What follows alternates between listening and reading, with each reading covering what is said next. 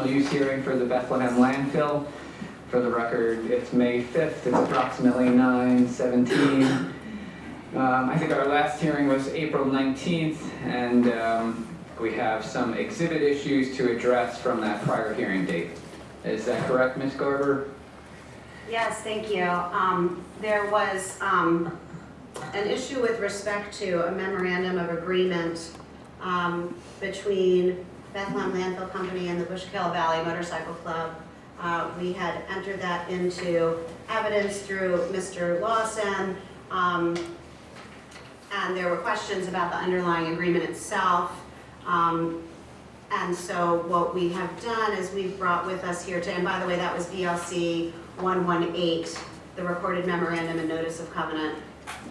We brought with us today a copy of the full agreement that was the subject of that memorandum, and we've redacted some of the provisions of that agreement with respect to the consideration, but it's otherwise a full copy of the agreement, which provides for the motorcycle club to place the conservation easement in the form that's attached as Exhibit B, to place that conservation easement on its property as reflected on the exhibits thereto, and to grant that to Lower Saucon Township upon our instruction. I gave copies of this to Mr. Aztec and Mr. Buuba, and they have no objection to the authenticity of this document, and so I'd like this to be admitted into the record as BLC 128. Okay, I have a copy in front of me as well. Any objection to BLC 128 being admitted? No, Your Honor. All right. Not at all. Okay, BLC 128 will be received. And Ms. Garber, can you make sure any other attorneys are supplied a copy electronically? Yes, I will do that. Thank you. All right, thank you. All right, with that, are there any other procedural matters that need to be addressed before we get into additional testimony this morning? I just, the protocol for uploading expert reports was discussed prior to the commencement of this morning's session. And I just want to confirm that we had an understanding that expert reports would be provided to the township no later than the day before they testified, and that they would be sent to the township manager for uploading onto the website, as I believe is in practice. I just want to confirm that with you. Right, and yep, I think so far we've been working with that process and it's been working out pretty well. Okay. So let's try to do that, and that's the latest. We'd like to get them if there's the potential of getting them a little bit sooner, just in case staff is out at the township. Then we'll have multiple days to try to get it up on the website. That would be preferable, obviously. But yes, if you can only do it one day in advance, that is fine, and we will do our best to get it up on the website for the public's review. All right, anything else? Very good. All right, Ms. Garber, you have an additional witness, I do, yes. and you may call him at this time. Thank you. I'd like to call Mr. Charlie Schmel to the stand, please. He's already up here. All right. All right, Mr. Schmel, we're going to have you sworn in first, okay? Sir, do you swear? You don't swear, do you affirm? Tell the truth, the whole truth, and nothing but the truth. I do. All right, Mr. Schmel, we're just going to ask that you keep the microphone fairly close to you. The mics don't pick up voice real well unless you are on top of them. I know you have a number of exhibits you're looking at. You're probably also going to be looking up at the screen maybe from time to time, but try to be mindful of where the mic is, okay? All right, Ms. Garber, you're a witness. Thank you. Would you please state your name and business address for the record? Charlie Schmel, SCHMEHL. I'm a principal with Urban Research and Development Corporation, 81 Highland Avenue, Bethlehem, PA. What is Urban Research and Development Corporation? We are a community planning and landscape architecture firm. What do you do for Urban Research and Development? I mainly work with comprehensive planning and writing development regulations for municipalities. How long have you worked for Urban Research and Development? 37 years I've been doing the same work. Were you retained on behalf of Bethlehem Landfill Company to render an opinion on the conditional use application that is the subject of these hearings? Yes. And what is it specifically that you were asked to do? We were asked to analyze the materials and the testimony and provide conclusions regarding conditional use compliance. Did you prepare a written report memorializing your analysis and your opinions? Yes.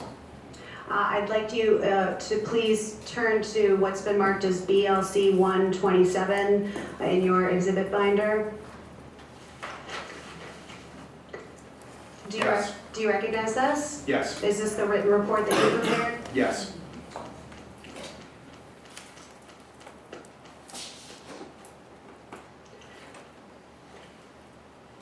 If you would, Mr. Schmel, please turn to what is attached to your report at Appendix A, which is about 16 pages in. Yes. Is this your curriculum vitae? Yes.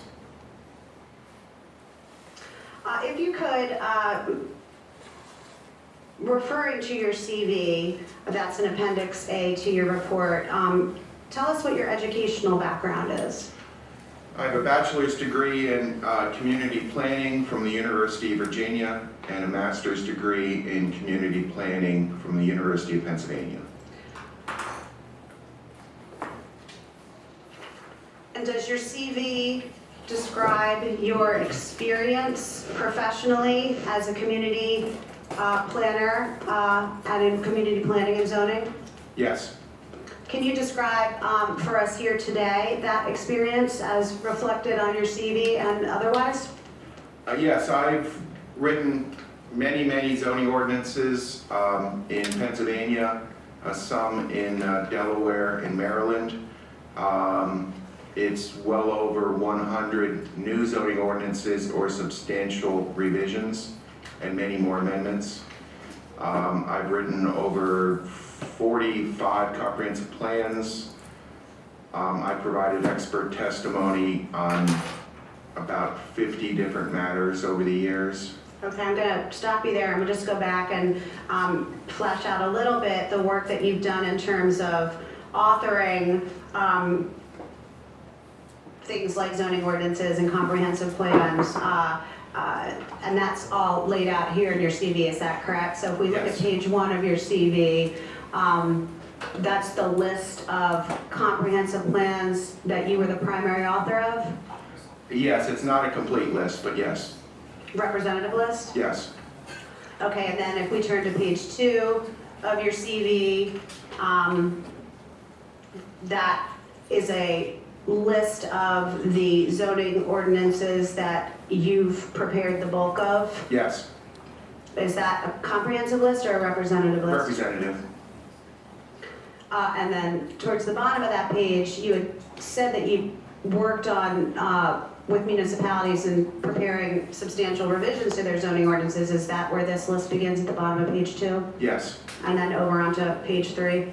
yes, And is that comprehensive or representative? representative. And then later on page 3, it has a list of new subdivision and land development ordinances that you have authored. Is that correct? Yes, Is that, again, representative or comprehensive? representative. Okay.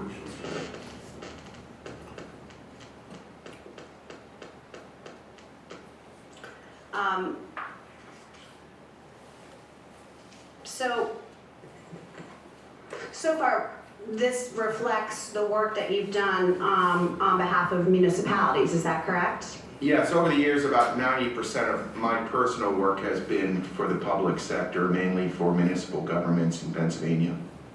And in that regard, when you're working for municipalities, in addition to authoring their legislation and their plans, do you ever represent them with respect to applications that are filed before those municipalities? We do some reviews of some major developments. So you said about 90% of your work is for municipalities. Is the rest of your work done on behalf of private developers? Yes. For what kinds of projects have you worked with private developers? Lately, we've been doing a lot of work with proposed Wawas, but we've done a whole series of different tests for private developers. Over the years, we've designed housing developments, although I personally have not. My personal work has involved testimony on behalf of some applicants for some industrial developers and commercial developers.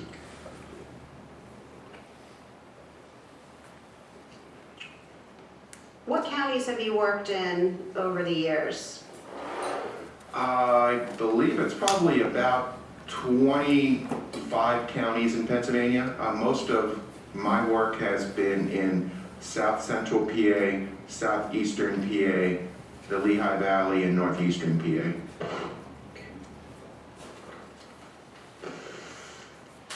Do you do any teaching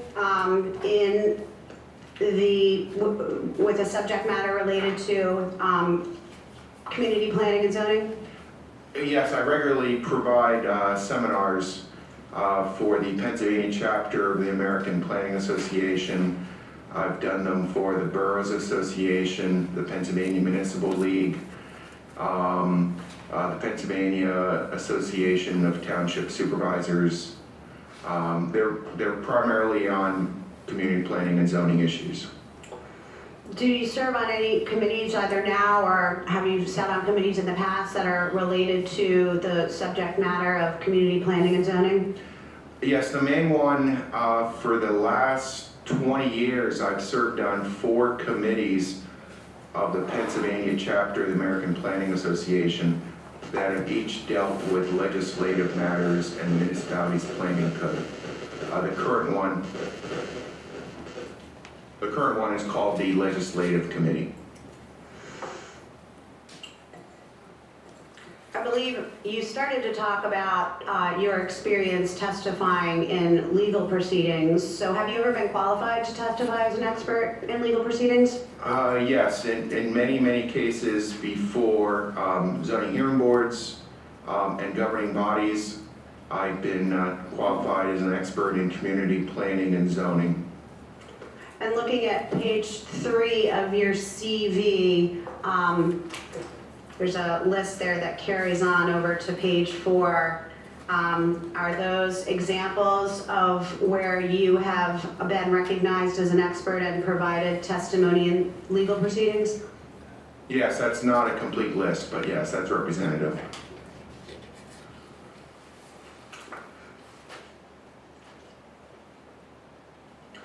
And what kind of expert were you qualified as in those proceedings? Community planning and zoning. I would ask the hearing officer to please recognize Mr. Schmel as an expert in community planning and zoning. Okay, is there any voir dire? Yes. All right, Mr. Aztec?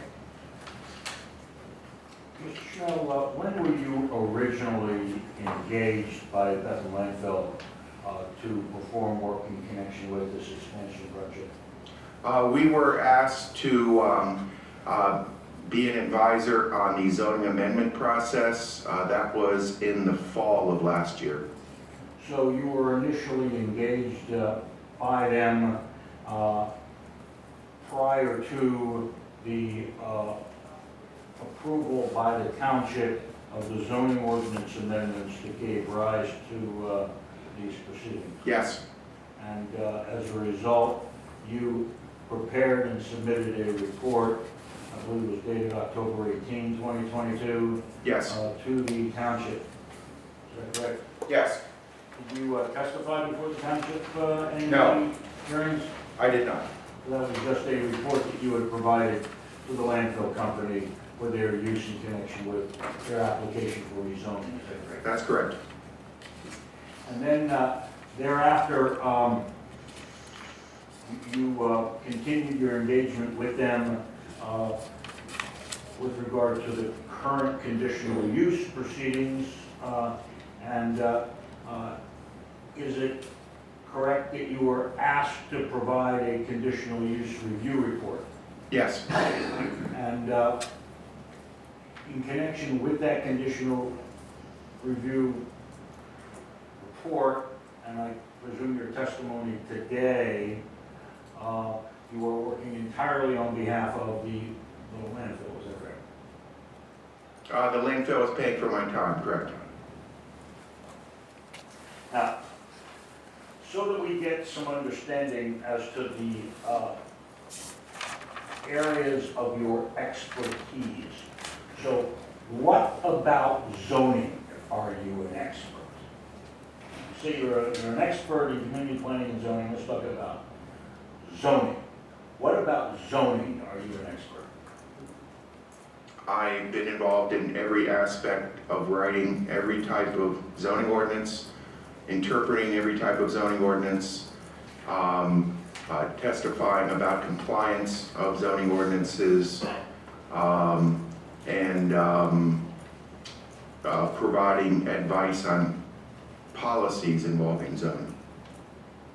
And the policies involving zoning are predicated upon your expertise in interpreting zoning ordinances? Writing, interpreting, crafting, and helping communities build consensus. So your expertise does not lie in scientific areas such as geology or hydrogeology, is that correct? Correct. In that role, my responsibility is to rely upon the expert testimony of others. And your expertise does not involve such issues as environmental issues, air quality, etc., correct? I claim no expertise in hydrogeology or air quality. I do have experience in many types of environmental matters, but I do not have experience in the scientific testing side, for instance. So you are not, you're not suggesting that you have any expertise in any of the environmental sciences, is that correct? I do not have scientific technical credentials in environmental issues. And when you refer to yourself as a expert in community planning, the community planning involves planning on behalf of municipalities within the scope of the Pennsylvania Municipalities Planning Code, is that correct? Yes.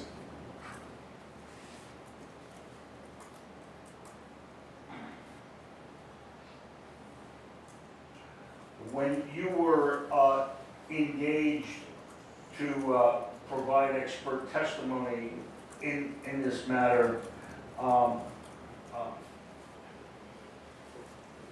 have you identified all of the resource material that you used in preparation for your expert report of May 3, 2023? I've endeavored to provide a list. It is not 100% complete of everything I looked at, but yes, in the report there is an appendix, which is B. Appendix B is a list of primary materials that I reviewed, in addition to field work and aerial photos and things of that nature. And all of that material was provided to you by the Bethlehem landfill? I did my own independent research of some materials, and I read the exhibits that were posted online also. I believe you made reference to the fact that you read testimony. Yes, And you were provided with all of the transcripts of the conditional use. yes. Have they been made part of the record? Do you know? I do not know. You just provided private copies of those transcripts, is that correct? They were forwarded to me by the landfill attorney. Do you know whether or not all of the exhibits that are appended to Exhibit B or listed in Exhibit B, whether all of those exhibits have been admitted into evidence in this case, I believe a few of them have not been. including the transcripts, correct? I don't know about the transcripts. You make reference in your report to the financial benefit to a municipality. Yes. As a, where in the Pennsylvania Municipalities Planning Code is there a reference to financial benefit to the municipality when it comes to, I'll withdraw the question, that's cross-examination. It is. We're getting So far afield of what here. I saw the expression of the hearing officer, and I'll withdraw that question. But you did say that you examined the budget of the township, is that correct? Yes. And for how many years did you examine the budget so that you could provide an opinion with regard to that? Only the 2023 budget. I did not go back. Do you profess any expertise on municipal budgeting and municipal finance? I don't have any specific specialization in municipal finance, but we do consider it frequently in development plans. We look at financial impacts and costs. We often review the budget for policy matters as part of comprehensive planning. So I am not a budget specialist, but we regularly do work with municipal finances. I have no further questions. Okay. Mr. Buuba? Just a few. Sure. Mr. Schnell, do you have a legal education? Sorry. I'm sorry.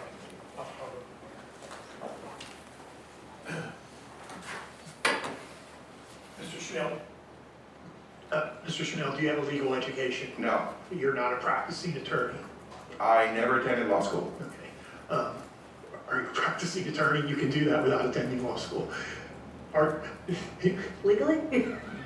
No, I'm the not. Kardashians, for example? No, I'm not. I would just note that in my work over 37 years, I've learned a great deal from some very smart land use attorneys and municipal solicitors who I've worked with. Okay. But you are not qualified as an expert on legal matters, correct? I am not an attorney. Thank you. Okay, thank you, Mr. Buuba. Just a couple of questions from myself. Do you have, I see the extensive list you have with respect to zoning hearing board matters, comprehensive plans, zoning ordinance matters. Have you dealt specifically with any landfill matters in the past that I should be aware of? We have not directly worked on landfill applications. The closest thing is we worked for 8 years for Lower Milford Township on a quarry application. Okay. And many of the same issues arose in that matter with a whole series of Commonwealth Court issues and many, many hearings and many types of expert testimony by myself. Okay. All right. So is there anyone else who has voir dire questions, meaning questions regarding this witness's expertise to be qualified as an expert in the area of community planning and zoning? All right, for the record, I see no response.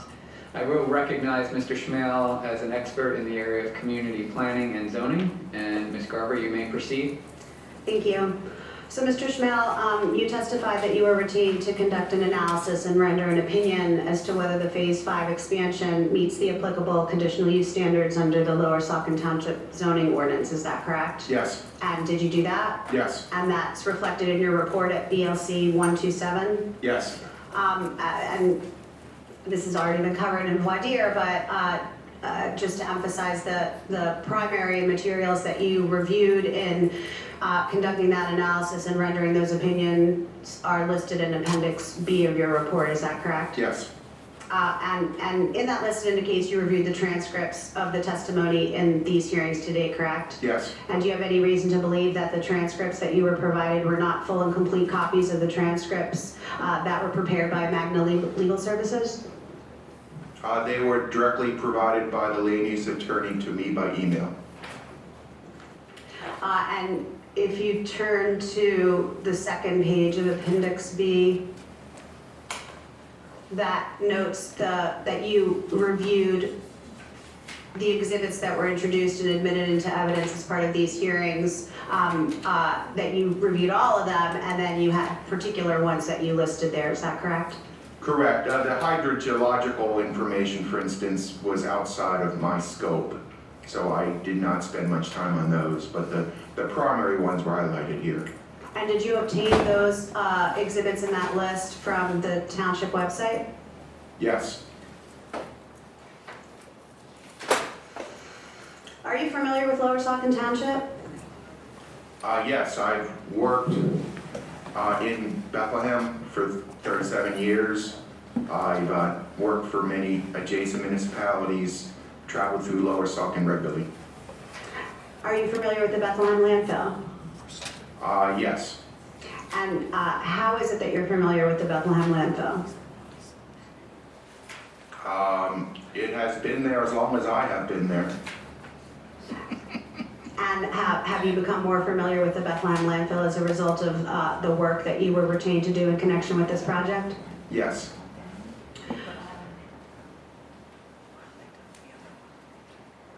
Mr. Schmel, and please feel free to refer to your expert report as I ask you this series of questions. Can you describe for us, and I see there's a section in your report here that does this, but describe for the room here today the existing Bethlehem landfill. The landfill is located on the north side of Apple Butter Road. It has been expanded in several phases over a number of decades. The northern realignment was recently approved by DEP, and that's mainly it. Okay.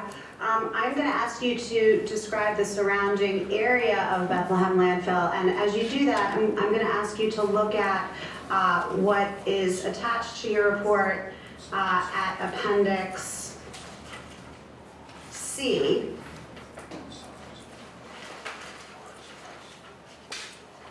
So first, as you look at Appendix C, can you tell us, do you recognize this, Mr. Schmel? Yes. And what is this? This is a map that shows major uses, major commercial and industrial uses in the vicinity of the landfill. And who prepared this plan? It was prepared by Martin & Martin with my review and input. Okay.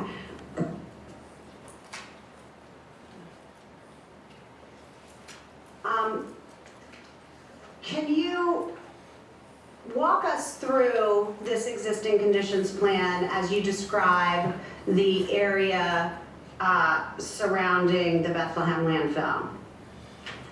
The existing landfill is highlighted, and then to the south on Apple Butter Road, there is a large electric generating plant. There is the Majestic Commerce Center, which is about 8 million square feet of warehouse space on former Bethlehem Steel industrial land.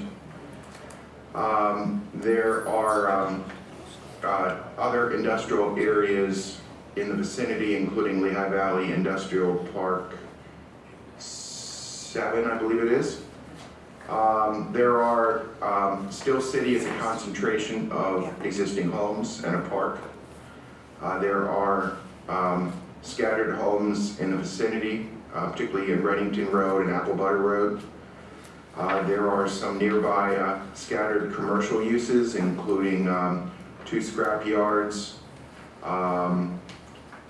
There is a motorcycle club in the vicinity, a major railroad line. Interstate 78 is in the vicinity. You also have the Lehigh River in the vicinity, and you have two natural gas pipelines running along the east side of the landfill property, and two natural gas above-ground tanks.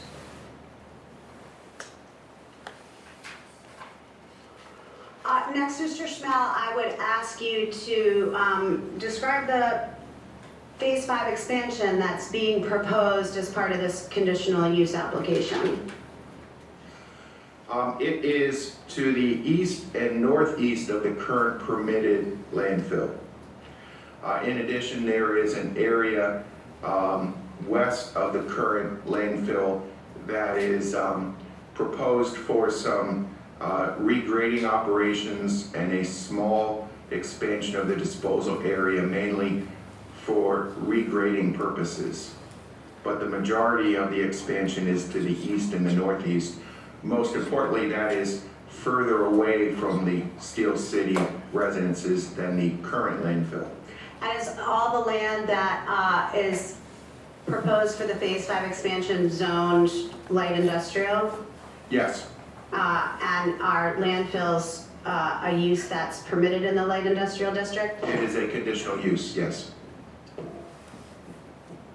Okay, so continue on if you would. Tell us in a little more detail the Phase 5 expansion and in particular the locations of the disposal area, the sizes of the disposal areas, et cetera. The maximum disposal area under the plans is 117 acres. It may be smaller as a result of DEP review and approvals. It will not be any larger than that size. In addition, there is some additional disposal proposed on top of existing landfill operations.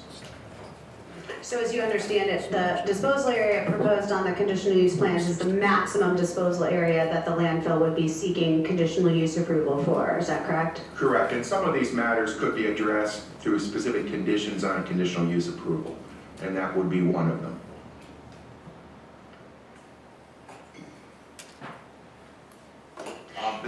The goal is to allow the existing operations to continue at the existing level. The goal is not to expand the maximum flow into the landfill per day. The goal is not to increase the total maximum elevation of the landfill. The goal is not to increase truck traffic into the landfill. The goal is not to change the truck routes into the landfill. It is to allow a longer lifespan for the landfill.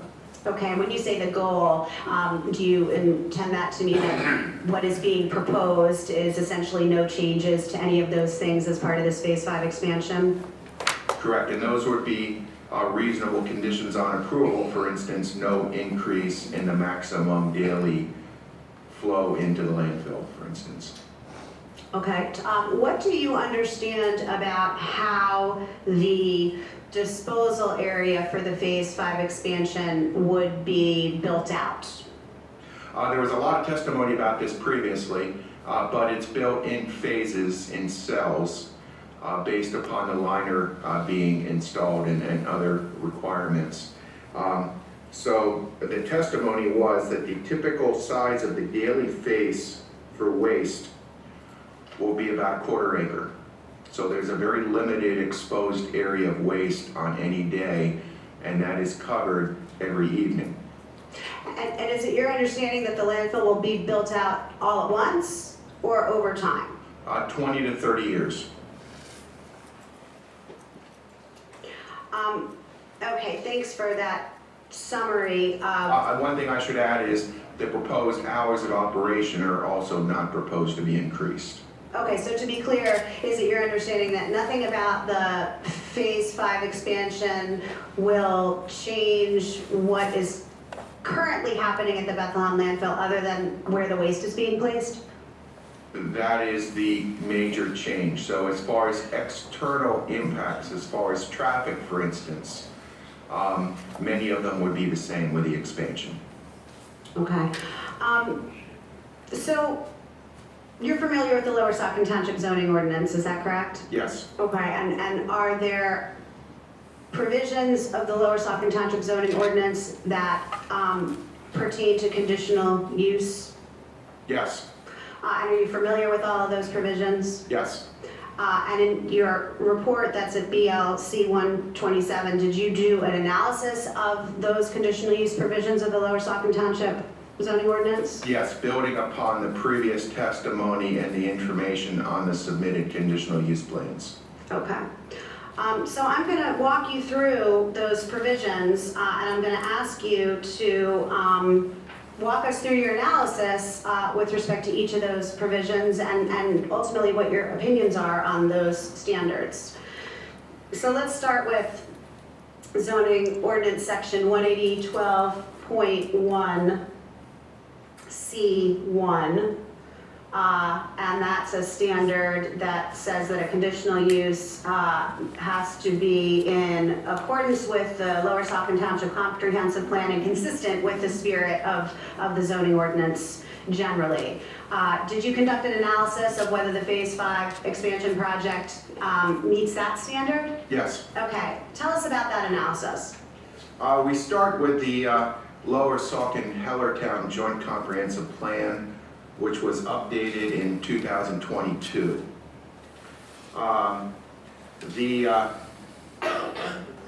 The landfill is only mentioned a couple times in the plan.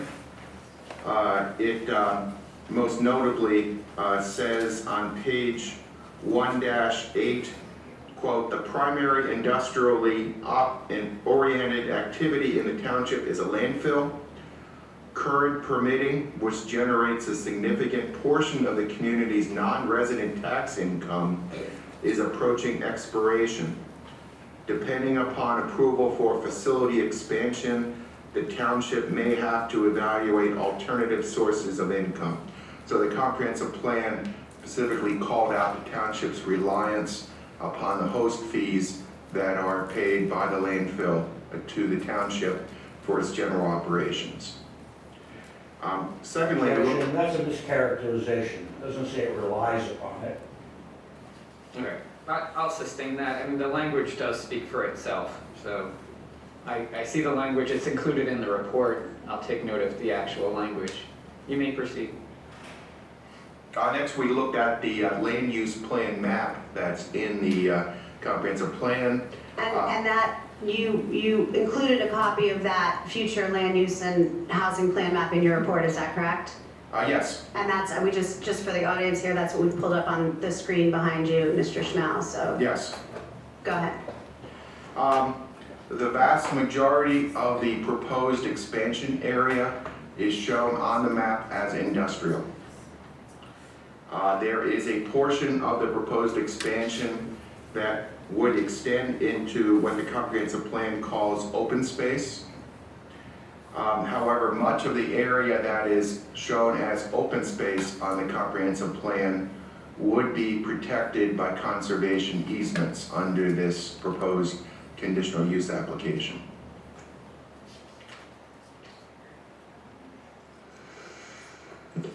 And as is designated in the industrial category, does the comp plan speak to what kind of uses are planned for the industrial category? What kinds of uses does that cover? On page 4 of the report, I've quoted the industrial category. It is described as being for generally larger scale local and or industrially oriented industrial office and or service uses. So an industrial use would typically include a landfill.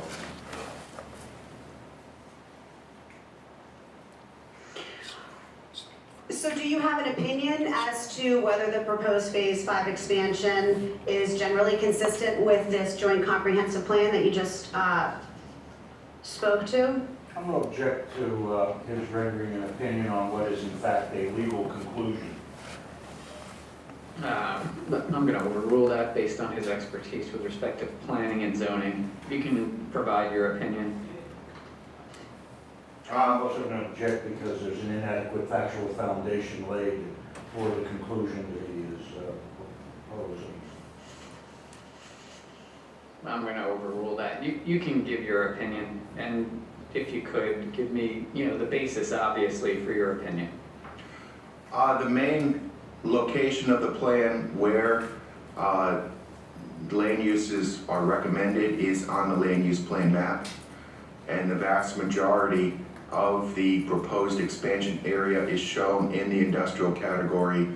Landfills are an industrial use, therefore I believe the application of the conditional use is generally consistent with the joint comprehensive plan combined with the proposed conservation easements that would meet the comprehensive plan's goal of preserving many of the areas that the plan designates as open space. And when you speak to the conservation easements, are you speaking about the conservation easements that are being proposed by Bethlehem Landfill Company as part of the Phase 5 project? Yes, the Bethlehem Landfill Company is proposing 157 acres of conservation easements, which are to the west, north, and east. And they are on exhibit BLC 76. Can you look that up?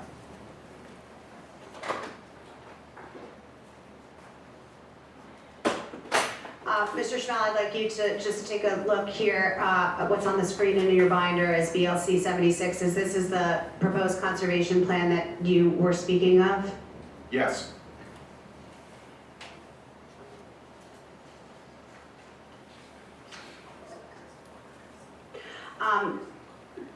There's another part of this particular section of the Lower Saucon Township zoning ordinance 180-12.1C1 that provides that a proposed conditional use should be consistent with the spirit, purposes, and intent of the zoning chapter, meaning the Lower Saucon Township zoning ordinance. Did you analyze the proposed Phase 5 expansion to determine whether, in fact, it is consistent with the spirit, purposes, and intent of the Lower Saucon Township zoning ordinance? Yes. Okay, tell us about that analysis, tell us what your analysis was. You have to go back to previous testimony of experts who have provided a great amount of information about how the landfill is designed and is required to be operated under state regulations. Once you understand those protections and the mitigation efforts that are required and are in place, then it is much easier to understand how the conditional use requirements are being met. And do you have an opinion as to whether the proposed 5 expansion is consistent with the spirit and purposes of the Lower Saucon Township zoning ordinance? Yes. And what is that opinion? The zoning ordinance was specifically amended to allow a landfill on this land as a legislative decision. So it was added to the industrial district. Therefore, the Township Council has determined that it is meeting the intent of the ordinance. But there are many provisions in the ordinance that address environmental protection and other issues, and great amount of testimony has been provided about how there is compliance with those standards and how the DEP regulations will also work to protect the community and the environment.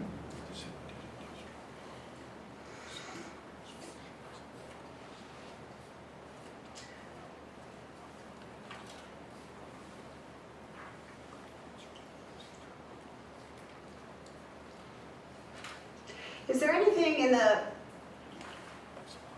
Lower Saucon Township zoning ordinance that requires an analysis of the county comprehensive plan in connection with a conditional use proposal? I did not find any reference in the zoning ordinance to that plan. Nevertheless, did you look at the county comprehensive plan to determine whether the proposed 5 expansion was not generally consistent with that plan? Yes, I did look at the Lehigh Valley Planning Commission's comprehensive plan for Lehigh and Northampton counties. And did you develop an opinion as to whether the proposed phase 5 expansion is generally consistent with that plan? I'm going to object again, and please note a continuing objection to his comments upon the results and the language of specific plans, because LVPC specifically opposed the expansion of the landfill. And this is not an area of expertise defining what a plan says. The language of the plan speaks for itself, not what he thinks the plan means. Okay. So please note my, bless you, just please note my continuing objection to any of this witness's comments or opinions relative to the subject of approved municipal plans. Okay. Can With respect to that, let me just state, I will be reviewing, obviously, the language contained within the comprehensive plans that's applicable, to this hearing.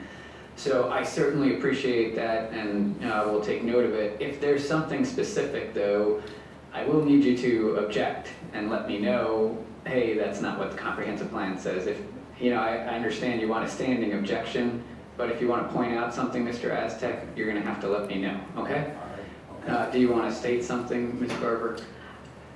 I actually just wanted to make sure the record was clear. I thought I heard Mr. Aztec say that the Lehigh Valley Planning Commission has specifically objected to the phase 5 expansion, and I just wanted to get a little clarification on that. Is that statement a result of Northampton County seeking party status in this proceeding, or are you saying that there was some sort of review letter by the Lehigh Valley Planning Commission on this phase 5 conditional use application?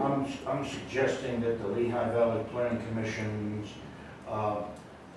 future LV Regional Comprehensive Plan specifically identifies this as a character-defining area. That wasn't the question. With the protection All of right, natural hang on. features, not the development of industrial facilities. Okay, So that's the, wait. specifically, that's what the plan provides. So we're starting to get into testimony and issues, that would need to be addressed by way of a witness who can be cross-examined, or documentation, all right? I don't want to have argument regarding facts, and that's what's happening right now. I understand. Would it be possible for us to just quickly meet Sure. with you off the record? Sure, come on up. Public can't hear it, I guess, huh?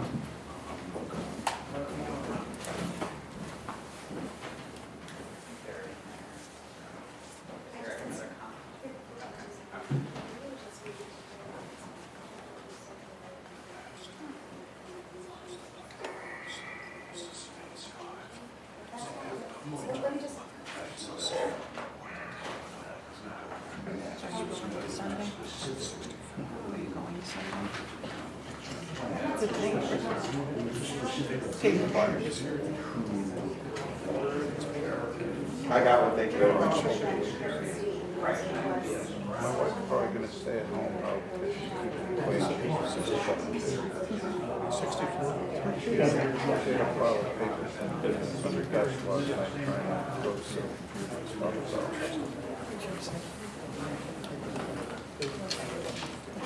Give us one.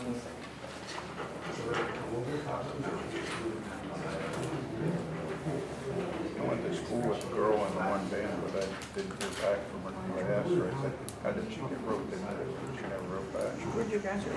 I didn't. Where'd you go? Prison. Okay, the record should note we had a sidebar. Ms. Garber, is there something you'd like to state for the record? Yes, I would like the record to be clear that the Lehigh Valley Planning Commission has not I'm the librarian. taken any position with respect to the phase 5 expansion 76.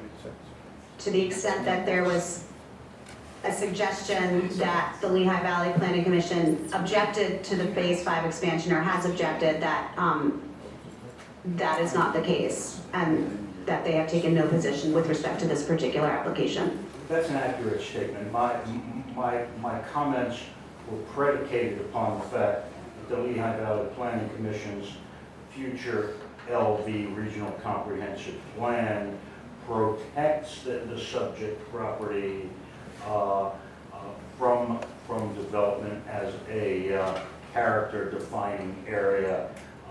So my comments were more generic rather than specific. Lehigh Valley Planning Commission has not, as a policy statement, opined one way or the other with regard to the merits of this conditional use.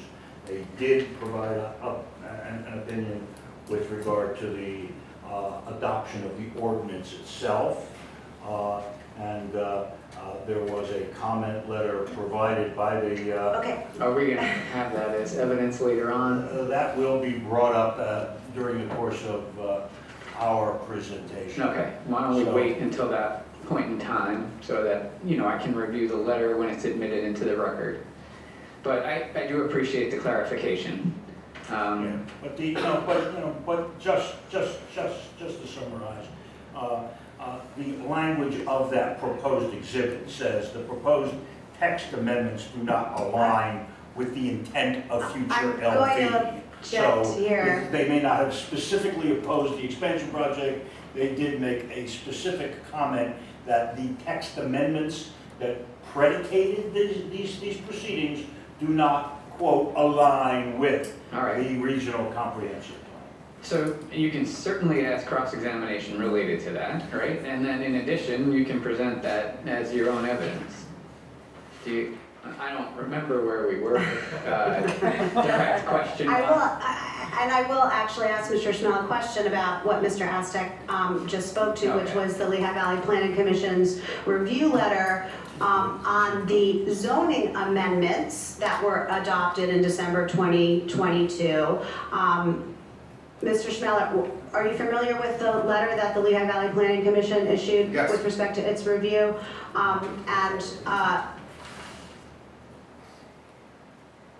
Do you know whether the Lehigh Valley Planning Commission, the Lehigh Valley Planning Commission did not have a specific plan for the Phase 5 expansion before it in that review, is that correct? The difficulty was that the proposed rezoning followed property lines for the most part. And it included many areas that are not proposed to be part of the actual disposal increase. So the Lehigh Valley Planning Commission was relying upon a map that was much more general in nature than what the township has before it. And that zoning district went up to Riverside Drive, for instance, and included much of the land along the Bull Run Creek, versus those areas before the township are now proposed to be placed into permanent conservation easements and not used for disposal. So the Lehigh Valley Planning Commission did not have the benefit of seeing the conservation easement plan. Objection to this, that he has no idea what the Lehigh Valley Planning Commission had in front of it. So it's, so, The Lehigh Valley again, Planning Commission had expert the text testimony must amendments. be predicated upon factual evidence in This the is- record, and he's opining as to what someone else may have known when they issued an opinion letter. This testimony goes well beyond one that's based on hearsay, and well beyond his area of expertise, and well beyond his actual knowledge. All right, I'm going to allow you to ask cross on that, but I'm going to let the testimony stand. And I understand that some of it may be based on assumption, but if you want to bring that out in cross, you can do so. Excuse me. Mr. Schnell, Excuse me, I hope this is a separate objection. I think Mr. Schmel's exact statement was, LVPC rely upon. I just don't understand how this witness could possibly know what they relied upon. Assumptions are different than relied upon. all right, let me ask, Well, I think I can there is clear the this up. potential that he, knows based on something that's either in the letter or that was provided in meeting notes, or I don't know what they relied upon, but it is possible that a witness could know what someone relied upon, just like I know what he relied upon today to give his expert testimony. He provided us with a list of He everything sure he did. relied upon. He did. We don't know what But you LVPC can relied ask upon. cross-examination regarding how do you know what they relied upon, and if his answer is, I don't know, now you've established that his opinion wasn't appropriate.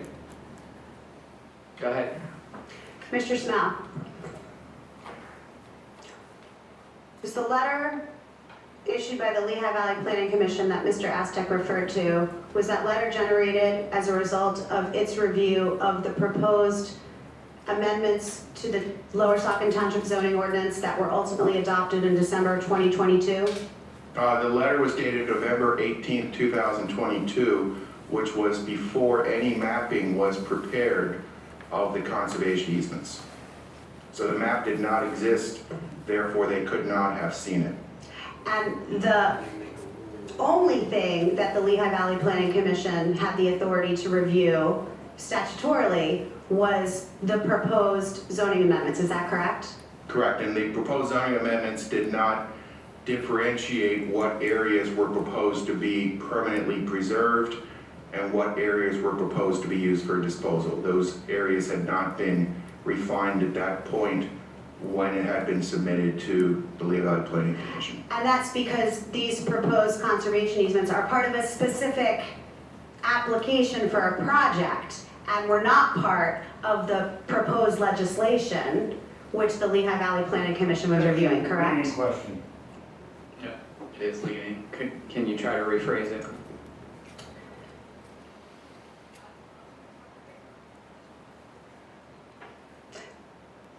Does the Lehigh Valley Planning Commission have any authority to review a conditional use application that's submitted to Lower Saucon Township?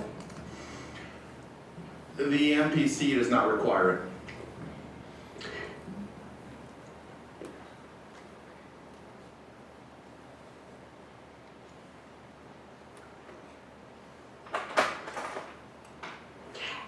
Do you know whether the Lehigh Valley Planning Commission has reviewed this proposed Phase 5 conditional use application? I am not aware of any review. I would just add one other point. Some of the conservation easements were still being negotiated as of November 18th, 2022. Just to confirm, the proposed conservation easements are part of this conditional use application for this project, correct? Yes, And there were no proposed conservation easements that were part of the legislation that was being reviewed by the Lehigh Valley Planning Commission in November and December of 2022, is that correct? correct, because they were still being worked out. The conservation easements are project-specific, Yes, not related to the legislation, correct? yes.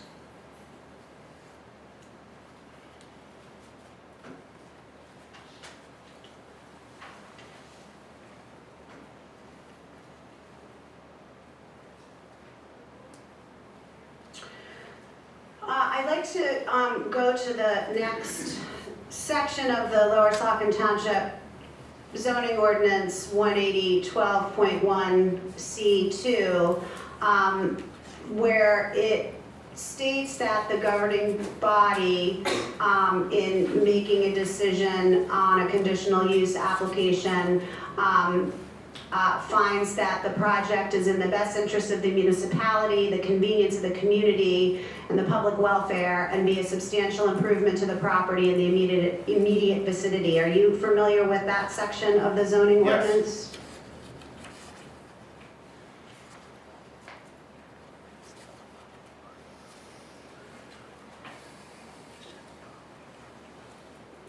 Did you conduct an analysis of the proposed Phase 5 expansion to determine whether, in your opinion, the proposed project meets the standards in that section of the zoning ordinance? Yes, And is that analysis contained in your report? yes, Is that analysis in pages 5 through 7 of your report? yes. Okay, can you walk us through that analysis, please? There has been extensive testimony by professional engineers and geologists about the design of the proposed expansion and the state regulations that regulate that expansion, and all of the mitigation measures and all of the regulatory requirements that are in place to protect the environment, to address the hydrology, to address the gas and leachate from the facility, to monitor groundwater, to manage stormwater. All of these things are intended to make sure that there is minimal environmental impact. In addition, the landfill has a whole series of mitigation efforts in place which are proposed to be continued to address community concerns. That includes restrictions on the routes into the landfill that are enforced by the landfill. That includes significant efforts to minimize odors and dust and noise and litter. That includes a 24-hour complaint hotline to the landfill. That includes monitoring to avoid any radioactive waste entering the landfill. That includes a series of noise control efforts that are described in the letter and in previous testimony. And that also includes the conservation easements that we previously discussed, including the conservation easements would provide substantial protection for the people in Steel City by preserving many of the woodlands between the existing landfill and Steel City, and preserving many of the woodlands along Riverside Drive to help protect the Lehigh River, and preserving many of the woodlands that would help protect the adjacent creek, the Bull Run Creek.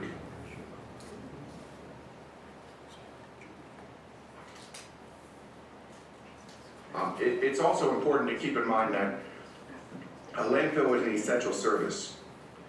We all use it, we all need it, and the question is, where should it be provided? And a legislative policy decision was made by the majority of Township Council that this was a suitable location to meet that regional need.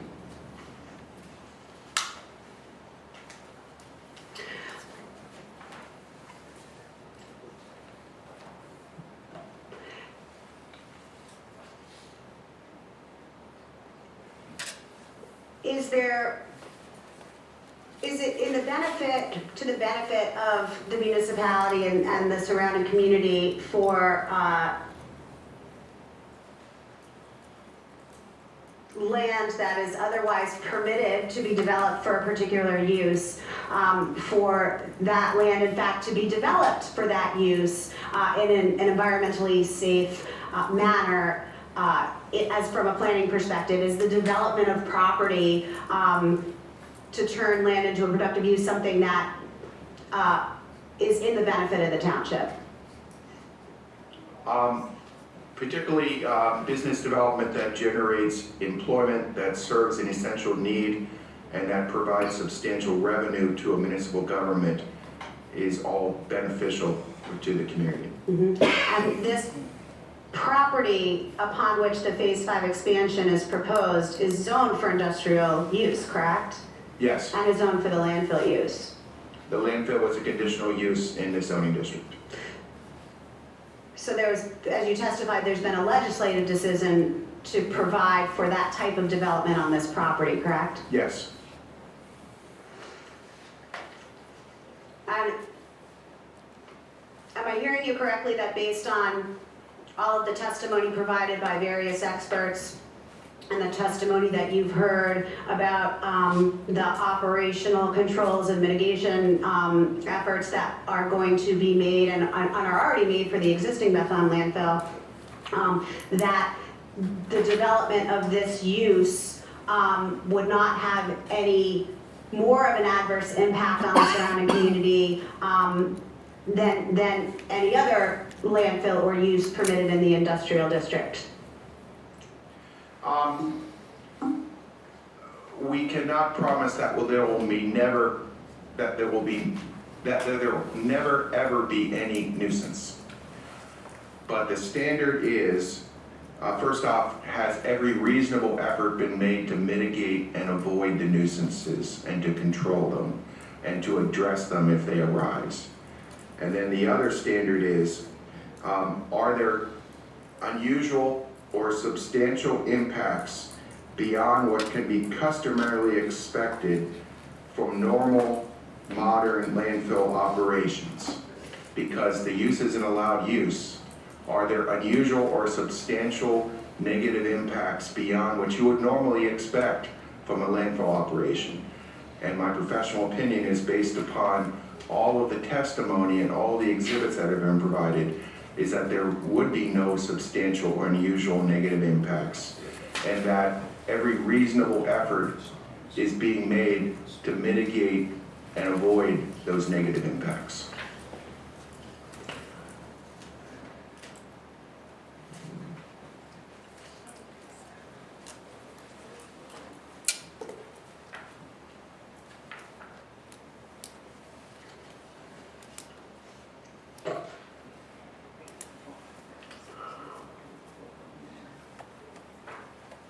Did you do an analysis, and I understand, Mr. Schmel, there's a lot of crossover in terms of the conditional use standards, so forgive me if there's going to be some redundant testimony here.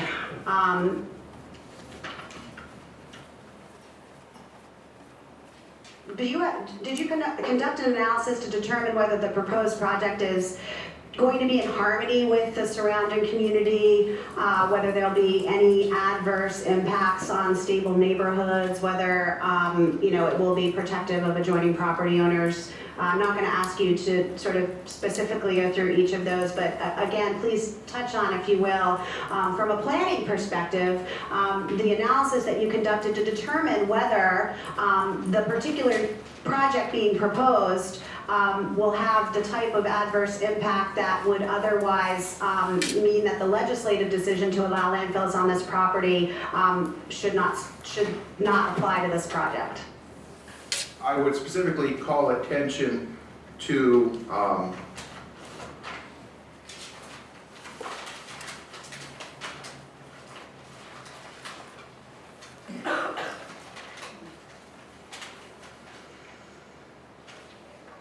looking for the exhibit number of the conditional use revised plans. Yeah, I think that's BLC 16.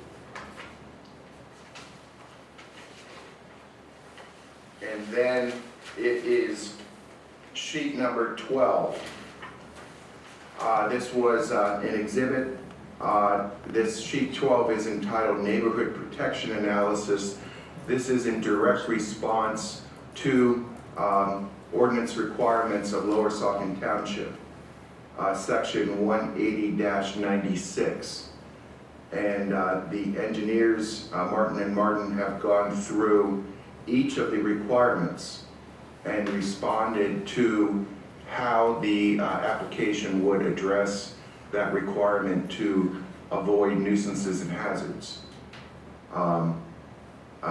They did an updated noise study and showed compliance with the noise requirements. They addressed radioactivity and the testing that is currently in place to avoid radioactive waste entering the landfill. They addressed glare. They addressed smoke and dust and vibrations, hazardous and toxic substances, and other environmental standards were addressed as part of that exhibit and as part of the related testimony. Mm-hmm. And did you also, I know you had said that you reviewed all the testimony and the exhibits that have been admitted in these proceedings. Did you read the testimony and look at the exhibits related to the view shed analysis and photo simulations that were prepared by Matt Allen of Saratoga Associates? Yes. Did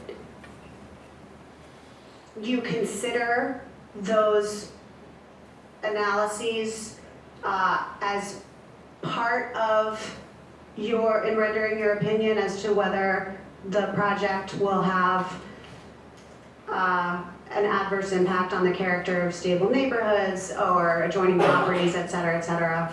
Yes. Tell us about that. This was exhibits BLC 101 and 102 was the viewshed analysis, and the visual simulations were BLC 103 to 105, provided by Saratoga Associates. They showed conditions from various lines of sight within the vicinity of the landfill property. They looked at existing views, particularly during winter conditions when there's not leaves on the deciduous trees. Then they looked at views of what is allowed under current DEP approvals for the landfill. And then they looked at views that would be expected if the phase 5 expansion would be approved from these different angles. I think it's important to keep in mind that, again, the landfill is phased. Only a small area is open for disposal on any one day. And then the phases are required, they are covered each night and then are required to be revegetated by DEP. So the net effect, even where you would see the landfill from a distance, the landfill expansion, after reclamation, you would be seeing grassland. You would see thick vegetation planted as part of the closure plan. So from a planning perspective, is the visual impact to the surrounding areas substantial in your opinion? The analysis showed within a 3-mile radius of the proposed expansion, an additional 2.3% of the land area would be able to see the 5-phase expansion that would not be able to see the current permitted landfill operations. So there would be some increased visibility. The most prominent view that changed, according to the simulations, was from some of the industrial areas to the southwest. That was where there was the most prominent change. So from a planning perspective, is the additional potential visual impact something that would render the phase 5 expansion use incompatible with the surrounding area in a way that is materially different than what you would otherwise expect from a landfill? It is desirable to mitigate the impacts. I'm not aware of a specific legal standard dealing with visibility.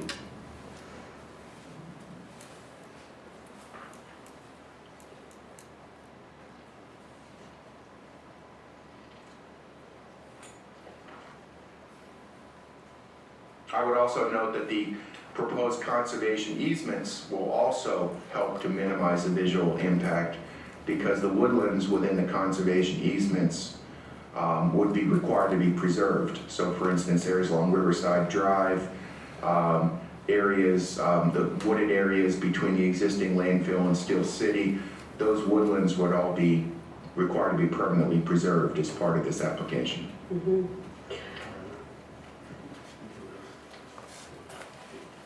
Mr. Schmel, I would ask you if you would to turn to what is Appendix D in your report.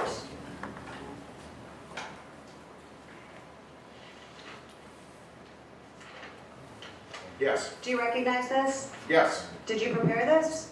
I was prepared by our geographic information specialist under my direct supervision. And why did you have this prepared? We wanted to show the potential for new development within close proximity to the Phase 5 expansion. And what do you mean by new development? What the map shows is existing privately owned occupied dwellings in the dots. And then the question is, how much new housing, how much buildable residential land is there in the vicinity that might see more impacts from the landfill expansion? So we started out with a 2,000-foot radius and a 3,000-foot radius. So half a mile is 2,600 square feet. This is 2,600 linear feet. And then within that area, we showed the topography and showed that much of that land would be extremely hard to build upon any houses, simply because of the slopes. And you could also add in the flood-prone areas, and many of those areas within that distance from the landfill would be very difficult to build upon. And why is it relevant to look at how much additional housing might be developed in this area? Why is that relevant to your analysis? If we had the potential of a 500-unit development next door, there would be more issues of compatibility for future planning. As it is, much of the land surrounding the landfill would be physically very difficult to build upon and very difficult to meet the environmental regulations that are in place, combined with the lot size requirements and the septic requirements, because many of these areas do not have public sewer. So you have to find 2 perk sites in order to build a home on this land. It's very hard to find suitable perk sites on steeply sloped lands. This is combined with the proposed and the existing conservation easements. There is a large privately owned conservation easement to the east of the landfill proposed expansion, and there are proposed conservation easements highlighted on this map that the landfill is proposing to establish. So that also helps to minimize the potential for new housing construction within proximity to the expansion.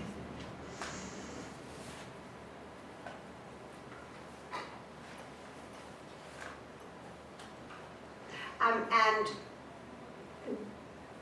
did you look at this and conduct this analysis so that you could determine what the potential impact would be to residences, either current or perhaps in the future within this radius? It's one indicator. Proximity has more impacts. Mm-hmm. Many impacts disperse over distance, particularly noise. As a planner, looking at the yellow dots, so to speak, on this plan, would you characterize this as this area in this geographic span sparsely populated or densely populated? Do you have an opinion? I'm just trying to understand what conclusions you've drawn from this. Within this 3,000-foot radius, it is a mostly rural area with scattered homes.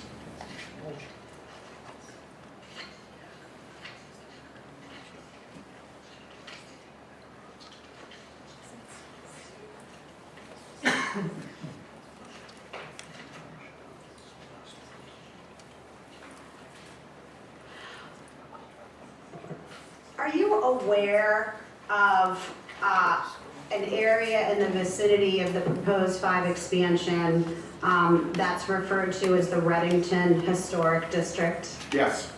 I'm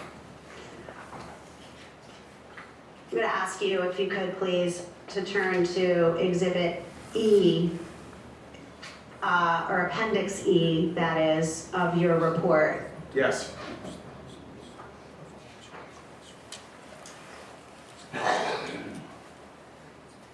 Okay.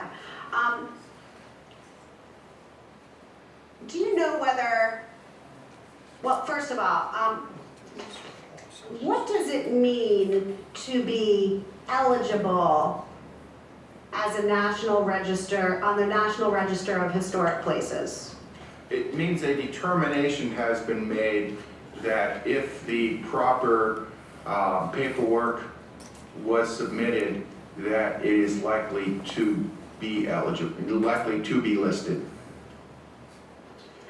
So if an area is eligible for the register, that does not mean it's listed on the register, is that correct? Correct. When an area is eligible to be listed on the National Register of Historic Places, are there prohibitions on the development of that area as a result of its eligibility? An eligible district has no legal restrictions as long as you are not using federal money for the project.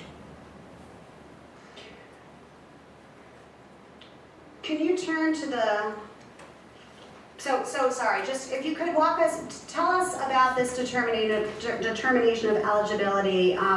Tell us about the Reddington Historic District that it relates to.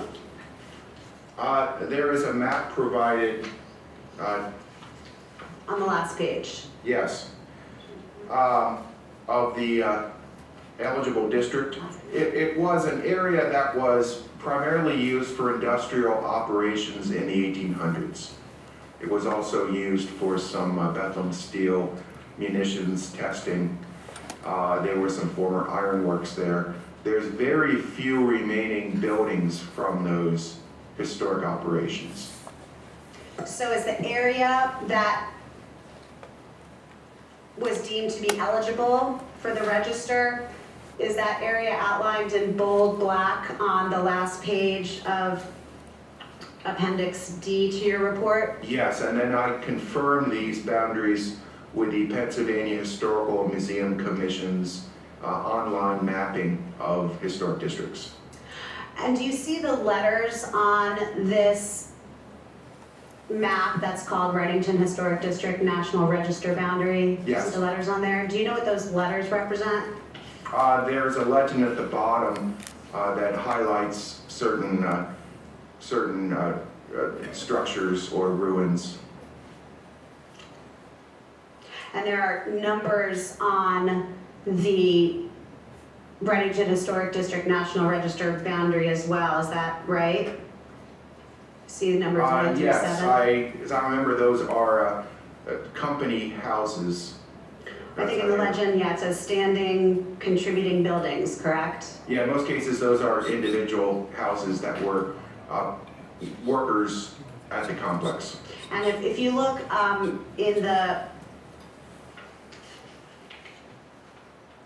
beginning pages of Appendix D, this is the package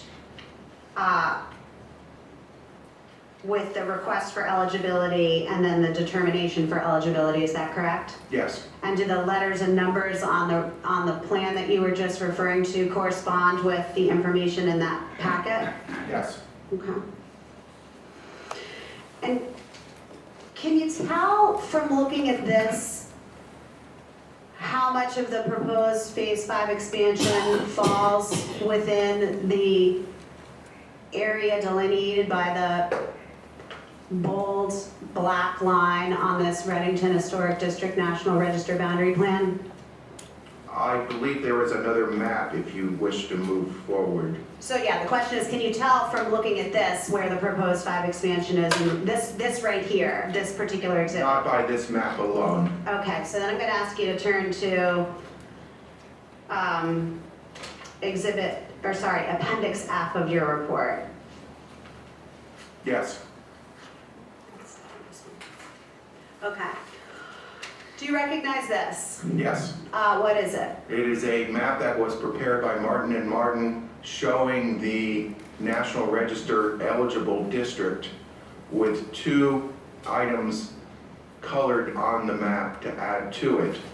One is the proposed Phase 5 disposal area, and the second are the proposed conservation easements. So the orange dotted line is the approximate disposal area for Phase 5, correct? Yes, All right, and then it looks like here the proposed conservation easements in green crosshatch. Is it your understanding those are the easements that are being proposed by Bethlehem Landfill Company? yes, And then there's existing conservation easement in pink crosshatch. Is that your understanding of an existing conservation easement on what's called the Petrie property?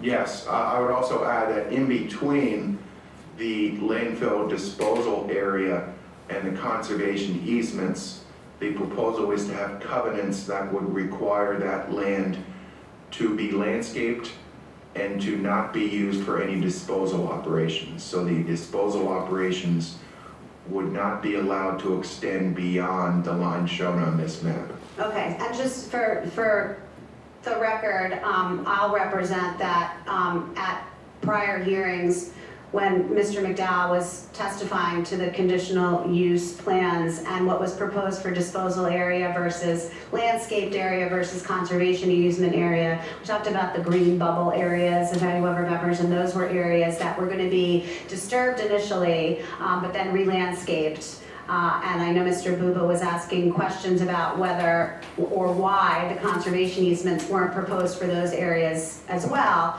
What I'll represent here today, and we will submit revised plans to depict this, is that for those areas which need to be disturbed in order for phase 5 disposal area to be constructed, but that will ultimately be landscaped, that we're amenable to putting a covenant on those areas that would prohibit disposal area in those areas. So that's what Mr. Schmel is speaking of, that in these areas between the orange disposal line and the green crosshatch conservation easement area, that we're amenable to putting a covenant that those will not be used for landfill disposal area.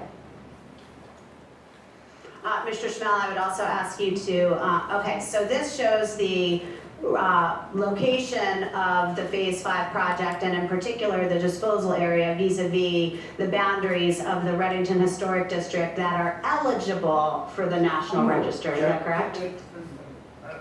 Time out. What Attorney Garber just said was just processed by me. She's now saying that there's going to be a revised plan. She's not testifying here. So I think what we have in front of us is what we're seeing here on this plan, not what she is suggesting might happen in the future. All right, I'll So restate that. I would ask that that comment be stricken from the record and not be considered when we consider the application that's in front of us. Right now, we now have admitted that a historic district will be disturbed. And there's nothing on the record that indicates that it will not be disturbed. All right, I'm not going to take what she stated as factual evidence. I think what she's proposing is basically a proposed condition from her client. So you're going to present that later, right? Yes. Okay. Yes. So I'll sustain the objection with respect to it being factual evidence. Mr. Schmel, if you can see where my cursor is on the screen behind you? Yes. Or you see the screen in front of you. Do you know what's located in that area currently? There is a scrap yard in the vicinity, if I'm trying to remember if that is the exact location. Take your time if you need to refer to another map to confirm.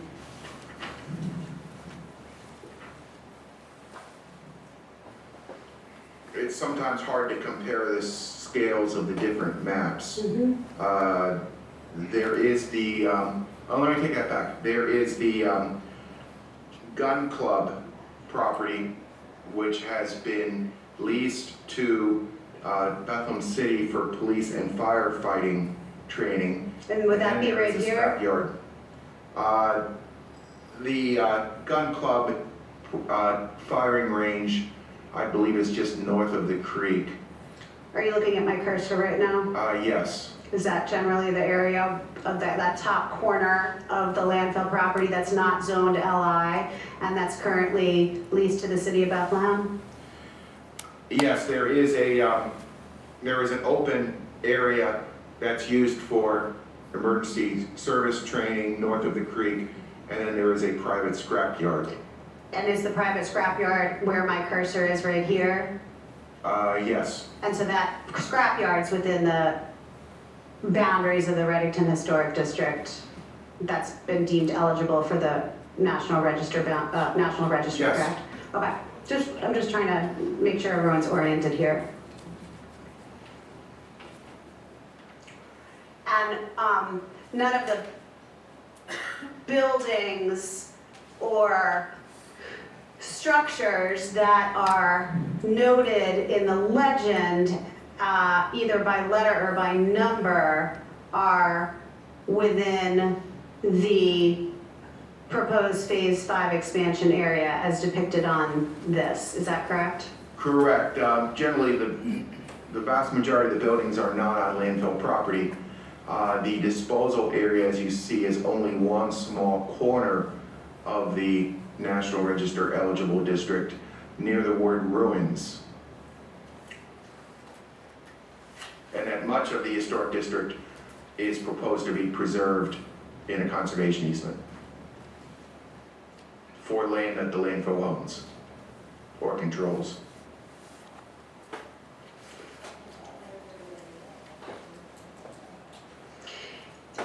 Is it unusual for a zoning approval to be conditioned upon compliance with a township subdivision and land development ordinance? Yes, standard practice. Is it typical for a developer to obtain a zoning approval before it files for a land development approval? Common practice. Is it typical for a development that would otherwise require permits from the Pennsylvania DEP to apply for a zoning approval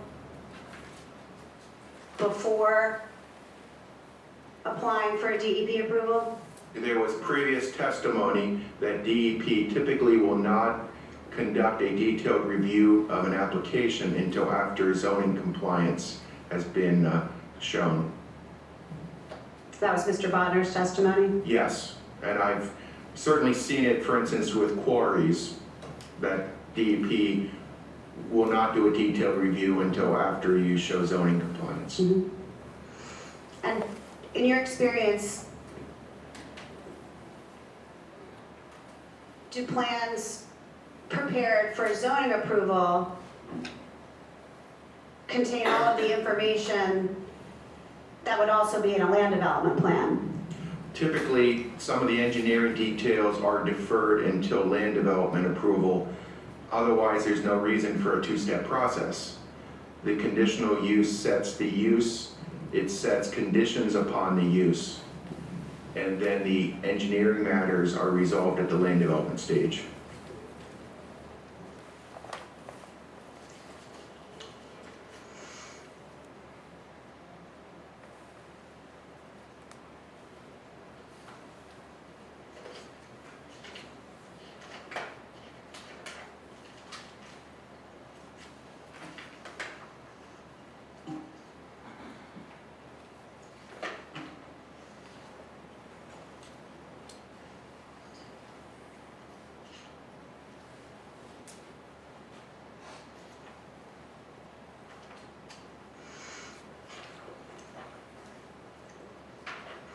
Have you seen the Hanover engineering review letter that was issued after the submittal of BLC 16, which you referred to earlier when you were looking at conditional use plans? Yes, the second review letter was after the plans were revised to address comments in the first review letter.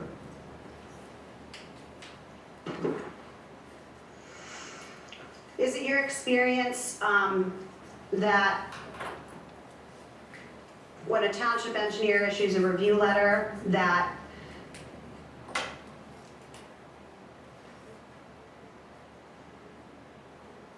it will flag any instances where there is non-compliance with the provision of the zoning ordinance?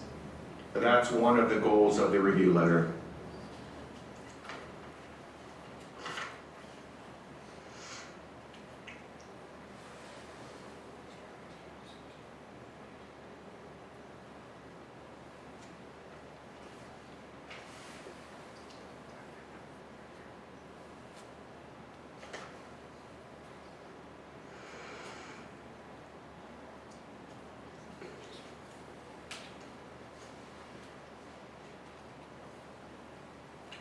Are you aware of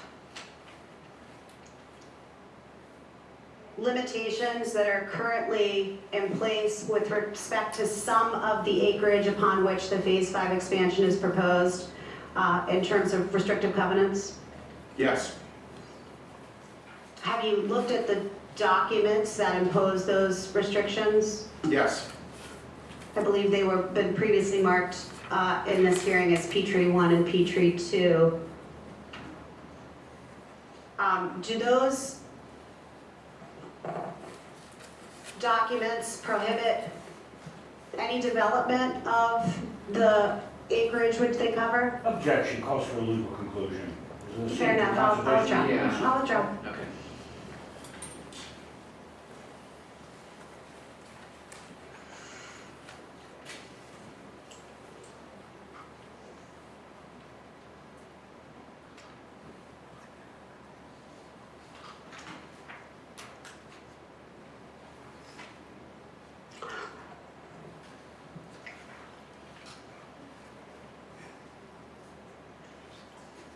Would another industrial use permitted by the Lower Saucon Township zoning ordinance in the LI district, other than landfilling, in your opinion, be prohibited by either P-Tree 1 or P-Tree 2? Objection calls for a legal conclusion. Yeah, I'm gonna sustain that. Okay.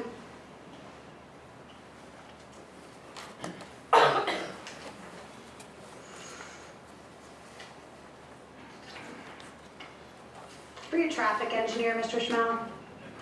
no, we regularly read traffic studies, we do our best to understand them, but I have no specialized expertise in traffic engineering. Did you review the traffic report that was submitted by Pannoni Associates in connection with this application? Mainly the conclusions, And did you review the testimony provided by the traffic engineer, Timothy Kramer, on behalf of Pannoni Associates? yes,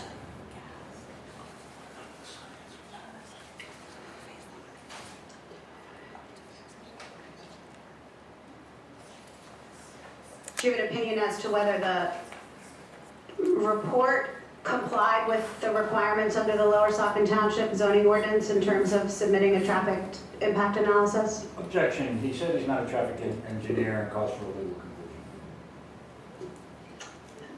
conclusion. I'll let you, do you have a response to the objection? Hang on, Ms. Garber. I'll allow you to give me argument regarding that, but I'm considering sustaining this objection. I'll withdraw the question. Okay. You're aware that a traffic report was submitted in connection with this application and that expert testimony about that analysis was provided, correct? yes,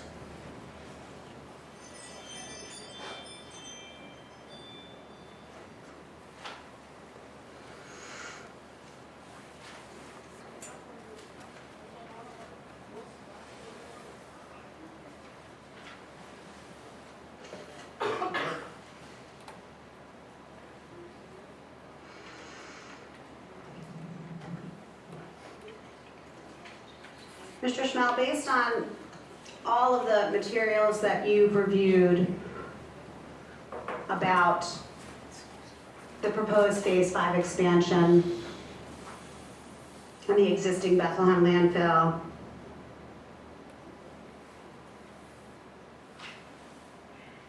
do you have an opinion as to whether the project will generate any unusual or substantial impacts beyond what can customarily be expected from a normal, modern landfill operation? Objection, there's not sufficient factual basis for him to render such an opinion because we don't know what the details of this landfill operation will be because no plans have yet been submitted to DEP, so we don't even know what they're going to be doing with DEP. So there's no factual basis upon which he can render such an opinion because he doesn't know what the impacts are going to be because we don't know what they're going to do yet.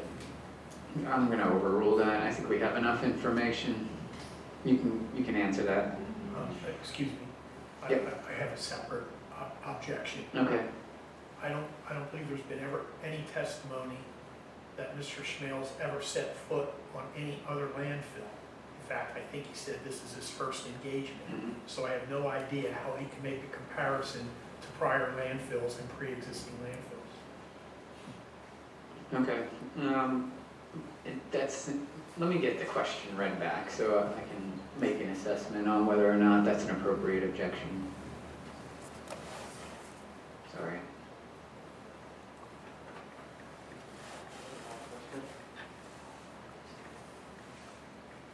I think it probably starts out with, do you have an opinion?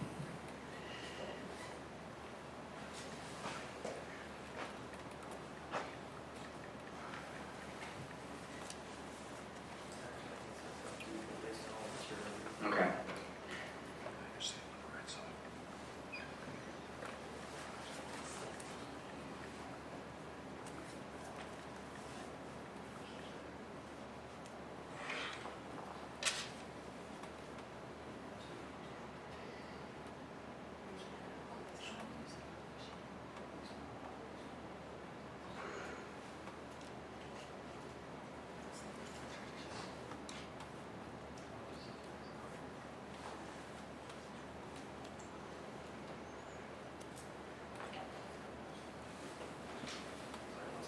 It's okay.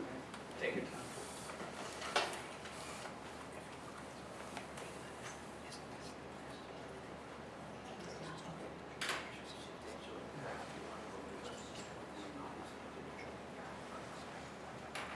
Do you have an opinion as to whether the project will generate any unusual or substantial impacts beyond what would customarily be expected from a normal modern landfill operation? So I'm inclined to sustain Mr. Buuba's objection. However, if you can lay some foundation as to his prior experience with landfills or his knowledge or his basis, then I may allow it. I'm going to take a little bit of a different angle. I mean, I stand behind the question. Mr. Schmel, did you review all of the testimony provided by the various witnesses in this proceeding regarding the description of the existing Bethlehem landfill, its current operations, the regulatory scheme, and its operational policies and procedures? Yes, Are you aware that the DEP just recently issued a permit for an expansion of the existing Bethlehem landfill, in which approval it determined that the benefits clearly outweigh the known and potential harms of the project? yes, I read the harms benefit analysis and DEP's conclusion. And are you aware that the Bethlehem landfill, as it has expanded over time, that those expansions have been given zoning approval by Lower Saucon Township? Yes,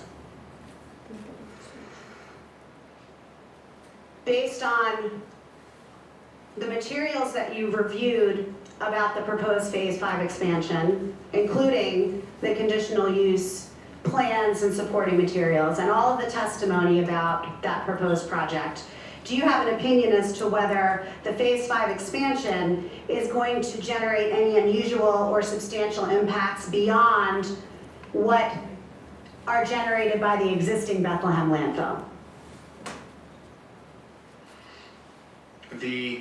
Because the traffic routes are the same, the maximum volume is the same, the hours of operation are the same, the maximum elevation is the same, and the proposed conservation easements and buffers and landscaping plans as proposed provide substantial protection. In my professional opinion, the expansion would not have typical external impacts different than the existing operations. I'm going to object. He's failed to lay a factual foundation for that because he does not know what the effects will be of the expansion area because there have been no specific operational plans provided to him, and he does not have the expertise, admittedly expertise, to review or opine as to what modern landfill operations would be, as would be approved by DEP. And just let me piggyback on that, because I think when Ms. Garber said, I'm going to take a different route, she in fact did. She did. She took a route and said, is this different than the existing operation? Right. And this conditional use standard is expected from normal, modern landfill operations, not the current landfill. So I'm not only going to object, I'm going to ask to strike all of Mr. Schmel's testimony, because that is his ultimate conclusion. And frankly, the only reason he's on the stand. Well, she can present that evidence, right? If you can give me argument that his opinion doesn't go to what the zoning ordinance requires, but he gave an opinion, it's based on his review of everything related to this particular landfill, not related to landfills generally. I acknowledge. So, and with respect to Mr. Aztec, I understand your objection, I'm gonna overrule it. So, he's already answered the question also. I already heard it, we didn't object before, he gave his answer, so I am going to allow that to stand.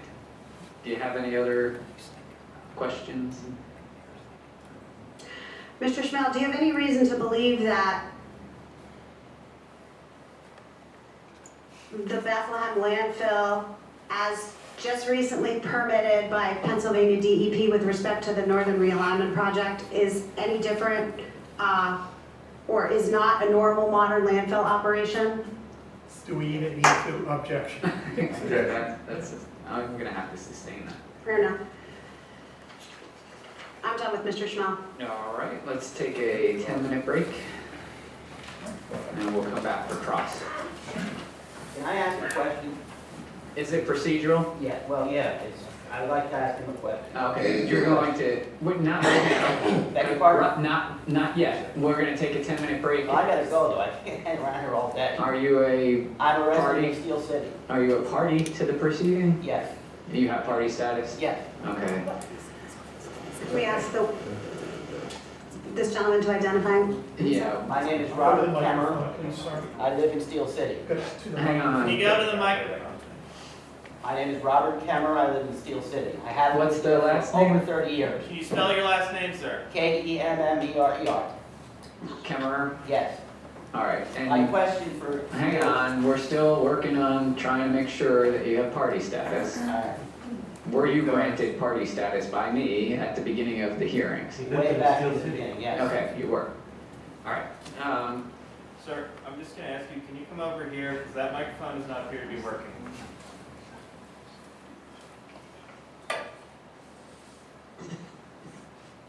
And My Mr. two questions. First of all, my biggest concern is possible health issues from this thing, and also property value. Question. I've lived in Steel City over 30 years. We're not going to All right, get into I'm just testimony. stating my case. You had said about that you could test for radioactive materials coming in. And I know last year, in December, I believe it was, some radioactive materials made their way into the landfill. Now, my question is, can you test for any other chemicals coming in on a daily basis? Mr. McNair, Yeah, this witness did not testify regarding that Well, you did make information. that comment earlier. He did not give testimony concerning what your question is. Well, my question is there any way you can test to see what else is coming into that landfill on a daily basis? All right, so Mr. Schmel does not have any expertise in that area. I mean, I can allow him to answer that, but that is not his area of expertise. Mr. Schmel, would you be able to answer the question that's being asked of you? I don't feel qualified. Okay. Okay, so- There's another witness who gave testimony related to that specific issue. And then my second question is, this covering that goes on every day, what exactly is that for? If you know, based on what you reviewed, I'll allow you to answer that. The covering reduces odor and birds and vectors, and generally reduces nuisances. Well, but that still means every 8 to 10 hours every day that the landfill is in operation, those things can still take place, correct? I am informed that at one point in time, there is typically 1/4 acre of disposal area open, and then it is covered. But again, 8 to 10 hours every day, those things that you don't want to happen can happen. For months, because I've been taking pictures of it. There are some effects from a landfill. Well, those are my questions. All right, thank you. Okay, Sir, thank you. what is your address again, sir? 2108 Snyder Avenue. Thank you. All right, now we are going to take a break, 10-minute break. Thank you.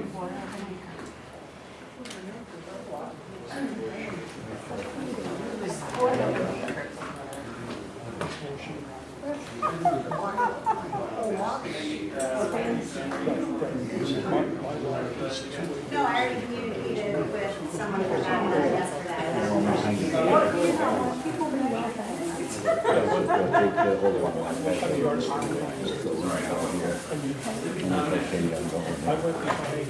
Yeah, I'm sorry, that particular.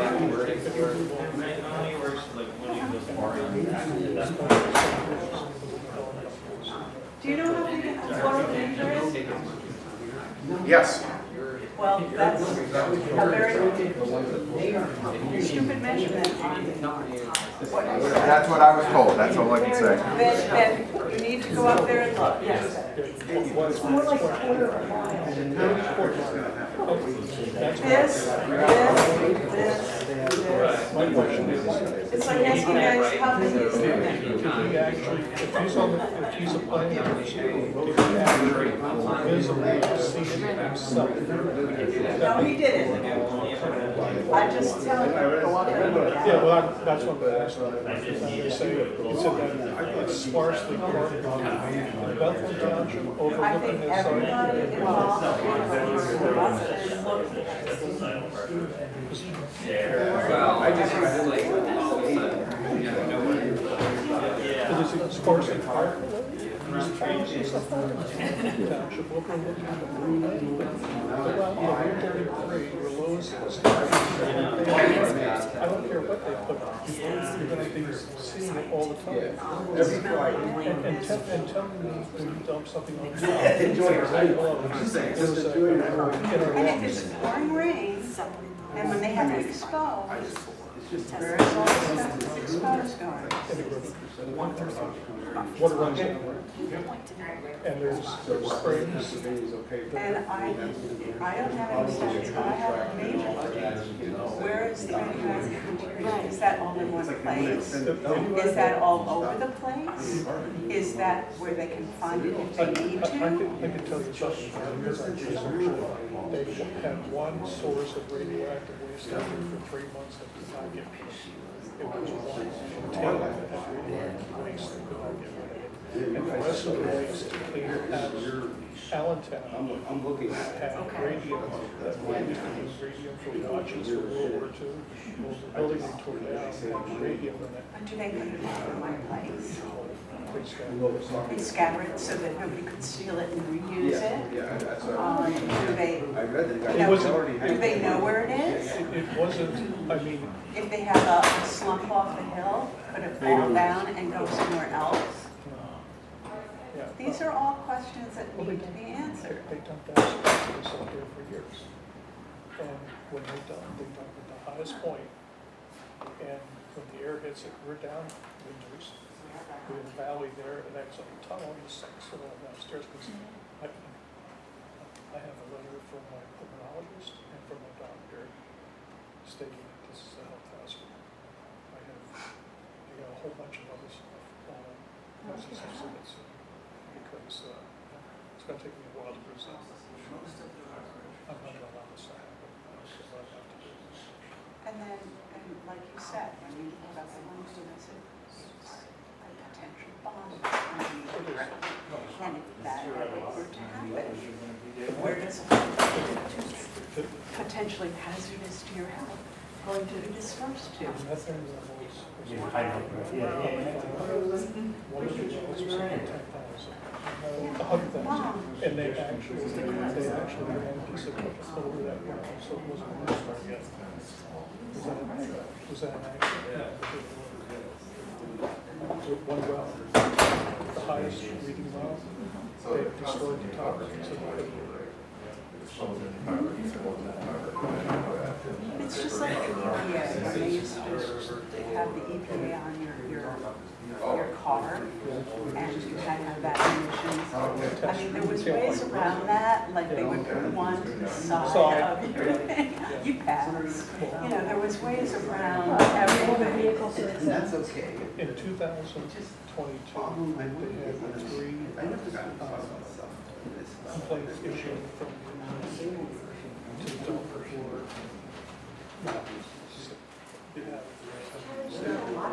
I do have, thank you. Well, what happened when you said that they covered up one that was like astronomical readings? Right. Oh, that's okay? No, it's not okay. What's that?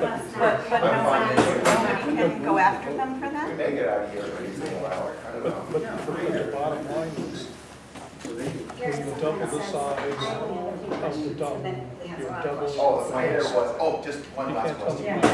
That one last question's always like the hardest one. It's usually a question that And you wait. is a trick question. Like you're supposed to let your guard down. It's like, oh, I'm almost home. So many days, and then the next day, that lasts so many days. I mean, You found the scary I weigh 230. I was testifying on a wall last night. See, I didn't know about, we were in Paris, we didn't know In front of Lauren about. Ashwood, Gary, and Wednesday and Thursday. What kind of project? Those are distribution centers. Have you ever been to a distribution center before? How would you know? It's not, you know. What I wanted to say was that working townships should have. Yeah, it's a commercial.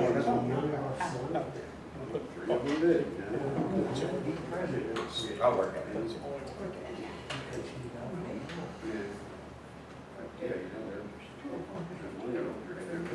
He says much later, so do whatever you want in the interior, we're concerned about. Bananas and another We're concerned about the external. From Yeah. a zoning perspective, planning perspective, that's good.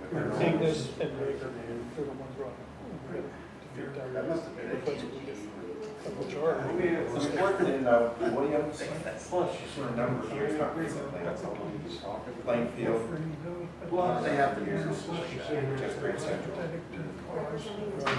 Have somebody? Potential, yeah. But I don't see her, is she actually? What are they here for? What'd you say? Republican Right now, we're Central. working on all that one. No, just what Your the. print reminds me of Clint. Oh, yeah, I can see why you say that. It's like you walk by and I'm like, I don't so much.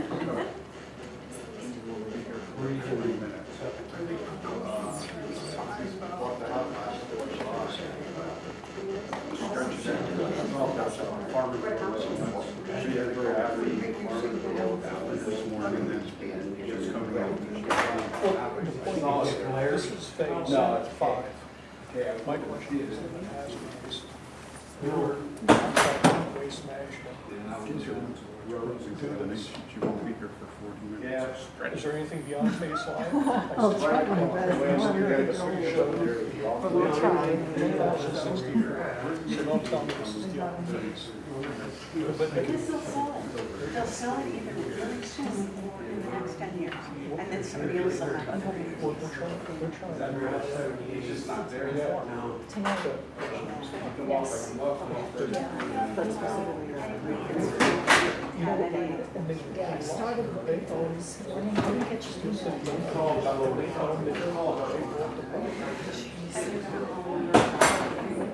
Yeah. Well, it's very postal. You're not.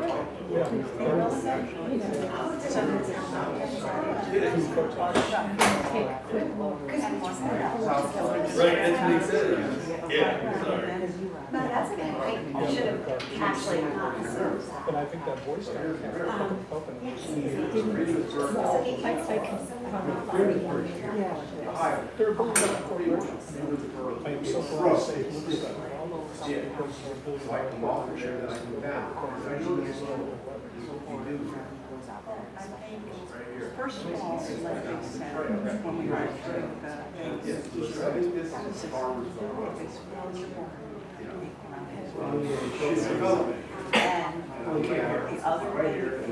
Right. Yeah.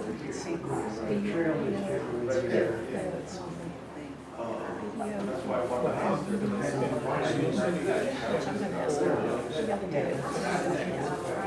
Right, it happens. So I had to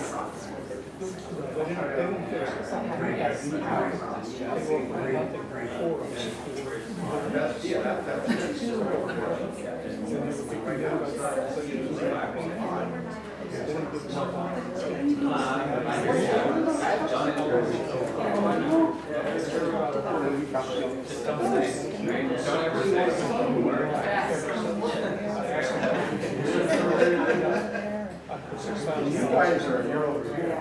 2 years later, it takes 2 years to sign volunteers. So they'll, you know, this year, they're just constantly. hopefully that video. Okay. Yeah, I'll try. Okay, yeah, because I'm thinking it's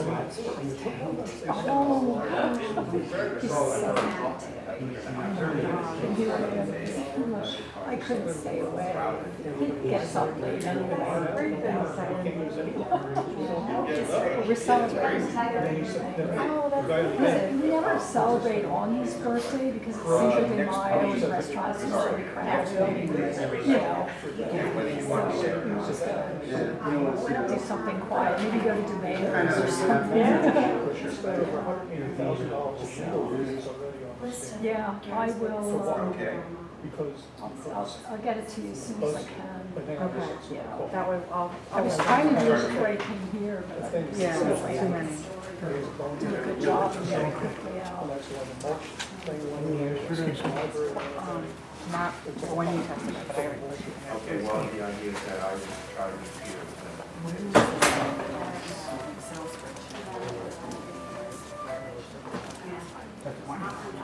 Okay. So that's part of the Reddington Historic District? Is it?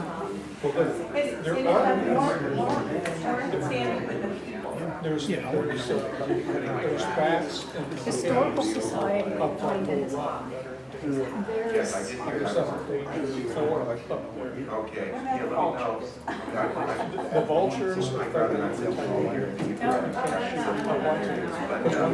But I think that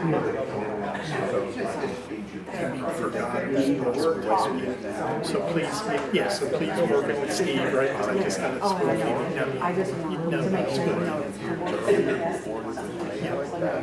That's that. It hangs upside. Oh, they have cannons up there. Oh, wow. I've nothing since. I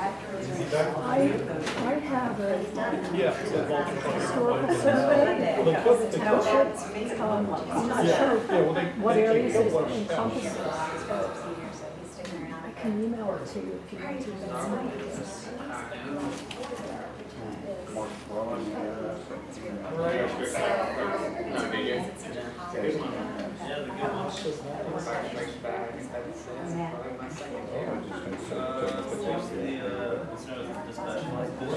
Gets rid of all the CGI stuff. Basically shows what look like you today,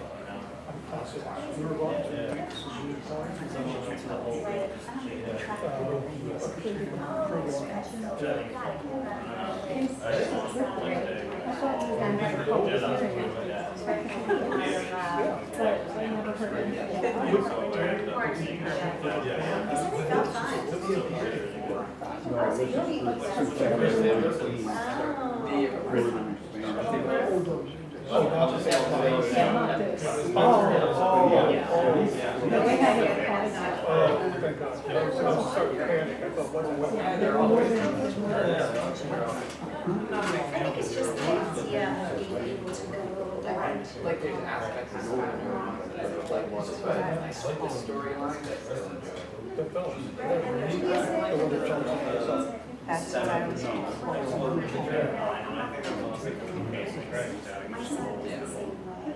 I know who you're talking about. Someone that comes here. But I like the,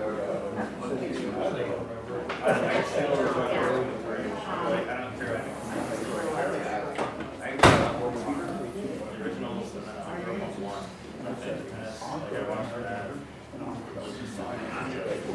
How we go. Yes. You know what, she never eats one. They're going in so many directions. Well, I talked to. Are you ready, Mr. Evans? Yes. About this, she knows about it. All right, if we could return to our seats.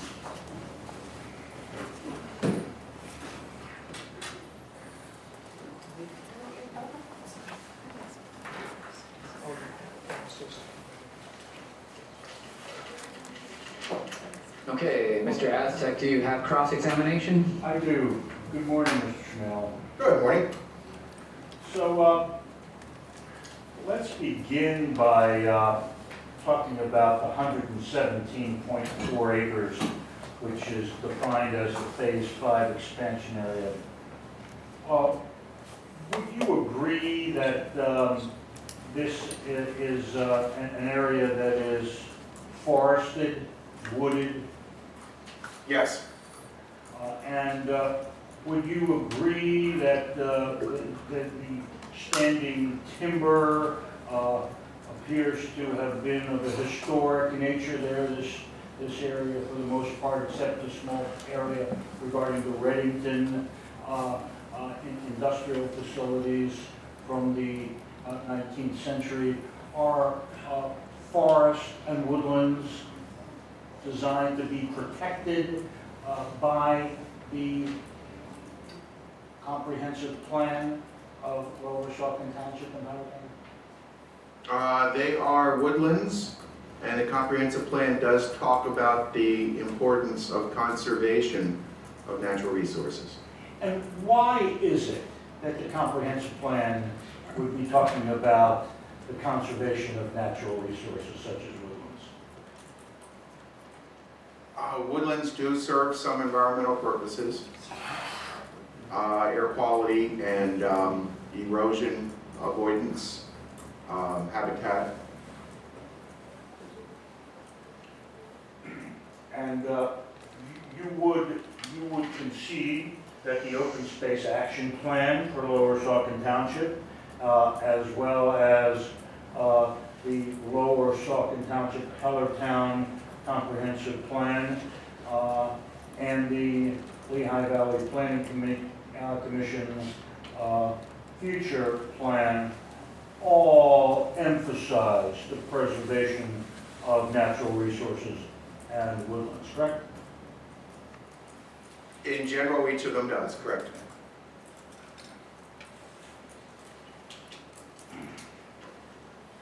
And you're familiar with the constitutional amendment that also protects environmentally sensitive areas. That states a I'm going to intent. object to that question. I think we've already established that this witness isn't qualified to render legal conclusions, and Mr. Aztec is asking about a provision of the Pennsylvania Constitution. Oh, but he said that over the years, he's learned a lot from municipal solicitors, and he's learned a lot of law, and I'm just asking him if he's familiar with the, I think it's Environmental Rights Amendment. Environmental Rights Amendment. You're familiar with that, correct? Yes. That's fine. I'm going to allow him to ask that question. And you're also aware of the fact that the subject area, the Phase 5 expansion area, is currently the subject of a scenic and conservation easement, correct? That is the title, but it is not an accurate description. But you would concede that you have read and you're aware of what has been identified as P3 1 and P3 2, correct? Yes.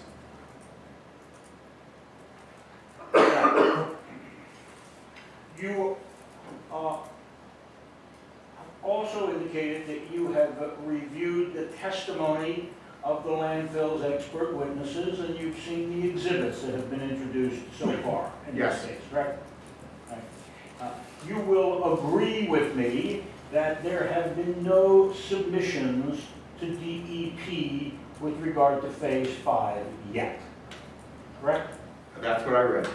And you will also agree with me that the applications that would be submitted, that ought to be submitted, that are required to be submitted to DEP, haven't even been completed and introduced into evidence in this case yet. Is that correct? But the testimony was that DEP will not do detailed reviews until after there is zoning compliance. That wasn't the question. The question was, though the applications that would be, ought to, and are required by DEP haven't been introduced into evidence in this case. The applications to DEP that will be required have not been officially submitted, was my understanding. And therefore, you are not cognizant of all of the scientific and engineering requirements that DEP is going to expect from the applicant as of now, correct? The forms and regulations are rather specific about what DEP will examine, and evidence was presented of how they have examined them on this area in just last year. But that does not deal with phase 5, does it? You have not seen anything with regard to phase 5, have you? I have not seen any DEP compliance review on phase 5. You haven't even seen any DEP application forms, although not submitted yet because perhaps premature, but you haven't seen any of those forms that we've seen that are required by DEP completed, correct? I have not seen any application forms for phase 5. And you have heard testimony that much of the scientific testing has not yet been done, have you not, correct? There was testimony that additional geological and hydrogeologic testing will be done, and that may result in a smaller disposal area than is shown on the plans, but it will not result in a larger disposal area than is shown on the plans. We're talking about 117.4 acres of the proposed expansion area pending before this tribunal, correct? Yes. Okay, so now let's go back. You said there have been no scientific or engineering testing, so let's talk about it. You have not seen any geologic testing, correct? Geologic is the one point that I'm most aware of, but go ahead. Most aware of the fact that it has not been done yet, correct? That was very clear in the testimony, yes. And you have heard that there are certain waterways that may be designated as streams, correct? Within the area that we're talking about, phase 5, the 117.4 acres, correct? The site plans show isolated segments that may be classified as streams. That are currently classified as streams that require redesignation, correct? I'm not sure of all of the regulatory steps. No, I'm not talking about regulatory steps. I'm talking about testimony. Do you recollect having read in the testimony that there are designated streams that need to be redesignated by the Army Corps of Engineers and perhaps other agencies? Yes, they, according to the plans, they are not connected to other creeks. Would you please answer the question, sir? Yes, I said yes, they are not connected to other creeks. No, the answer is yes, they are streams, but they have to be redesignated, correct? I'm That's my going to understanding. object to the characterization here. I mean, That's not answering the question. You know? I got the answer. He said yes, and then he Okay. provided additional information. Which was irrelevant to the question. Fair enough. So, and you are also aware of the you're also aware of the carbonate geology of this area, correct? The zoning map says approximate locations of carbonate geology. More detailed testing will be completed, and it may result in a smaller disposal area than is shown. We don't know, do we, what ultimate testing will reveal, do we, until the tests have been completed, correct? Correct. The testimony was that if carbonate geology is in fact on a portion of the disposal area, DEP is likely to require a smaller disposal area. Or if carbonite geology is determined to exist in the entire disposal area, DEP is likely to reject the application entirely. Isn't that correct? I don't know. We don't know because no testing has been done, correct? The testimony was that the. Just please, just answer the question. We don't know because no testing has been done, Mr. Schmale. Isn't that correct? It's a yes or no question. The testimony said the testing has not been done. Okay, thank you. So you, as an expert within your area of expertise, cannot say today whether or not the current application for use for this expansion area will meet the DEP standards, or will survive the necessary scrutiny to secure a permit for this use. Isn't that correct? It may be smaller. It may be non-existent. Isn't that true? You don't know.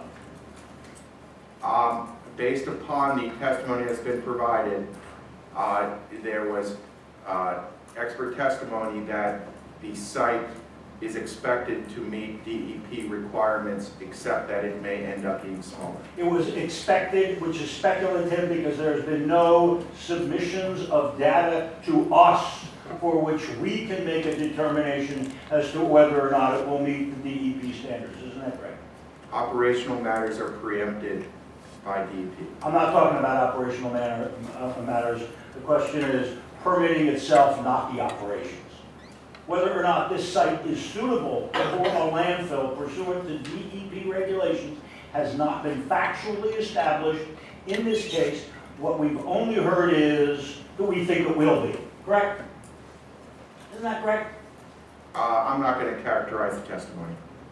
You're unable to characterize the testimony, but what you are able to say is you do not know, on the basis of the record that we have, whether or not this particular property will be permitted by DEP, correct? There's a three-step process.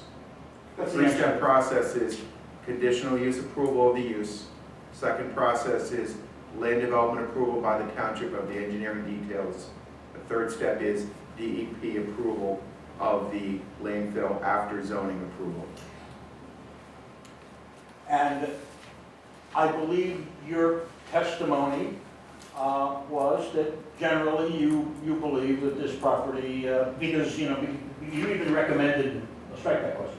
You had recommended back in October that the property be rezoned, correct? On behalf of the landfill, you recommended to the township that the property be rezoned, correct? Yes, I actually And- had the and knowledge. Just a yes or no question, sir. Just No, answer. let him answer. He's got to answer yes or no. He doesn't answer the question. He's allowed to explain his answer, but he doesn't answer the question.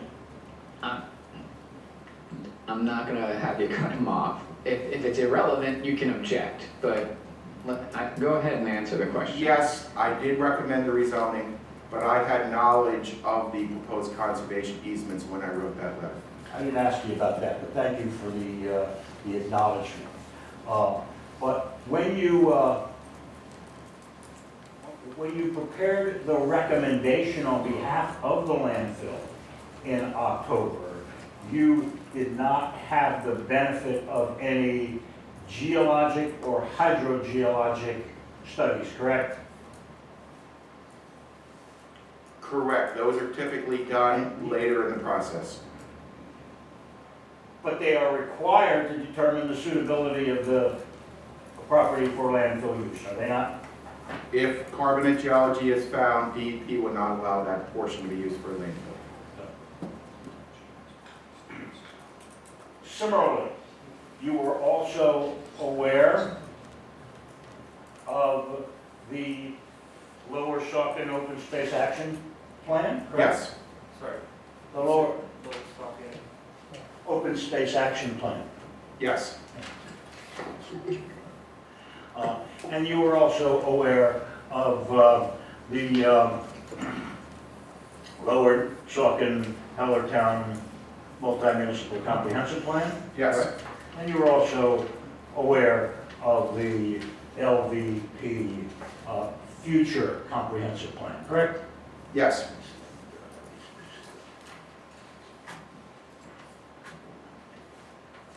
Just pause for a second, I'm waiting for an exhibit to be provided to me.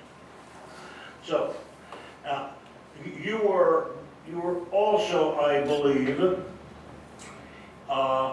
aware, after the issuance of your letter, the comment letter from LVPC, correct? Yes. And I am going to read to you one portion of it and then ask a question. The areas proposed to be rezoned, particularly the northernmost parcels, are in a character-defining area of the future land use plan, representing the natural and scenic character of the Lehigh Valley. What does character-defining area mean? I'm going to object to these questions about the LVPC letter on the zoning amendments, because those were comments on the zoning amendments, and they were not comments on this particular Phase 5 expansion project. If there are issues with respect to the substance of the zoning amendments, those can be challenged, and in fact, they have been challenged, but that's not what's before the township in this proceeding. I agree with that, but I think the question he's trying to get at is the concern expressed by LVPC related to the use.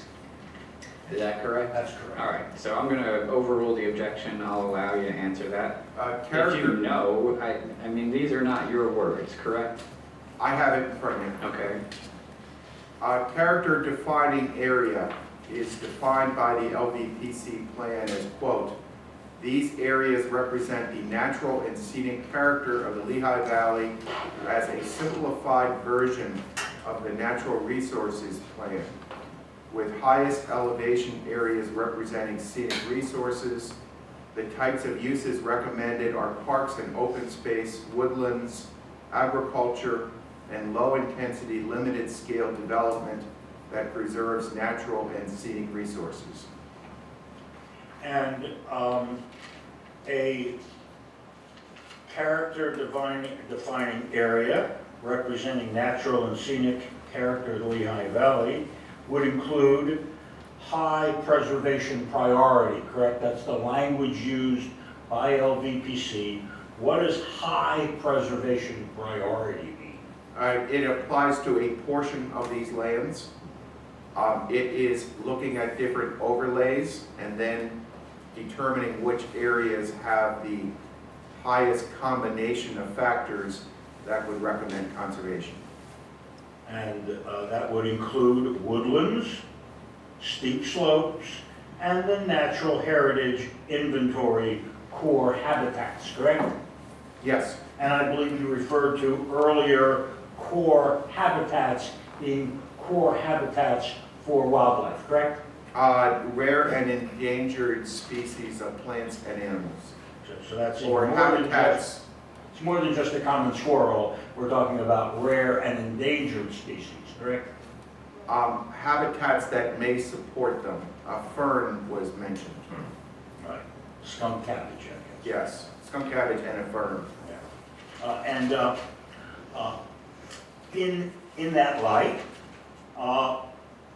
were you aware of any environmental studies or natural habitat studies performed on this 117-acre parcel to determine whether or not there are actual core habitat areas for rare and endangered species? That type, I am not aware of them, but that type of analysis is required as part of the DEP approval process. So we don't know, do we, correct? Today, we don't know. We know that there may be habitats that may support certain rare, threatened, or endangered species of animals or plants. And those areas that we've just defined, the woodlands and the steep slopes and the natural heritage resource areas, are recommended for parks, open space, woodlands, agriculture, low intensity, limited development, but not landfills, correct? The northeast corner of the proposed disposal area is in the character defining area and is in the Bull Run natural resource area. Other portions of the proposed 5-phase disposal area are in what DEP calls the development category, which includes various types of development, including provisions for industrial development where suitable. Does LVPC or Lower Saucon Township's Open Space Action Plan or any other of the comprehensive plans that apply to the township recommend the destruction of woodlands and forested areas? There is no specific provision recommending destruction of woodlands. However, woodlands often are removed in part as part of many different types of development. And would you, as a planner, recommend the destruction of 117 acres of woodlands? There are certain uses that are necessary for society. And it's your professional opinion, Mr. Schmale, that the productive use of the expansion of a landfill takes priority and precedence over the destruction of 117 acres of woodlands and forested area that have been recommended for environmental protection. Is that your professional opinion, sir? Woodlands are often need to be removed in order to have a loud development occur. So is it your professional opinion that you would recommend a destruction of woodlands and forested areas in favor of the expansion of an industrial use such as landfills? Is that your professional opinion and recommendation, sir? It is necessary to have the use. It is better that the use occur as an expansion of an existing professionally well-run operation than to have a new landfill created. The use is needed, and at times we have to accept some removal of woodlands as part of residential development, commercial development, industrial development, and institutional development. It is the cost of development. So that is your professional recommendation, to remove and deforest 117 acres of existing woodlands in favor of a landfill, based upon your years of experience and recommendations to multiple municipalities, and you would put that on your letterhead that that is your recommendation, sir. Is that correct? We would not be here if it was not for the conservation easements. The conservation easements are preserving much of the environmentally sensitive land in the vicinity. They are preserving the Bull Run Creek. They are preserving most of the Bull Run natural resource area that is under the control of the landfill company. They are preserving land along Riverside Drive. They are preserving steep woodlands between the existing landfill and Steel City. So we have to accept some mitigation efforts. So let's pause here. Didn't you just testify earlier that most of the land within this region was undevelopable anyway? So isn't it in fact the case that all of the land that you propose to be conserved is undevelopable for any other purpose, such as residential housing? Did you say that? I did say that the topographic limited the amount of houses that could be constructed. So let's look at the areas within which you propose your conservation easement. As a professional land planner, can you tell us today, having examined it carefully like you say you did, how many houses would be permitted under existing Lower Saucon zoning in the steep slopes and the Bull Run Preservation Area? How many homes could you build there? It typically starts with a 2-acre lot size, and then it increases based upon the environmental features of the land. However, Tell us how many homes, just answer the question. I do not have a numeric number. However, But is it not true that all, well, most, if not all, of the land that you propose for new conservation easement is undevelopable and will remain that way in the future because it would not conform with existing Lower Saucon Township zoning for environmental, topographical, size, or other environmental limitations? 2 items. One is even a single home can create a major scar on a ridgeline and can create major disturbance and stormwater and erosion problems in a sensitive area. So the fact that there might be a large lot size would not necessarily mean that there would not be environmental harm from a set of single-family homes, even if the lot sizes are large.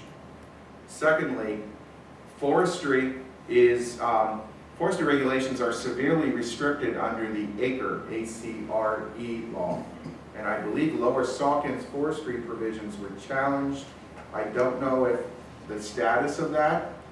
The net effect of that is that there could be very large-scale forestry of these areas. The township's regulations may not be upheld. But there are regulations. So you're saying some court would say, your opinion is now based upon some court saying that Lower Saucon Township's environmental protection regulations would not be upheld by some judge in some other proceeding. And that is your defense to the fact that I suggest to you that your testimony has already established that the lands that you are claiming are going to be conserved and protected were going to be protected anyway because they are undeveloped.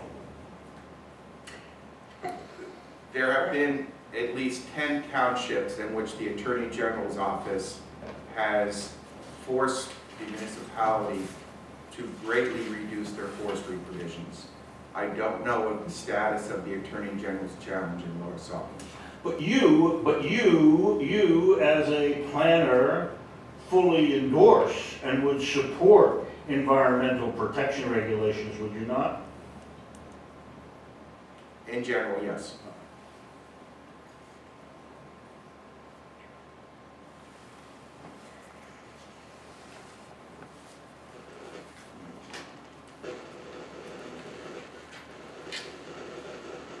Now,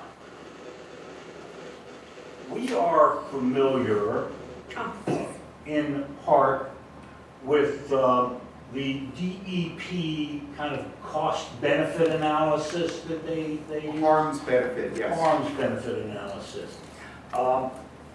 You've examined, pursuant to your professional responsibilities in this case, the Lower Saucon Township zoning ordinance, correct? Yes. Is there a similar harms benefit analysis incorporated in the conditional use analysis? They do not use those words. And is there a financial benefit analysis incorporated in the Lower Saucon Township zoning ordinance conditional use analysis? It's in the subdivision ordinance. Okay. We're not talking subdivision, we're talking land use now, right? Yes. So, the fact that you were telling us that, there's a lot of tax money resulting from landfills, and that there's a big chunk of the township budget that benefits from the landfill fee, that's not something that the Lower Saucon Township zoning ordinance specifically allows as part of the analysis, correct? Section 180-12.1C2, among other provisions, says, is the application in the best interest of the township? and the general welfare. So fiscal is one of the interests of the township. Okay, so now you are in your zoning analysis, because I want to be clear for the record, your zoning analysis includes financial benefit to the municipality, is that correct? I believe that is part of best interest of the township, Okay. as it is in many development considerations. So, Communities so, often- so the township may consider when granting a use, how much tax money it may receive from that particular use. Is that correct? I can tell you that in your. Just answer the question, please, and then you can explain.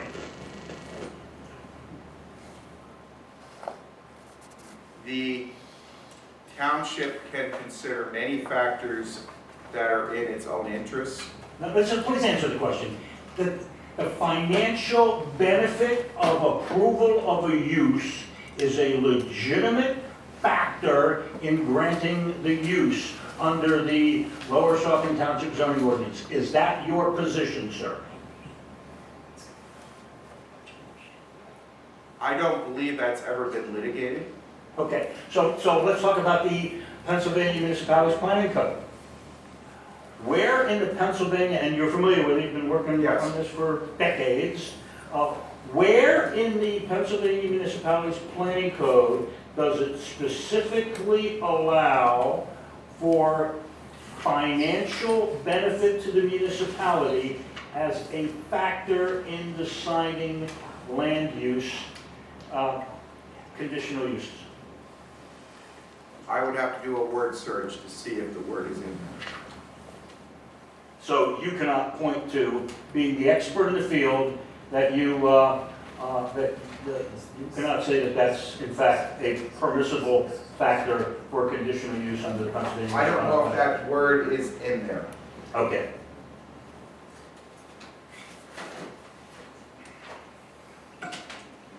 So when you say,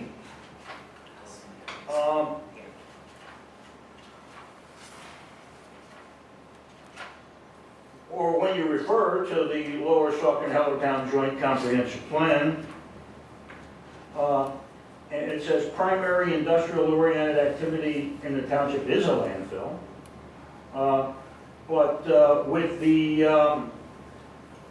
approaching expiration, depending upon approval for facility expansion, the township may have to evaluate alternative sources of income. Is it not the comprehensive plan's suggestion that they may have to evaluate alternative sources of income?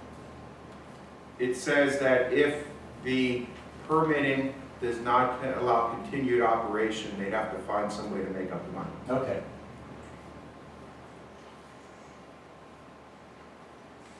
So, let's look at the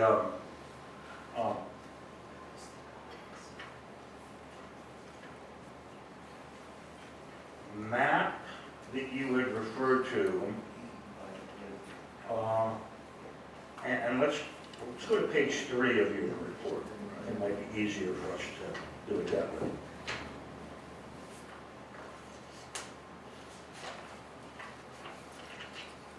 The area depicted in green is in the open space category of the plan. Yes. A portion of the land that is in dark green is in fact the expansion area, is it not?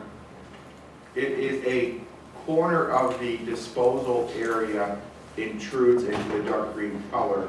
The majority of it is in the industrial category. So, okay, so you're saying just because of a little bit of it is green, it's okay to dispose garbage in an area that is designated as open space, i.e., according to your report, geared towards natural resource conservation? Comprehensive planning is not binding upon the zoning ordinance decisions. But you've spent a large part of your career working on comprehensive plans. Are you saying comprehensive plans are meaningless? They are a generalized set of policy recommendations. So are you suggesting that, that since this is a policy recommendation, that it be rejected. That the policy recommendation, after due consideration, public input, and legislative fiat by the municipality, in conjunction with a neighboring municipality that is also a party to these proceedings, can just simply be rejected? Or should be rejected? Should be rejected? I'm going to object. This is getting very argumentative and redundant. It's not redundant, but it may be argumentative. I agree, because I'm lasering in on a very significant portion of this expert witness's professional judgment. All right. I'm going to overrule the objection. You can answer that. The requirement in the planning code is that zoning be generally consistent with a comprehensive plan, not exactly consistent. But what does generally consistent mean? Does it mean that you can just ignore it? It is defined to be, I love this definition, that which exhibits consistency. So that which, and consistency means what? Generally consistent. Well, you're using the word consistent to define the word consistent. Which is what the planning code does. Follow it, right? Follow it. Generally consistent. Right. What that means is, if 500-acre areas versus 10, 15-acre areas, it would be my interpretation. It is often that the zoning does not follow the plan exactly. If you completely eliminate an agricultural preservation zone that the plan recommends, that is not generally consistent. But borders change all the time. And the planning code says that you cannot challenge an action of a municipality based upon the comprehensive plan. I understand that, but when an adjudicatory body, such as a zoning hearing board or a governing body, reviews the ordinance, it may consider specifically consistency with spirit, purposes, and intent, correct? That's what the zoning ordinance says. Right. So you would concede it is the intent of the township to have the dark green area geared towards natural resources conservation, correct? The dark green area constitutes approximately 20% of the Phase 5 disposal area. The rest is industrial. Not an insignificant portion. If I were to say I'm going to cut off 20% of your body, what would you say to that, sir? Can I cut off 20% of your body? I'm going to object That's here. argumentative. It is argumentative. I'll withdraw the question. I was going to say if you can cut off 20% of the waste, that would be fine. I'll have that conversation with your wife.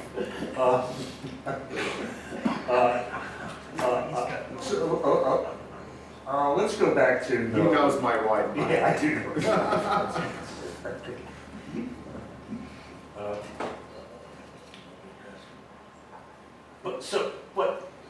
But 20% is not an insignificant amount. You would concede that, wouldn't you? 20% is notable. No. Okay.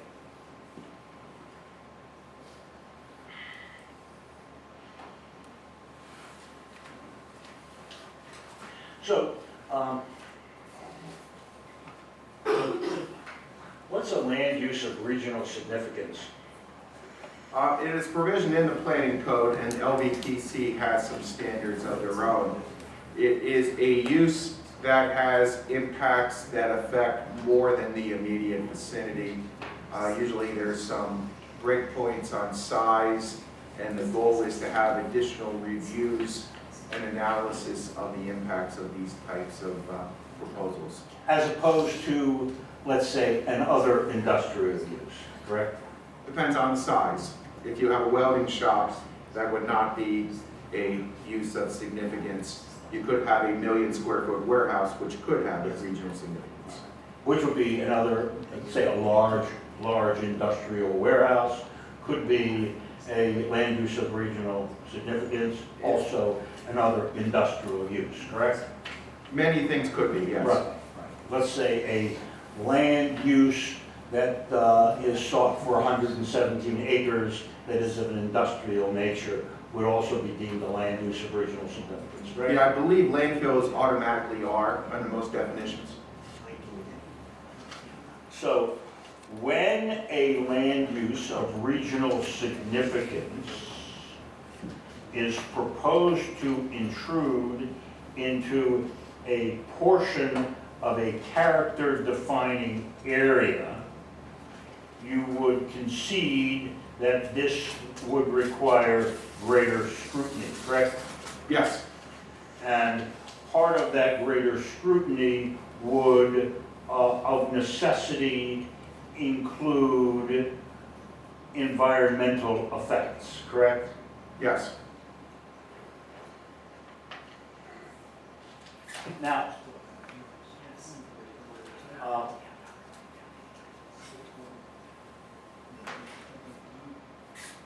when you suggest that that Phase 5 expansion is in the best interest of the township, you have already included the financial benefit to the township, is that correct?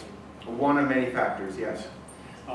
And the convenience to the community, just because there's a landfill close by, that's the convenience, rather than going up the road a couple of miles to Shrin to get rid of your garbage, is that the convenience that you're referring to?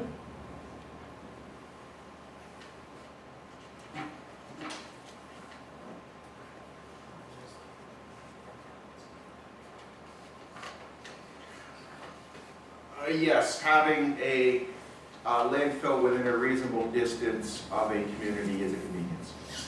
Shrin landfill, is that within a reasonable distance of our community? Yes. So let's talk about public welfare. What public welfare does the truck traffic, the odors, the vectors, and the other incidents of a landfill have that promotes public welfare? The harms benefit analysis identified a series of benefits. Now, I'm not talking harms benefit, that's DEP's analysis. We're talking MPC analysis, remember? So where within the municipality's planning code does the public welfare benefit by a landfill use as proposed in Phase 5? There are recycling drop-off facilities on the site. There is employment on the site. Secondary employment being generated to secondary financial benefits. And how many employees does the landfill employ? I don't know, but And recycling drop-off boxes can be located virtually anywhere. They could be at the township garage, do they not? they are a maintenance issue, and many communities do not wish to operate them. So we covered that, and then, and this is a question that is not mine, but it was proposed by one of my clients, is substantial improvement to the property in the immediate vicinity. So how does the existence of a 117-acre landfill expansion site improve the neighborhood? The wording is vague. Well, there's nothing vague about substantial improvement. First of all, define what an improvement would be.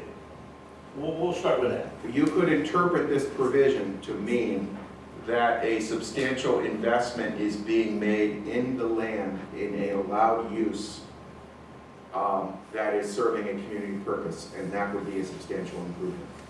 Yeah, but it's to the property in the immediate vicinity. So are you suggesting that by virtue of this landfill expansion, it is enhancing the value of Mr. Kemmerer's home? It does not say market value. improvement to the property. Oh, so how would it improve Mr. Kemmerer's home? What would the benefit to Mr. Kemmerer's property be by having this expansion so close to him?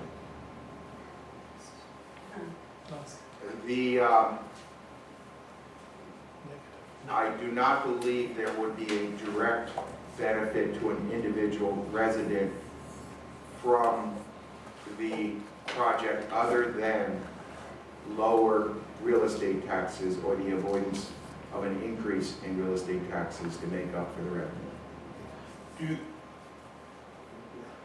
What was the annual surplus in the Lower Saucon Township budget for the year 2022? I don't have that in front of me. If I told you that for the year 2022, based upon Let's Talk Money, the total revenue was $10,937,000. The total expenses were $8,777,000, leaving an excess balance of $2.159 million. Does that sound right? Because you said you looked at the budget. That was one of the financial considerations, that you used earlier in your testimony. I'm going to object to that because it appears that Mr. Aztec was reading from something called Let's Talk Money and wasn't reading from the township budgets. Let's just assume that my facts are accurate. Hang on, he already said he doesn't have that information, right? Well, And he's giving factual testimony. So if he's going to give any information or testimony concerning this, we need to know what he is relying on. Okay, I am relying upon information that we've received, and let's just assume for a second. Okay, let's assume as an expert witness for a $10.9 million revenue stream into a municipality, it walks away at the end of the year with a $2.1 million excess. Are you with me so far, Mr. Schmel? I am hearing you. Okay. In your experience, in all the years working with municipalities, are you aware of municipalities that carry such a excess balance? Most of them have capital projects in mind that they are reserving funds for. Some of them have a rainy day fund for recessions. Some of them also have a reserve which keeps their bond costs low.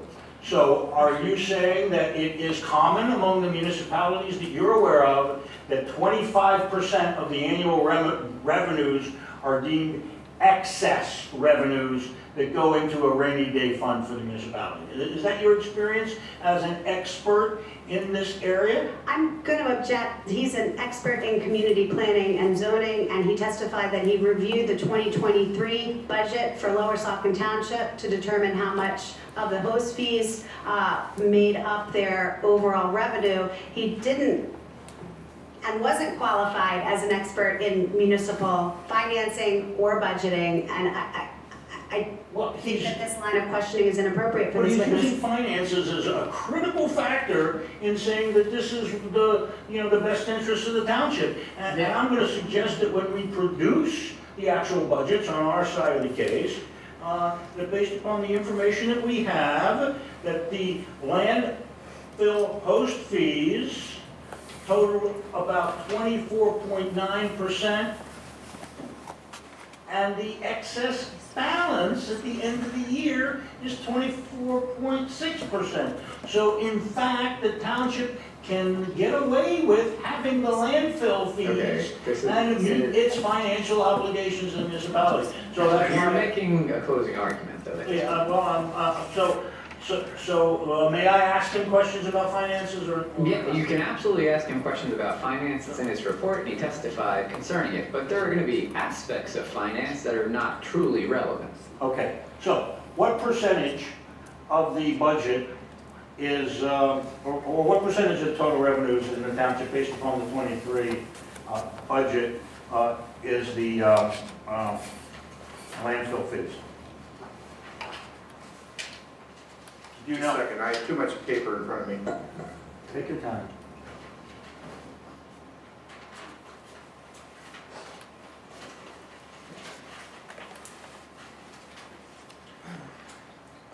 Page 7 of the report, assuming that the host fee stays the same, the budget projects 2.2 million in host fees, which the budget reports would be 24.9% of total revenues. That's what I have. Right. And you know what the budget reflects, and based upon that, because it's the same number that I used, do you know what the excess is at the end of the year? I have some pages from the budget in front of me, but I do not have that number. So if I told you that if Lower Saugeen Township did not collect a host fee in the year 2023, it would still have a balanced budget, would you know or would you not know? I would not know. I would have to see the data to come to that conclusion. And if that statement were true, then is it not true that the financial impact on the township is not significant? Because it could do quite well without it, without the host fees. I would say a couple points. One is, again, I do not know the township's capital needs and if money is being set aside for future capital projects that are needed. I also do not know what percentage of the budget needs to be held in reserve in order to keep their bonding, their interest rate costs low. And the more you have reserves, the lower your interest rates. So many communities keep a significant reserve for that purpose.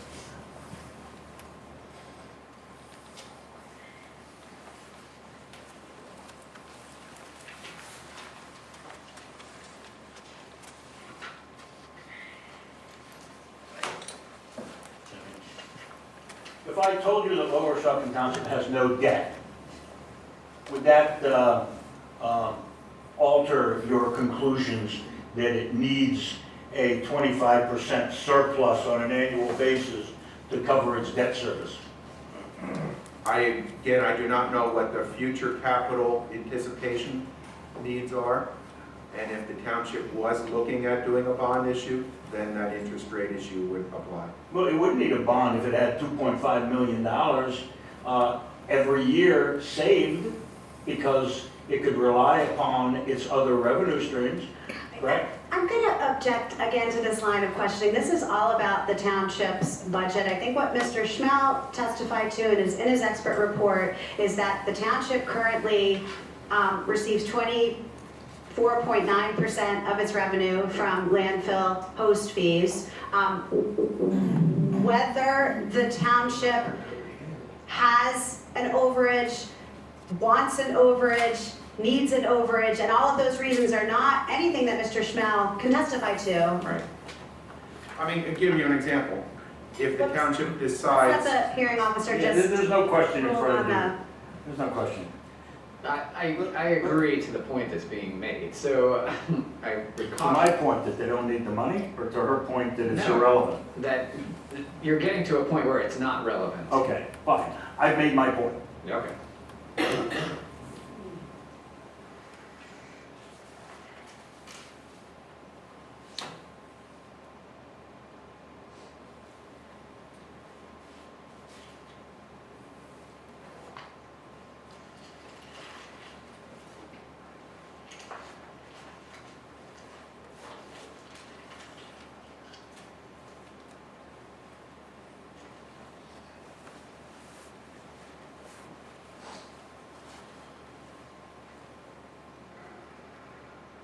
And you are unable to say, based upon the information that you have available to you, that the township would not be able to fund its local police department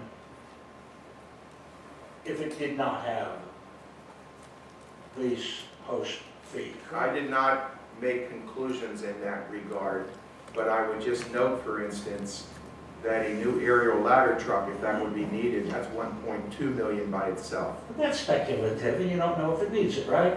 I do not. I Okay. do not know the capital needs of the township. And you don't know whether the high level of municipal services can be maintained in the absence of the host fee, do you? Because you have not done an analysis of the budget, correct? Correct. Okay, so then why, sir, do you, in your report, say Lower Saucon Township's real estate tax rate is lower than almost all municipalities in Northampton that fund the police department, while the township is able to fund a high level of municipal services to its residents? How could you make that conclusion if you didn't do the financial analysis that was required? I'm going to object to that question. I mean, when you read this statement, it's factual. No, it's not. It's an opinion based upon no facts. And I think that's what we've established. He knows nothing about the finances of the township, and yet he makes this bald-faced statement that has no factual basis at all, and yet you are relying upon his expertise to render this opinion. The statement is about whether Lower Saucon Township's real estate tax is lower than almost all other municipalities in Northampton that fund a local police force. That's factual. That's a factual statement. If you want to ask him what other municipalities fund a local police force and what those tax rates are, that.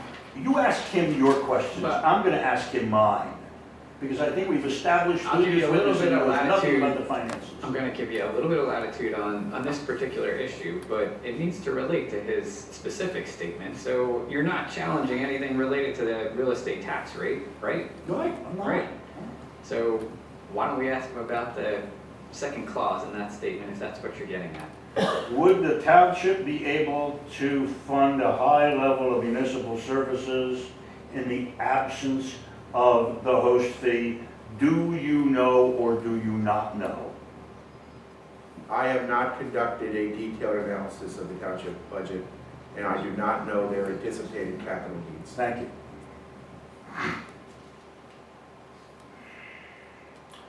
Have you had an opportunity to review the inspection reports from the existing landfill operations? I looked at them online.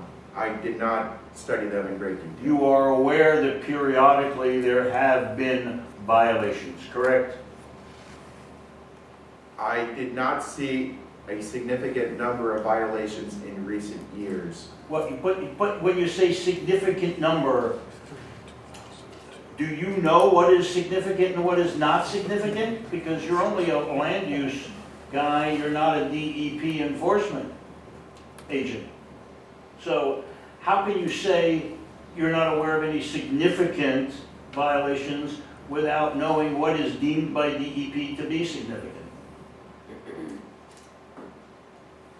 I know what I saw, and if you wish to ask me about any specific violations, you're welcome to do that. Well, you say in your report that the expansion will be an environmentally sound operation. You have no factual basis to say that with regard to phase 5, do you? Because you don't know what is even proposed to DEP, you don't know what DEP is going to approve, and you don't know what the operational plan is. You've admitted to that. So how can you say it will be environmentally sound? I know the types of provisions that DEP requires to be addressed and how they have been addressed last year on this property. And it's a comprehensive set of regulations that DEP has in place.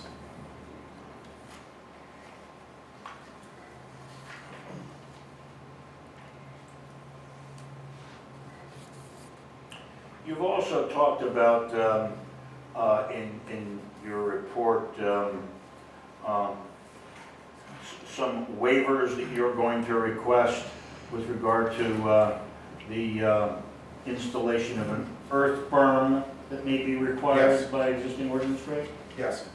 So you don't know whether council is going to grant that waiver or not, do you? It has not yet been determined, however, the precedent is in previous applications on this site that Township Council has recognized that it is better to preserve existing trees than to remove the trees to go to burn.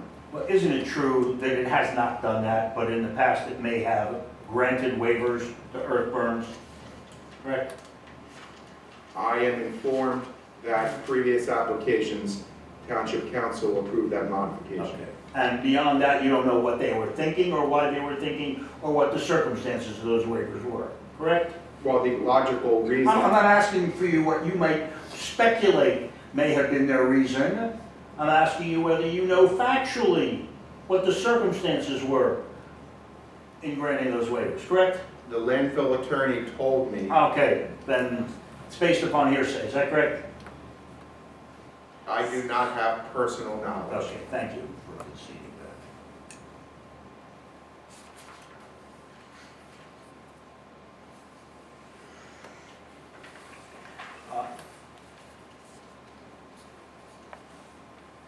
Why would we designate an area a historic district? It is to recognize some heritage of the past. It is to recognize some buildings that may be worthy of preservation. And the information that you appended to your report appears to come from the state, correct? It was a nomination form submitted to the Pennsylvania Historical Museum Commission. And you indicate that DEP will require that the historic resources within a certain distance of Phase 5 be fully considered after review by the Pennsylvania Historical and Museum Commission, correct? That is standard practice, yes. Are you familiar with the standards that the Pennsylvania Historical and Museum Commission uses in granting or denying approval for disruption of historic resources? I do not believe PHMC has approval power. They are a reviewing agency. Do you know? I am 99% sure PHMC is a reviewing agency, not an approval agency in that. But you don't know what the standards of review are, do you? No. And do you know what the standards of review of DEP would be with regard to any recommendations made by the Pennsylvania Historical Commission? I don't know what they would require in this case. However, the fact that there are apparently no buildings in the affected area. I'm not asking you to speculate, sir. I'm asking you if you know what the standards are, and if you don't know what the standards are, isn't it correct that you are unable to render an opinion? Isn't that true? I did not render an official opinion about the historic district.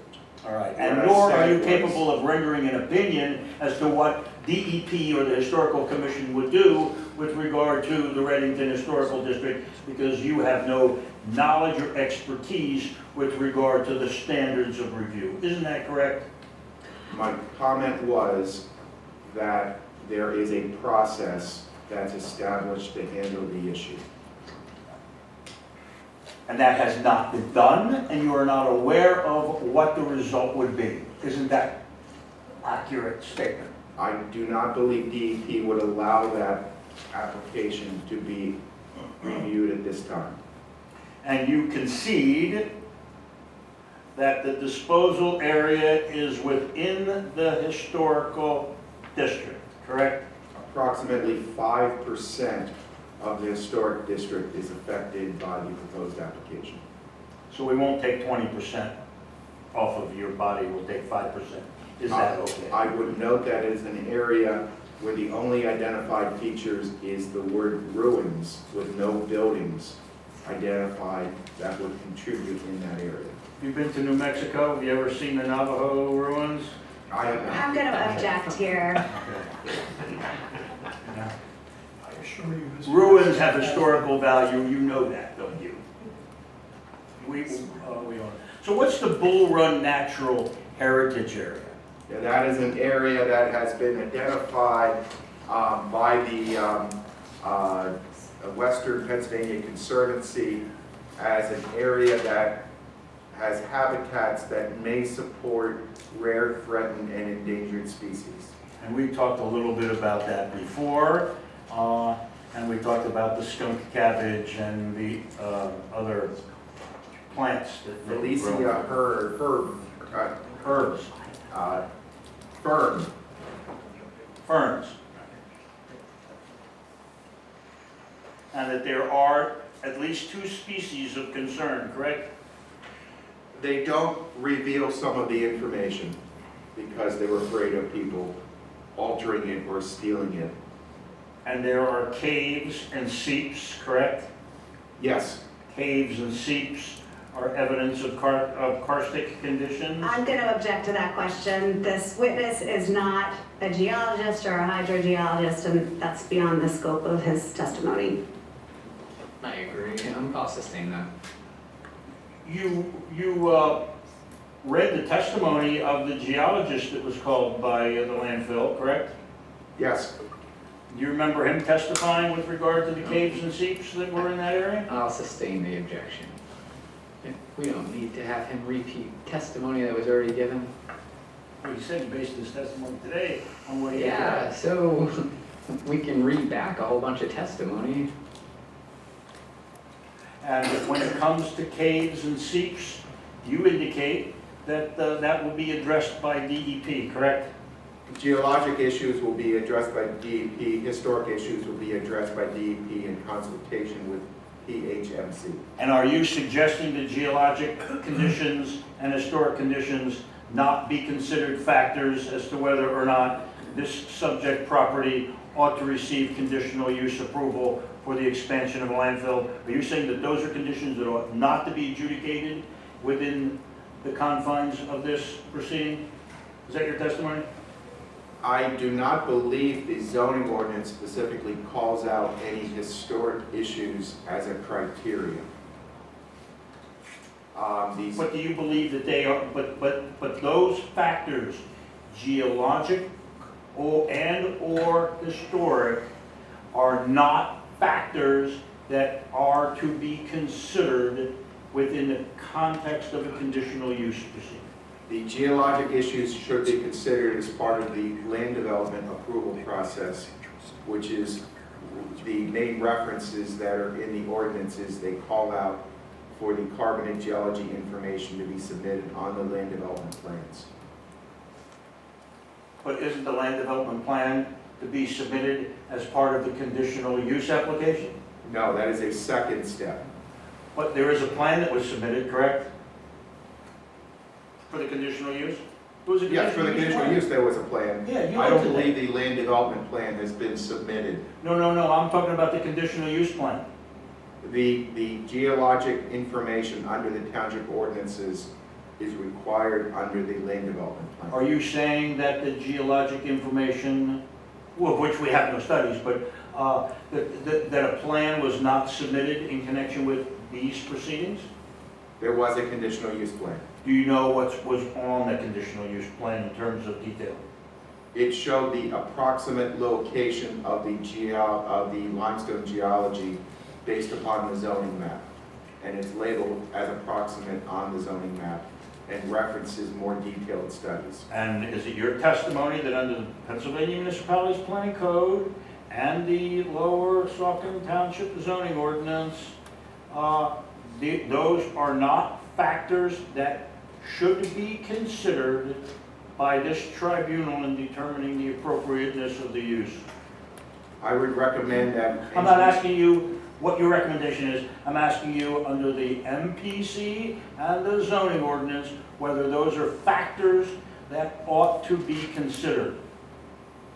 Geology is not listed as a submission criteria in the zoning ordinance. It's listed as submission criteria. Under the subdivision ordinance, the proper approach would be to condition the conditional use upon compliance with the subdivision ordinance and to show compliance with the geology regulations at that time as the more detailed engineering plans are submitted. So then your answer to the question is no, it need not be considered, it should not be considered here. Yeah, I just need a straight answer. I got the answer. I understand it. Let's move on to another question. What's Steel City Slopes? It is a reference in the Natural Heritage Inventory. It is an area adjacent to the motorcycle club that is proposed to be preserved as part of the conservation easements. So that would have been preserved, like we had talked about earlier, regardless of whether you put a conservation easement on it or not, it would have been protected, correct, as a natural area, correct? There are no regulations on a natural heritage area. That is a policy recommendation. That is not a regulatory structure. Would you recommend, as a matter of sound land use planning, to develop slopes for that particular area that's known as steel city slopes? It would not be a desirable place for development. And how about the Lehigh River corridor? What do you know about the Lehigh River corridor? It is identified as an important natural heritage area in the mapping. And what does that mean? That means that it supports habitats that are likely to have rare, threatened, and endangered species.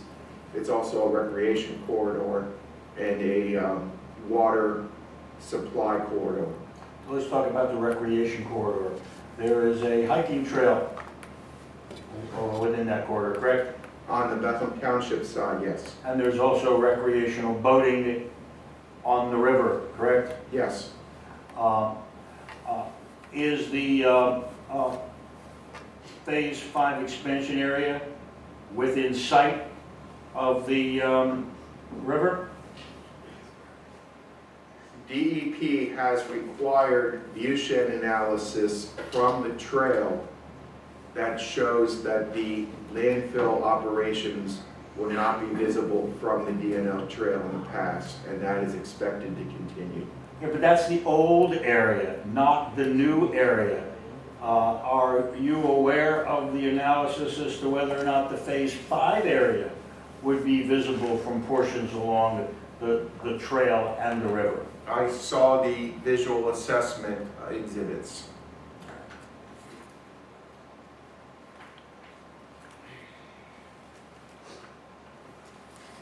Let's Hang on. refer to When page they- 11. Mr. Aztec, I'm sorry to interrupt, but you said you saw the exhibits. Did they show that it was visible from the trail or river? It did not show the disposal area being visible from the trail. How about from the river? I don't know if they did a view from the river itself, Okay. but the way the angles work, I think it would be more visible from the trail than the river. Because the trail's on the That's north side. speculation. That's speculation. All right. And it's not his area of expertise.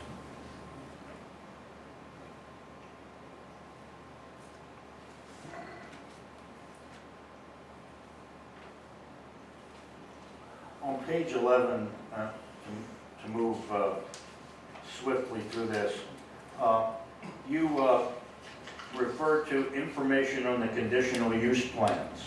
Yes. And it goes through a whole variety of factors, which, by the way, includes the carbonate geology. Which will be addressed by a more detailed site-specific study under the land development plan. So those are all things that have not necessarily been addressed by the applicant yet, but will be reserved for later consideration. Is that what you're suggesting? The buffers, the dimensional requirements, the impervious coverage evidence was presented on compliance. The slope, lateral support, and drainage is preempted by DEP. Well, it's not preempted by DEP. It hasn't yet been submitted, so we don't know what it's going to be, correct? My understanding is that The township cannot regulate the internal engineering details of the landfill construction. And are you suggesting that the township has no right to know, as part of the potential use, what all of those factors will be?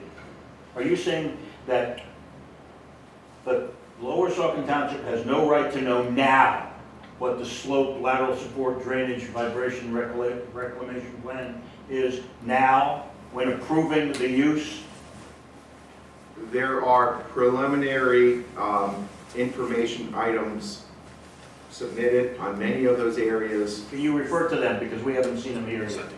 Well, you see I believe there was a preliminary grading plan submitted. There certainly was landscaping plans. Landscaping was, but the actual development has not, they haven't told us what it's gonna look like yet. I believe there was a preliminary grading plan submitted. Am I incorrect? Well, we'll save the record for that. Reclamation is preempted. In all likelihood, it's going to be thick grasses based upon what typically is done, because you cannot interfere with the cap and the liner. Carbon issues, again, can be addressed through the land development process. Neighborhood preservation is addressed on sheet, was it 10 or 12, which is labeled neighborhood protection analysis, that went through in some detail, including the noise study. Landscaping was submitted. Again, noise, glare, dust, and wind is addressed on sheet 12 of the plans. So, in my opinion, a substantial amount of information has been presented to show compliance with the zoning standards that are not preempted. And so you are suggesting that, although we haven't seen the details yet, you, based upon the information that has been provided, believe that promises to do certain things are sufficient to secure a conditional use? My recommendation is... It's just not your, no. Is it your opinion that promises to do something are sufficient to secure a conditional use? That's the question. Answer that question. Promises are not sufficient, that's why you put conditions on a conditional use. And right And you now, tie them to the site plan. and right now we have promises, correct? You have the township has the ability to place reasonable conditions on a conditional use approval. And many of those conditions are likely to be such that the disposal area shall not be larger than shown on the plans. That would be a typical condition. Another typical condition would be that you show compliance with the carbon geology requirements at the land development phase. Those are normal things that most communities have done, and this township has done in previous landfill approvals.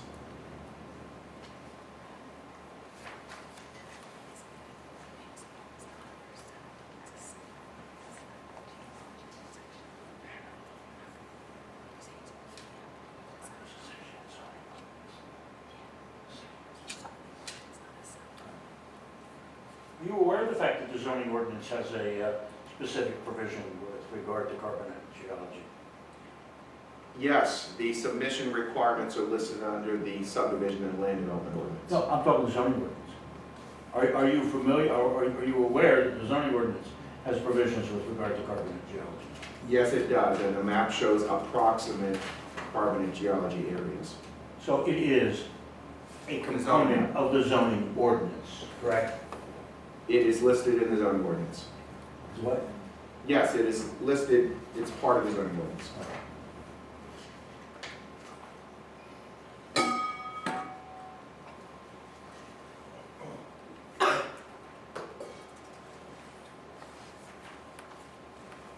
I have no further questions. It's all yours. All right, so it's 12:43, Mr. Buuba. Do you have an expected length of cross-examination? I'm usually not that long, I would say Right. a half hour, 45 minutes. All right, Does everyone want to move forward at this time, or do we want to take a lunch break? Lunch, I'm hungry. I'm I think talking, a break probably would be a okay, good idea. It could be a short break, I suppose, but we've been going for a while now without a break, so. You're my witness. all right, well, let me try to accommodate everyone, though. I mean, we can take a 5 or 10 minute break, or we can take a half hour if. I'm good, I mean, we could do 5 if we really think it's gonna be short. Let's do a 5-minute break, okay? Thanks. Yeah, 5 minutes is good. No, it's 10 minutes. I can wait these last, that's usually.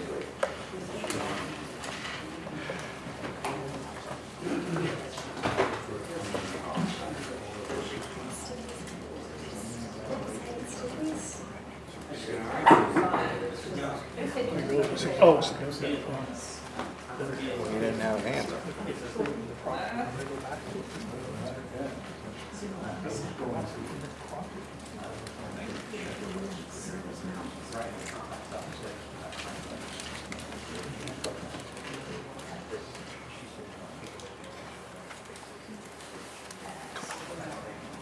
Hey, nice hat.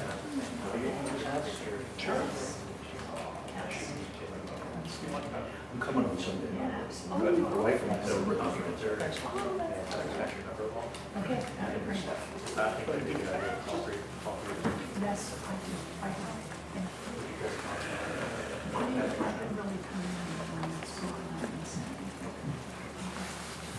Thank you.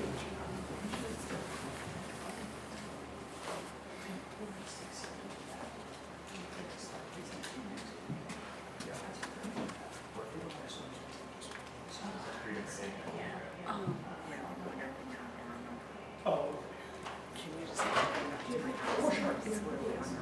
Oh, sure, this one.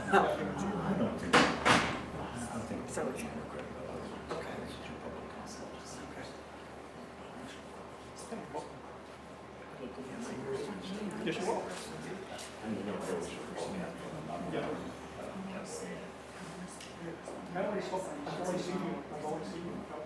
Yeah, I know when I'm like off duty and Incognito. I'm trying to hide. Yeah, you'd be surprised. I was in Carnival last night after a township meeting. I took my tie off, my sport coat off, and I was just wearing like a fleece jacket and a cap. Half the people there didn't know me, you know. So then when I introduced myself to them, Surprise. because I could tell that they didn't know who I was, which is fine. I kind of like that, you know. I kind of like the people.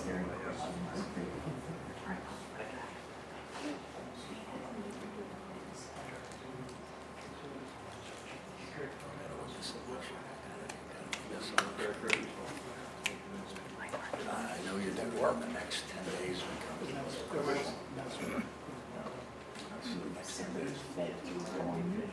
I was thinking, I know George.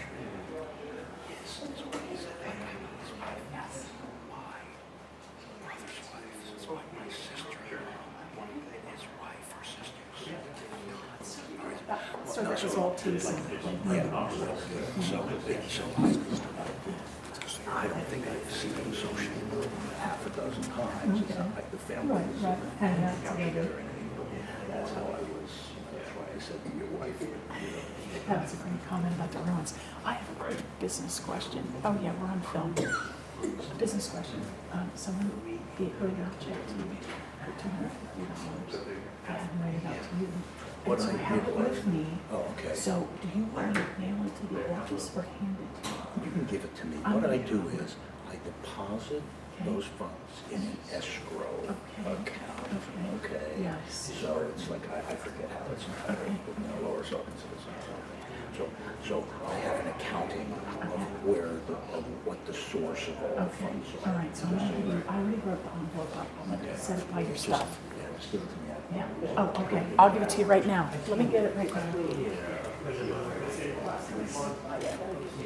Okay, good to see you.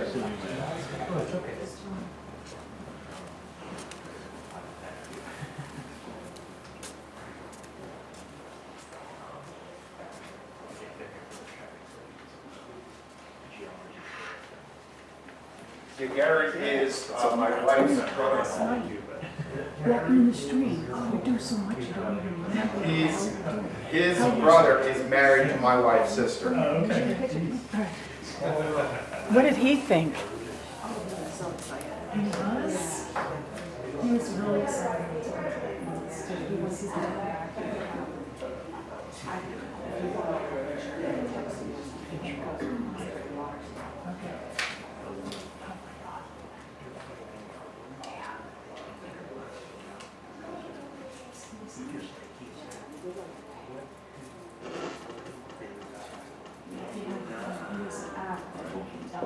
Do it now.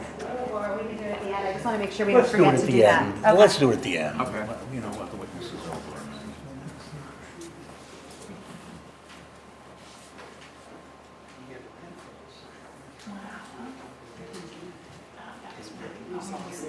Last night.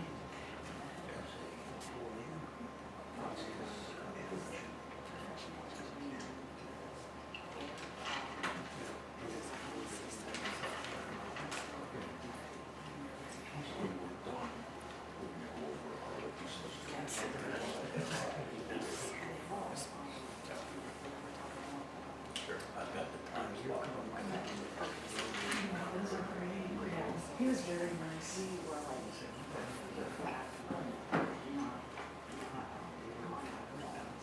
Ready to go? Let's go.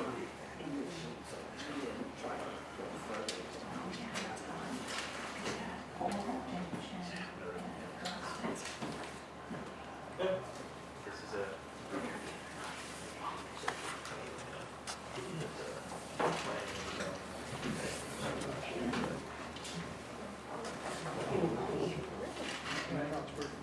All right, if we could return to our seats.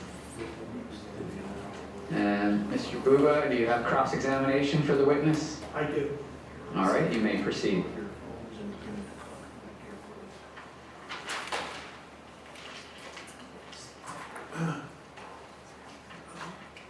Good afternoon, Mr. Schmale. I'm not sure if you know, I represent St. Luke's.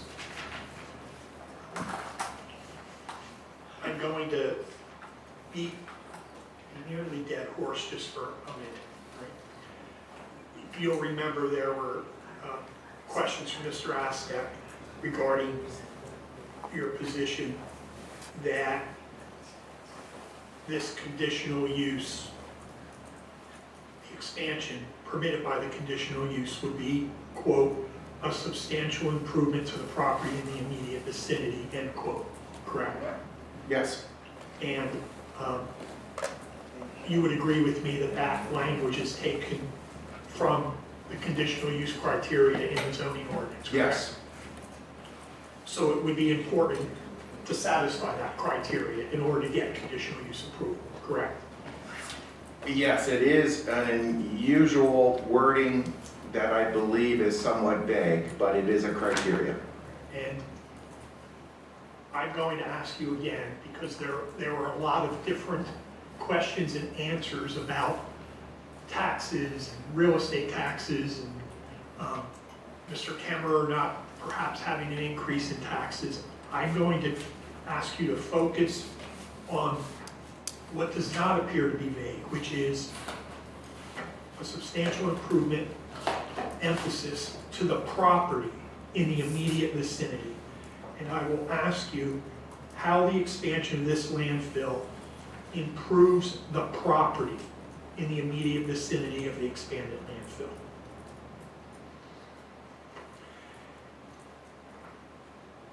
Outside of the borders of the landfill property,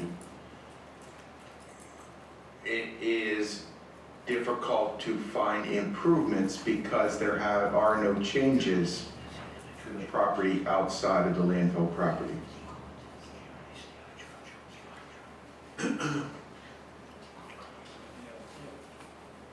I'm going to move to the conservation easements. At page 12 of your report,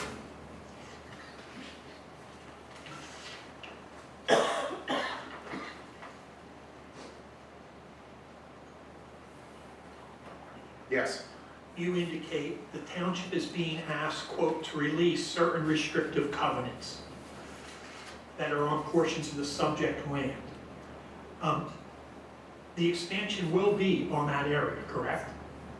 Yes, areas with covenants, they are not truly Yeah, please, just- conservation easements. I'll go to that in a minute.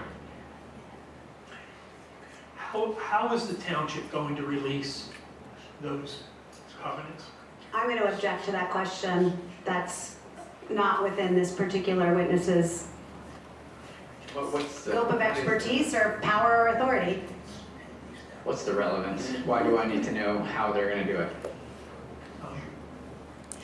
Because the expansion is going to go onto those areas, and if his opinion is that this expansion can occur because it's going to be released, I want to ask him how that's going to occur. But the manner in which it occurs, it's whether it does or it doesn't, right? And so are you asking him if it doesn't occur, if they're not able to do it legally, what happens? I can do that. Okay. If what you're calling restrictive covenants cannot be released, can the expansion occur?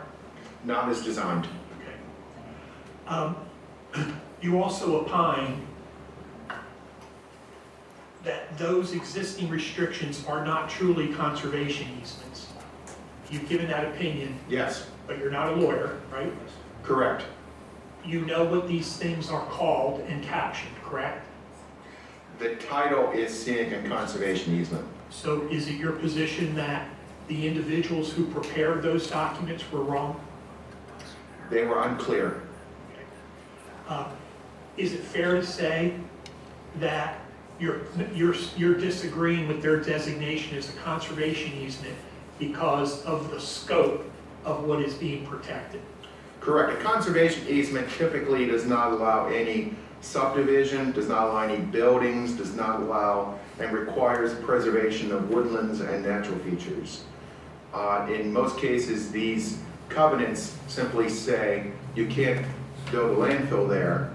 And in one case, it says you have to preserve, I believe it is 8 acres of woods. Other than that, it does not cover the things typically in a conservation easement. You just said, just simply state.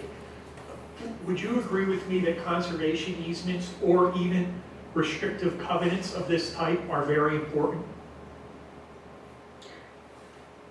I'm going to object. Important to the world, and Well, let me are ask they you relevant this. in this conditional Let me use ask you this. proceeding? In Mountjoy Township, where you've done a whole lot of work apparently. A number of years ago, but go ahead. How many times has an applicant come into Mountjoy Township and said, I want to remove conservation easements, or I want you to remove restrictive covenants, and I want to put up a warehouse? Has that happened?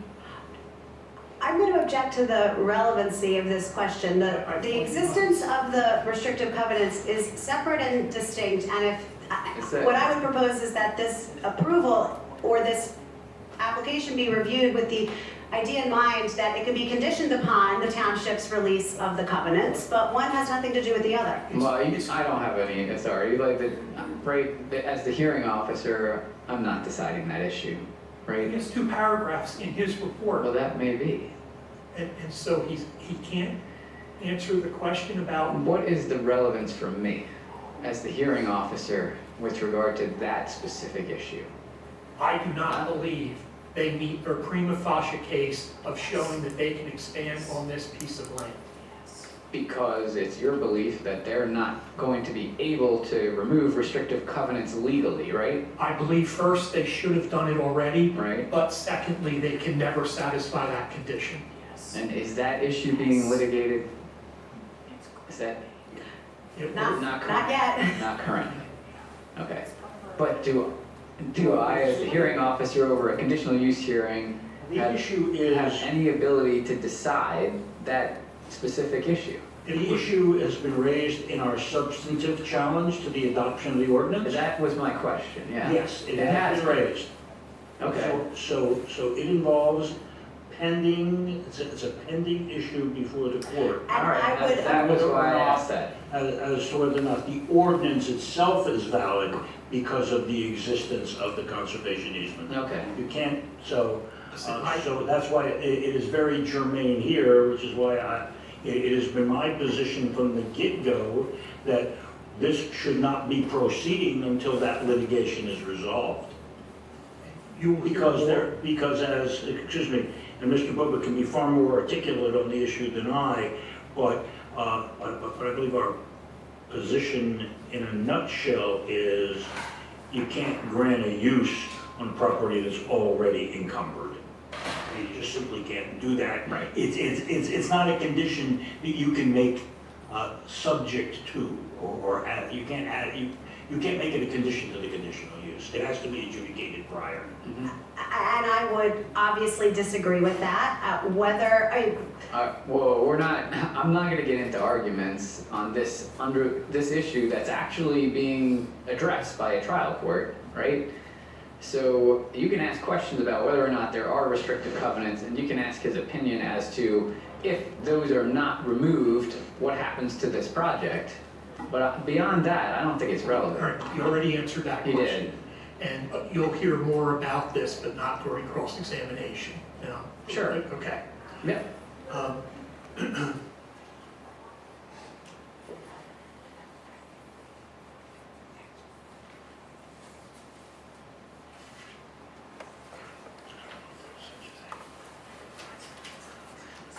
Mr. Schnell,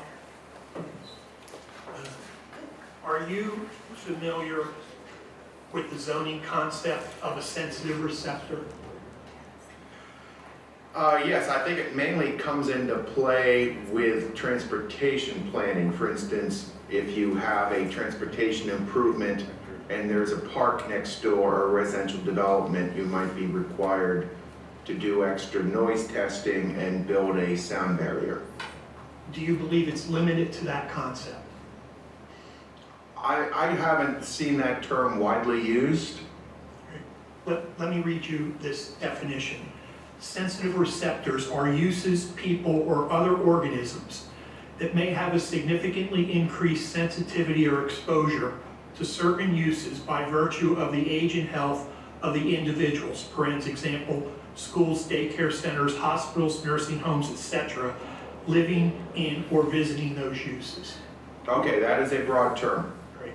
So for example, isn't it fair to say that the phrase sensitive receptors has been used in zoning parlance when townships are generally against placing an adult bookstore next to a church or a school? I'm gonna just let object me here. ask a question? I will, but to the extent that you're reading a definition from an unidentified source, I He think said he's familiar with it. we don't know where the definition exists. Yeah, I don't think we need to know where the definition comes from. I mean, and it doesn't necessarily have to be in relation to that specific term. You can be asking these questions without using the specific term sensitive receptor. So I think it's a relevant point. I'm going to allow you to ask your question, and I'm not going to tell you have to ask it in a different fashion. You can ask it in the manner you did. Is a landfill compatible with a hospital? I think it matters, one, the distance, and two, the design, operations, and proper mitigation. Right. So in the hundreds of zoning ordinances that you have prepared, how many times have you placed a landfill in juxtaposition with a healthcare use? I have worked in a number of communities where there were landfills, and we've worked on landfill issues for the municipality. I have never personally located a new landfill.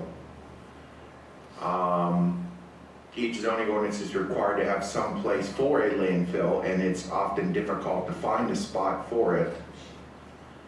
I cannot, off the top of my head, remember a landfill that was within a half a mile of a hospital. Thank you.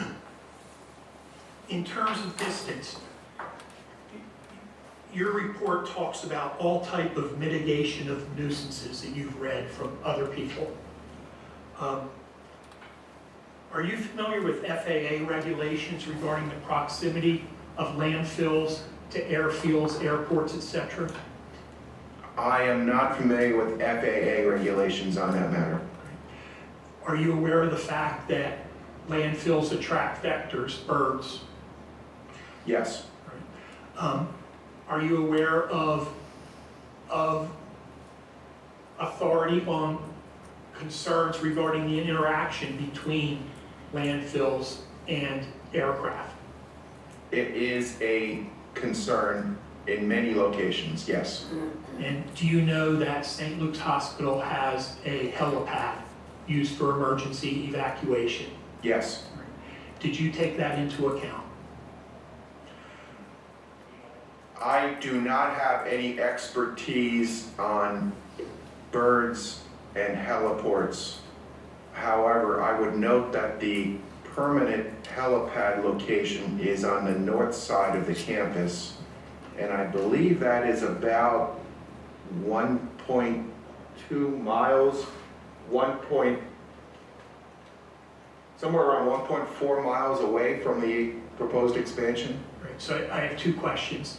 You're not familiar with the FAA regulations regarding distance, correct? I am not. So your statement that it's 1.2 miles could be irrelevant, potentially. I do not have expertise on helicopters or birds, but I'm informed that the distance is approximately 1.4 miles to the northern helipad. And is the expansion going to cut the distance, reduce the distance from the active landfill to St. Luke's property by a half? I understand it is a 2,000 feet closer. The phase 5 disposal area will be 2,000 feet closer to St. Luke's than the current approved disposal area. You are aware of Bethlehem Township zoning ordinance, are you not? I wrote much of it. Yes. Is there a limitation on where St. Luke's can place its helipad? I am not aware of a regulation on that matter. So you're referring solely to the current location? I'm informed that the approved permanent location is on the north side of the campus and it's been constructed. Do you have any knowledge of St. Luke's plans to expand closer to the river? I know that St. Luke's owns a tremendous amount of land and that there are long-term plans for additional projects. So if in fact this landfill created additional interactions between birds and helicopters, would you say that could be considered an unusual or substantial impact not customarily expected from normal modern landfill operations?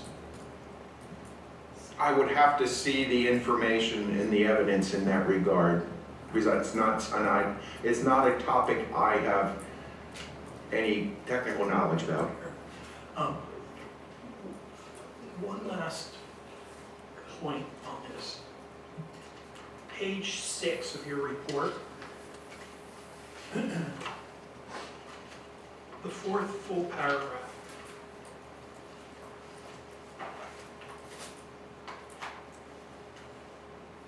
I believe you're restating Mr. Arston, your view of Mr. Astor Lawson's testimony. Yes, Do you see that it mentions control and mitigate vectors? Do you see that?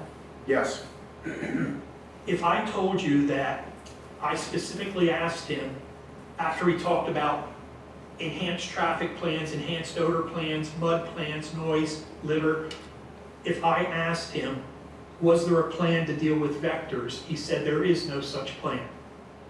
Would that change your testimony? vectors can include a lot of things. Now, you're specifically talking about birds that are undesirable when you say vectors? I believe he said vectors included birds. Okay. Vectors, I'm usually thinking rats and mice. All right. So So let's you weren't say even birds. you weren't really opining on birds in this paragraph. I took the term vector to mean rats and So did I mice. actually, so, okay, thank you, okay.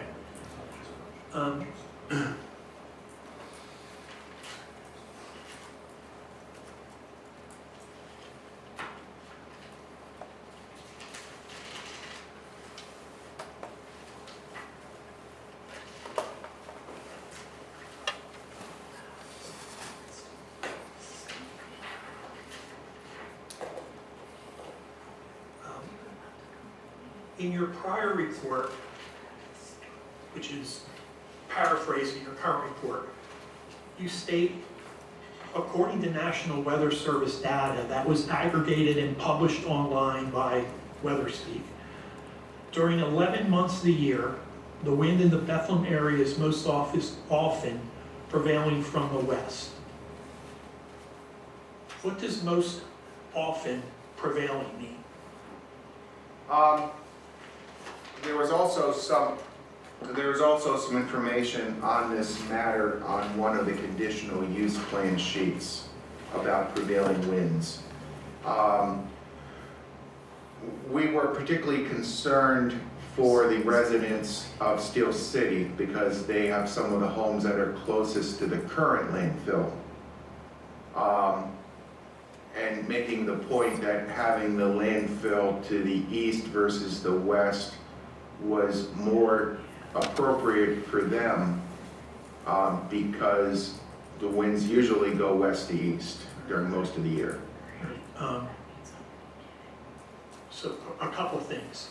St. Luke's is generally to the east, correct? Northeast, yes. And also, doesn't most often prevailing mean that at other times it is not coming from that direction? Yes, I mean, if you have a northeaster, the wind could be going in a circle. And it also says during 11 months of the year, the wind is most often prevailing. So I presume that means at least 1 month of the year it's going in another direction. Correct. I mean, if you see the weather maps of typically all the weather features, usually do go west to east. Sometimes they go north to south. It does vary, but the prevailing is west to east in this area. So I want to talk a little bit about these fees in lieu.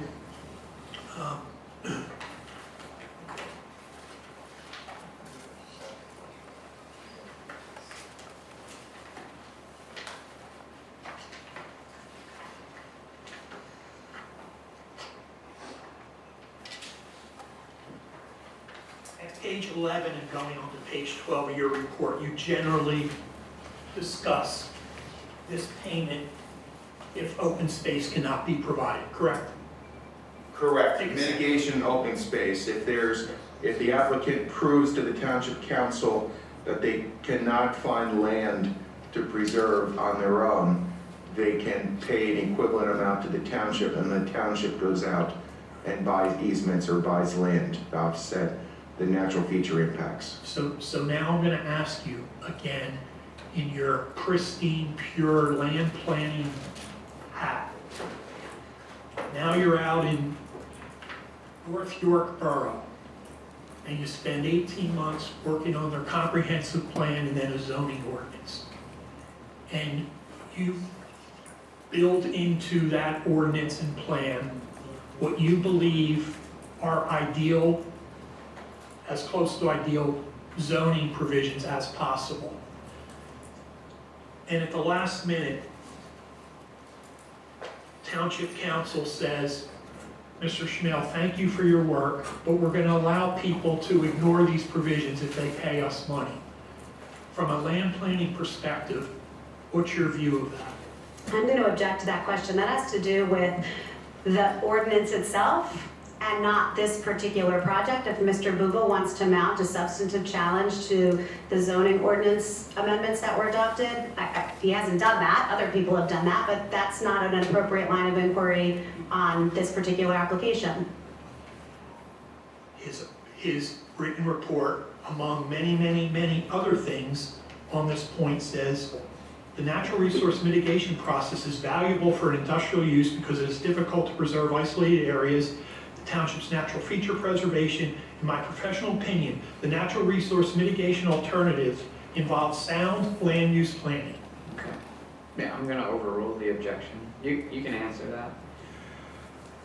It is unusual to have, well, let me take this back. It's common in Pennsylvania to require recreation land and to have fees in lieu of recreation land with consent of the municipal government. So this is similar to what's currently in place in much of Pennsylvania under subdivision and land development ordinances. So I'm not sure you answered my question. Is it sound land use planning to allow a developer to eliminate a conservation easement and pay money instead? If the money was going to the general fund, it would not be lawful.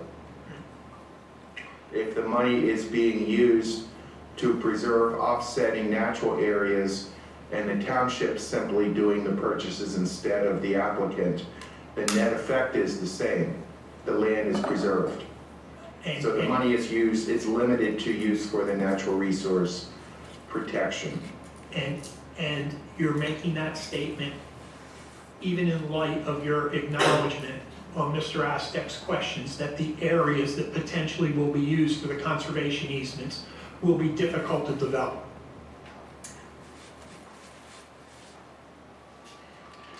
If the township controls the funding, they can decide what their open space priorities are. So if they are particularly concerned about preserving a certain creek corridor, for instance, they could decide that that's what they want to use the resource for. Do you typically see the applicant run this process?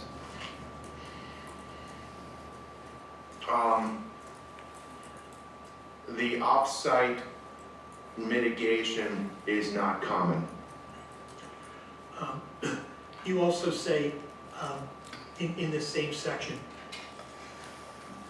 this is similar to many zoning provisions that are commonly espoused by community planners. For example, many ordinances work to cluster homes on the most suitable portion of the tract so that the concentrations of natural areas can be permanently preserved.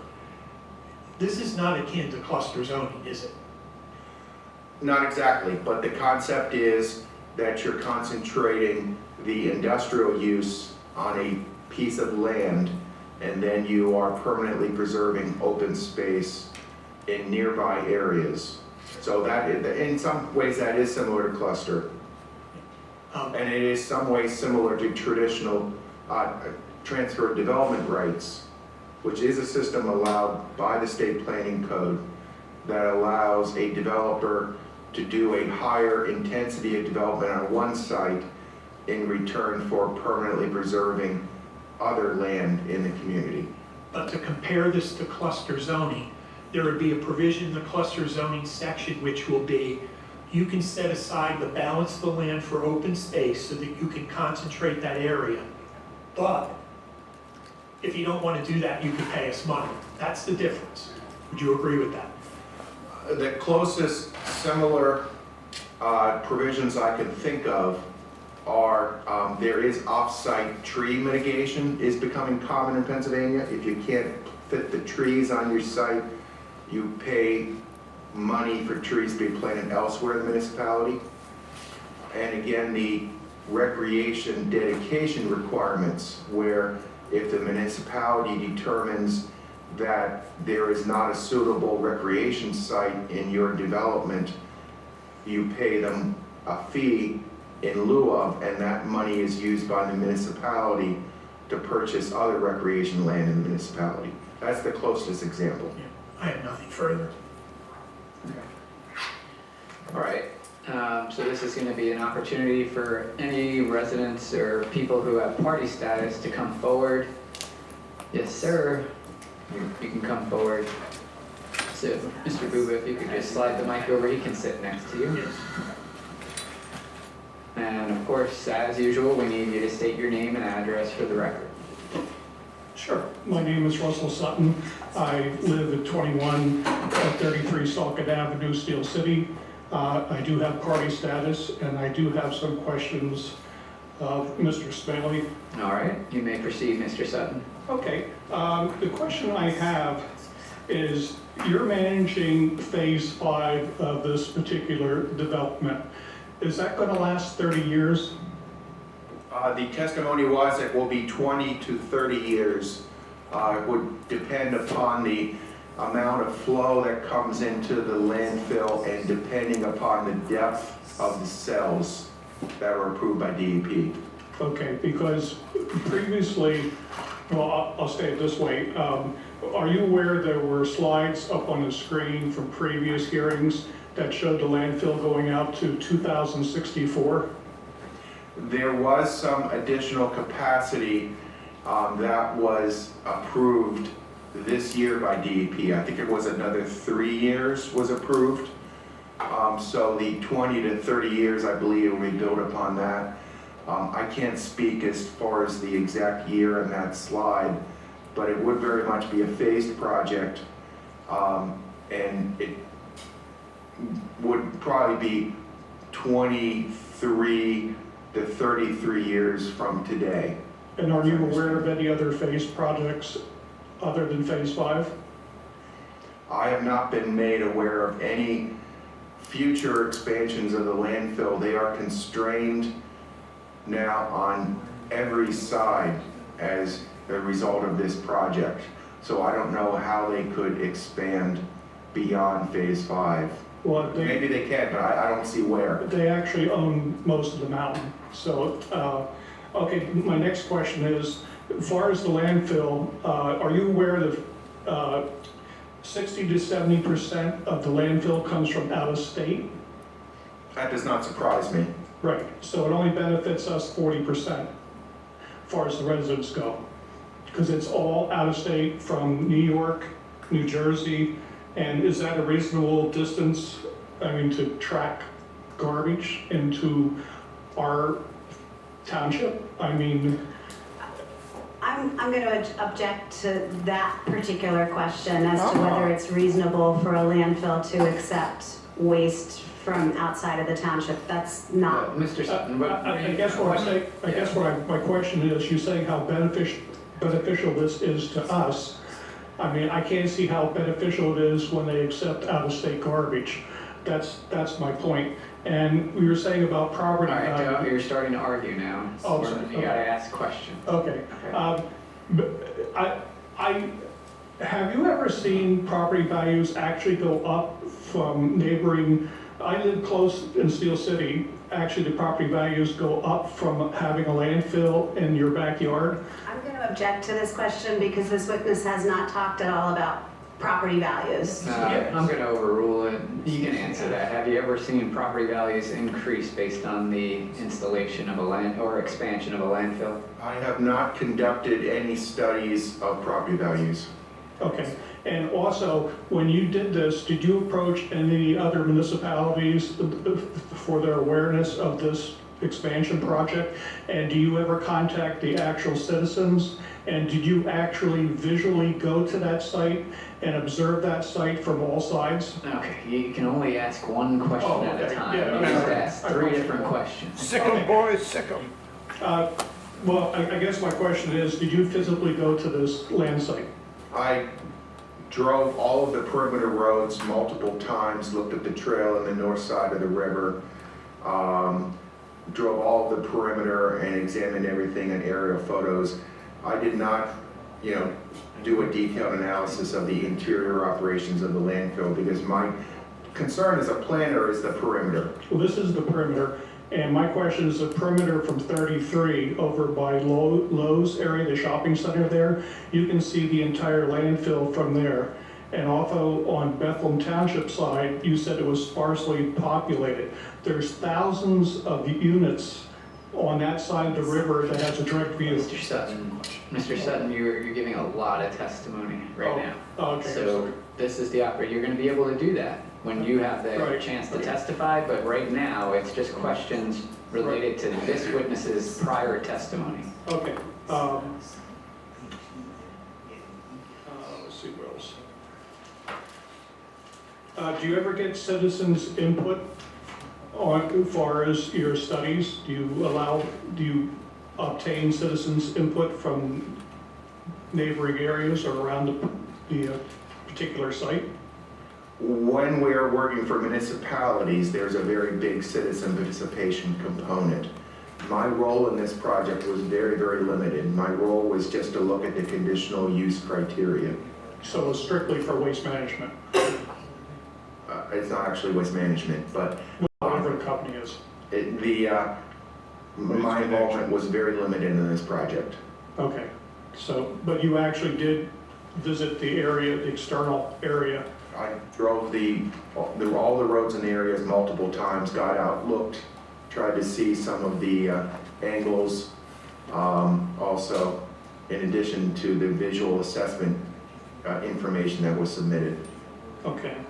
And were you aware that the 2022, the DEP had 3 violations against the landfill? Was that a different company at the time? No. No. I looked at violations over the past couple years online. I did not go back to 2012.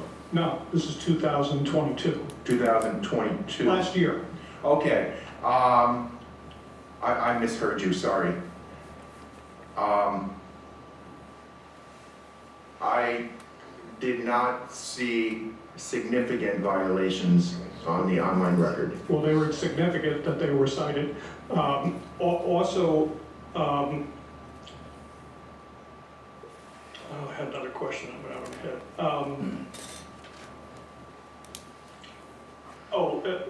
I have a question too. You're actually doubling the size of the landfill. Doesn't that double the possibility of problems? There's more likely to be problems from the first phase, which was done under older regulations. Right. But they also, did they not have a problem with methane as well? My understanding is that the methane, the gas management system, the leachate system has all been greatly upgraded over the years from what existed when the city of Bethlehem operated the site. But there's still a possibility that we could have double the problem since they're doubling the size. Many of the impacts are based upon the flow. So for instance, the trucking impacts are based upon the daily flow into the landfill. That is not proposed to be increased. Right, I understand that. But I'm saying as far as leachate and leaks and stuff like that, there's a greater possibility since you're doubling the size of the landfill. I'm going to object to these questions. As a planner, I don't think that this is within the scope of his testimony. If Mr. Sutton did have questions about the systems in place and operations that he's asked of all the previous witnesses, I just don't think this is within the scope of this witness's testimony. No, I'm going to allow it. I'm not going to allow you to go too much further into the specific operational component issues. That's it, yeah. Okay, Yep, thank you. all right. Is that it for your questions? Yep, that was Okay, all my questions. thank you, Mr. Sutton. Thank you. All right. Any other individuals that have questions for Mr. Schmale? Okay, for the record, I see no response. Do we have any redirect? Oh, I didn't know if you were going to ask Oh, your sorry. questions first. All my questions got asked already. Just a couple of things to clarify. Mr. Schmale, is it your understanding that Bethlehem Landfill Company, in its application, has specifically indicated that they'll be submitting site-specific data and is requesting that that be a condition of its approval with respect to the carbonate geology? Yes. And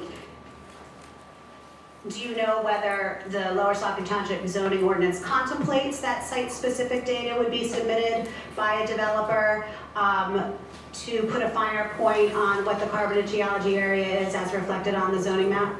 Yes, the zoning map says it is an approximate carbonate geology boundary, and it does provide for additional information to be provided by the applicant, and says the information is required to be submitted as part of the land development stage.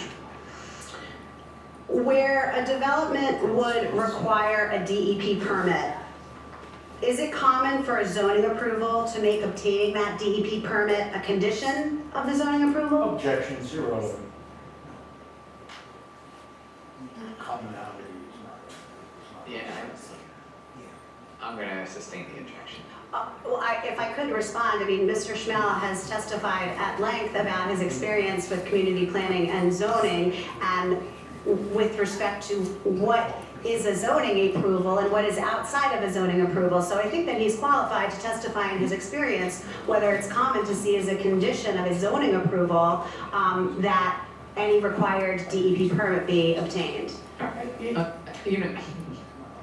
I will change my ruling on it, but understand, you know, I'm a municipal solicitor, I know how these things work. So you feeling the need to present that to me is not necessary. I don't think the record really needs it, but I will allow him to answer that. It is standard practice for municipalities to condition a zoning approval upon receiving state and federal permits and approvals. And there are some cases that say that the municipality cannot. Objection to his legal opinion now.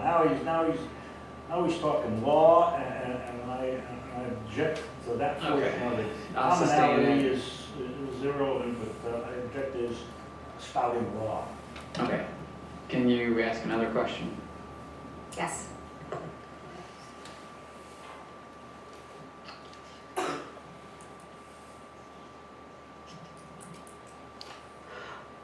In your opinion, would the placement of the conservation easement on the property owned by the Bushkill Valley Motorcycle Club be a benefit to the properties in the vicinity of that property and in the vicinity of the Bethlehem landfill and the proposed 5 expansion? Objection.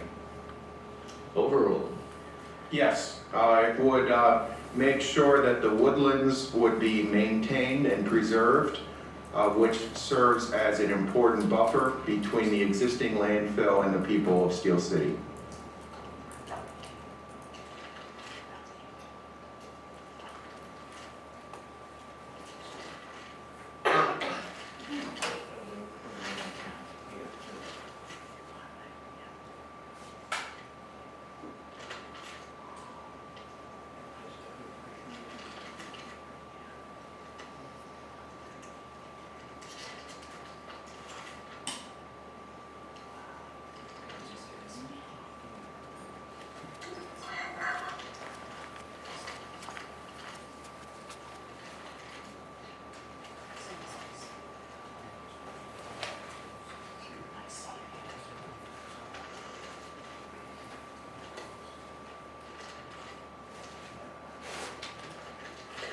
I don't have any other questions. Can I follow up please, on Yes. that last question? You can. What is the topography of the Bushkill Valley Motorcycle Club property?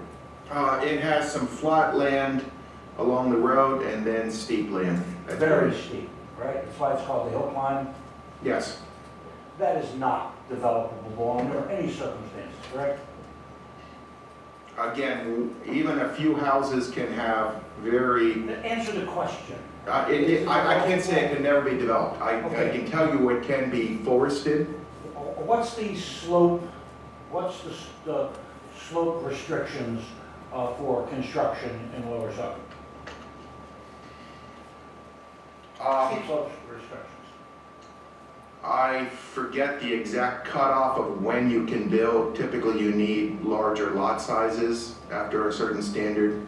And if you have one house on 10 acres, but you have a very long driveway, you can cause a great amount of disturbance with one house. So you are saying that to a reasonable degree of professional certainty, that one would be able to build a home on the hillside upon which the current hill climb exists? That's a large property. I don't know what portions could be built upon and what portions could not. My point being is that even if it's a low density, it can be a significant intrusion into the area. One could build, so you don't know the steep slope provisions of the Lower Suffolk Township ordinance, is that correct? I'd have to look them up. Well, you don't know that, number one. Number two, do you know what the degree of slope on the hillside is? Certainly, large portions are very steeply sloped. I don't know if, I'd have to look closely to see if there's buildable locations within the land. Oh, It's a you large say it's piece. somewhere between 45% and 90% where the hill climb actually is? Have you ever been to a hill climb there? I've only seen it from the road. I haven't attended a hill climb. So, if I told you it was certainly more than 45 and slightly less than 90% degree slope, could one build a house? Well, that's why it's called a hill climb, because the motorcycles that go up flip over backwards when they reach a certain point if they're not going at a certain speed. So, can to a reasonable degree of professional certainty, could one build a house on that sort of slope? Is that what you? I would have Under to, current Lower Stalking Township ordinance. I'd have to conduct a analysis of whether there are buildable portions of the site, and I have not done that. And do you know whether the conservation easement that has been proposed by the Bushkill Valley Motorcycle Club precludes the use of the property for what has been prior club activities? It is allowed. What they already do is allowed. What is So- restricted is the tree removal, and other alterations of natural areas other than what they're already doing. So it's not a typical conservation easement that would prohibit public events, okay, because they invite the public to come to their hill climbs, correct? Right? Yes, Does a typical conservation easement permit public events where hundreds or maybe thousands of people come camp and participate in recreational activities? I think it's important to keep in mind that Just answer the question. Does a typical conservation easement contain provisions that would permit public events where hundreds or perhaps thousands of people come and participate in recreational activities? it does not, however. Okay, so the answer is no. So However- the next question Yeah, then, he can explain it. Go ahead. However, the majority of the public impact is on the flat land, the flat open land. That's where the vehicles, the customer vehicles are. I know the hill climb occurs, but most of the people are not on the hill climb who are attending. no, did you know that there are bike trails throughout the hillside for motocross type motorcycles? Did you know that? Which is allowed to continue. Right, Any is that a existing typical- activities are allowed to continue. Is that a typical use for a conservation easement, the use of motorized vehicles for recreational use? Is that typical? The Yes or state no? does allow it on some state parklands, some state forest lands. Conservation So, easements, I'm talking now. it is not usually included in conservation easements. All right, thank you very much. I have no further questions. Are you going? Mr. Buuba. Following up on what Mr. Ashnick said, you certainly had a concern calling Petrie 1 and Petrie 2 conservation easements, did you not? I believe they are full-scale conservation easements, but I haven't read the exact language. So you now, you do agree that Petrie 1 and Petrie 2? Oh, I'm sorry, I thought you meant the conservation easement on the Petrie land. Now you're talking about Petrie Exhibit 1 and 2, which is very different. Yes. So please repeat the question. I said previously in your report, you had a concern, you said these are not true conservation easements, correct? The existing, they're mainly covenants that restrict landfills. But you then at the same time had no problem designating the motorcycle club a conservation easement.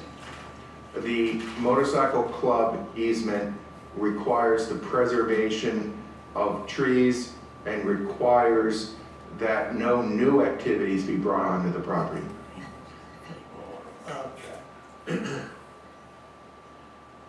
I think on one of Ms. Garber's questions, you said, will the conservation easement across from Steel City provide a benefit? Yes, And you said yes, correct? yes. Would you agree with me that that answer is in a bit of a vacuum in light of the fact that theoretically the conservation easements on the entire north slope are being eliminated and replaced with those conservation easements in Steel City? Should I say that a different way? Didn't even sound good to me.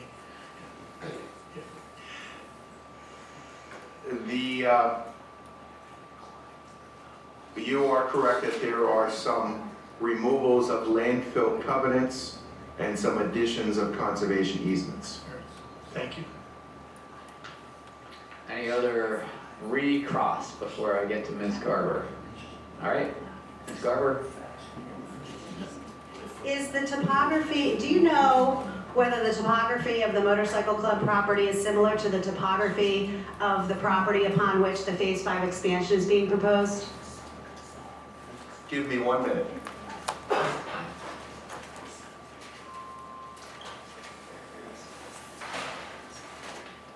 Okay, we do have topographic mapping in our report.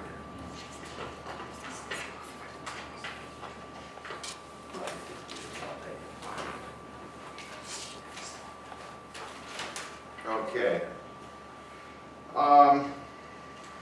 Although, now that I look at it, we've covered up the topography on the Steel City property, so I You mean cannot the use motorcycle this club map. property? I'm sorry, on the motorcycle club property, we don't show the topography on our map. Okay, but I think you just were questioned at length by Mr. Aztek about the steep slopes of a portion of the motorcycle club property, correct? Yes, my there's question a is- flat area used for parking, and then there are steep areas. Okay, and my question is, for the steep areas of the motorcycle club property, is that similar topography as the property upon which the Phase 5 expansion is being proposed? Also steep slopes? And what Yes, they are both steep slopes. I don't have the topography in front of me. But similar, as you understand it? Yes. Okay, and so and you were asked questions by Mr. Aztek about the developability of the steep slopes on the motorcycle club property and how that would be limited, and so as a practical matter, it could never be developed. If the motorcycle club property were zoned industrial, could it be similarly developed with a landfill or any other industrial use? Yes, Okay. it could be zone industrial, and So any- then the natural resource mitigation provisions that are in the current zoning would then apply. So there's no guarantee that that property, just by virtue of its topography, will never be developed, is that correct? Correct, and it certainly could be clear-cut forestry under the acre law determinations that are coming out. Okay. And I just have one other question for you. If you could take a look at, and I might have to give you a copy of it, but it's BLC, what's been marked as BLC 128, which is the agreement, the redacted, yeah, thank you. Redacted agreement between the landfill and the motorcycle club. And it attaches the conservation easement that the club would be required to offer to the township upon direction of Bethlehem Landfill Company. And I'm gonna ask you to look at, may I? give this Yes. to this photo? Yes. And I'm asking you, if you could, please look at what is, well, go a couple pages back, and there's an Exhibit A easement plan. Do you see that? Yes. Okay, and after that page, there is something called an easement plan, correct? Yes. Okay, and there are two areas marked on there, Zone 1 and Zone 2. Do you see that? Yes. And then there's an area north of Zone 1 and sort of northwest of Zone 2 that doesn't have a number designation, correct? The parking area, yes. Is that the flat area that you were describing? Yes, that's where vehicles park. Okay, and I'm going to ask you to flip to the next page. This is an aerial rather, of the easement plan depicting those same areas 1 and 2, correct? Yes. Okay, so the area along Riverside Drive that doesn't have a number designation, that's not subject to the conservation easement, correct? Correct, because it's being used as a parking lot. Yeah, and for the activities that Mr. Aztek talked about in terms of public events and things, is other than motorcycles that are going on the trails themselves, is it your understanding that those on that flat area is where these public events are held? That's where the majority of... Objection, I think he said he's never been to a public event, so he doesn't know. No, he can give that answer. Well, let's expect an honest answer, because he says he's never been, and how can he answer? I'll ask a different question. Is the area that is not designated with a number subject to the conservation easements proposed in this document? It is not. And it's areas 1 and 2 that are the areas being conserved, correct? Wooded areas, correct. Okay, that's all I have. Okay.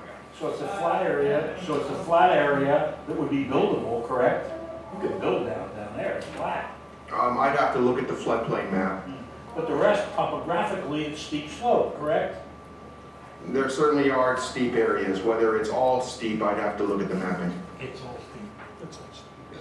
Okay, I think we've gone over this enough. We could all just look at a topo too, right? Right. Sure could. Does anyone have additional questions at this point?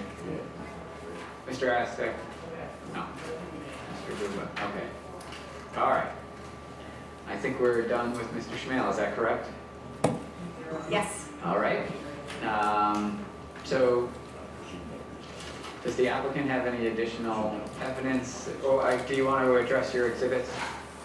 Oh, yes. I believe we're only admitting 2 exhibits today, 127 and 128.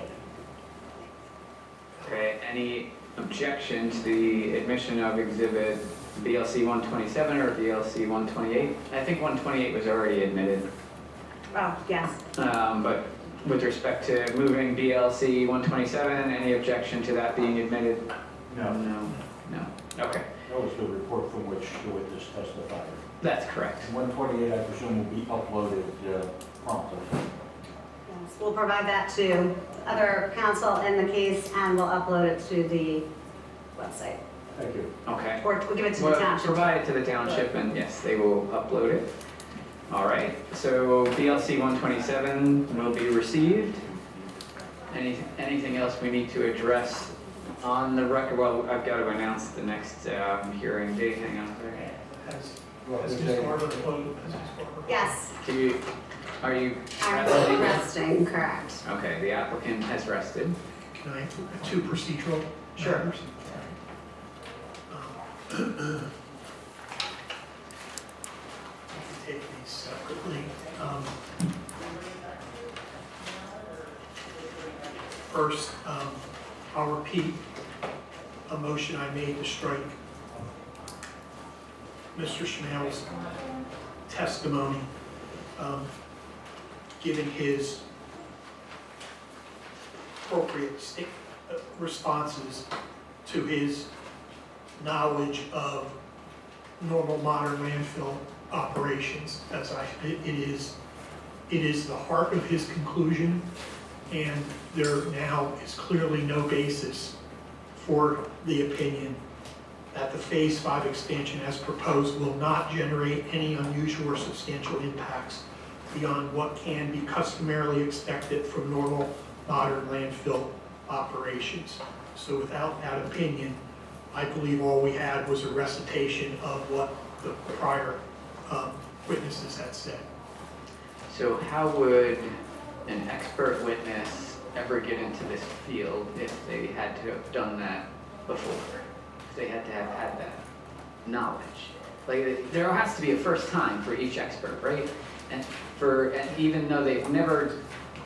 No, I don't agree with that. Okay. The first time I wrote an asset purchase agreement, if I recalled on the stand and through voir dire asked if I had ever done it before, and I said no, I don't think I was an expert. But for the next 37 years, if I worked on asset purchase agreements and someone asked me, I think at that point I would be an expert. The difference here is, Mr. Schmale said, after 37 years, I have no idea how normal landfill operations work. Well, he said he hasn't dealt with them. That he didn't say, I have no idea how they operate or work. He's done the investigation regarding the exhibits that were admitted. He also said this is a very similar situation to a quarry, and you're dealing with similar characteristics and similar impacts. I believe the record will say exactly what he said. To me, it is like a medical professional taking the stand, making his typical opinion, then saying, I've never really done a hysterectomy before, but I'm going to opine that this one was done perfectly. Understood. All right. Well, I'm not going to strike his testimony. I mean, I understand the argument, and it can be, given weight with respect to, someone who's got more expertise. If you're presenting any expert witness regarding the landfill use itself, certainly someone who has more expertise might be given a little more weight. But I'm not going to strike the testimony based on that. I think he can give an opinion, even though he hasn't specifically dealt with a landfill before. Mr. McNair, if we could, since Mr. Schmel is still here, if we could quickly call him up, I can ask him a few more questions. No, you rested. No. Yeah, I don't think I need to hear from him.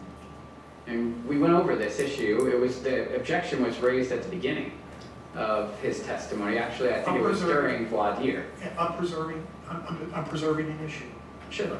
I would just beg the hearing officer's indulgence here, since Mr. Schmel is still here, and I can ask him 2 more questions to the extent that... All right, give me an offer of proof.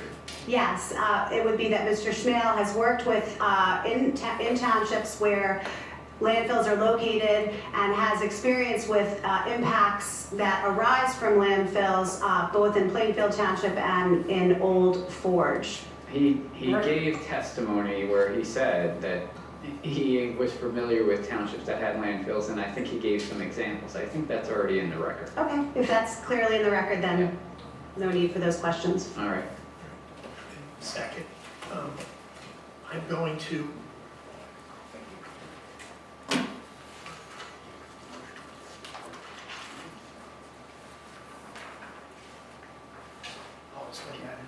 Okay.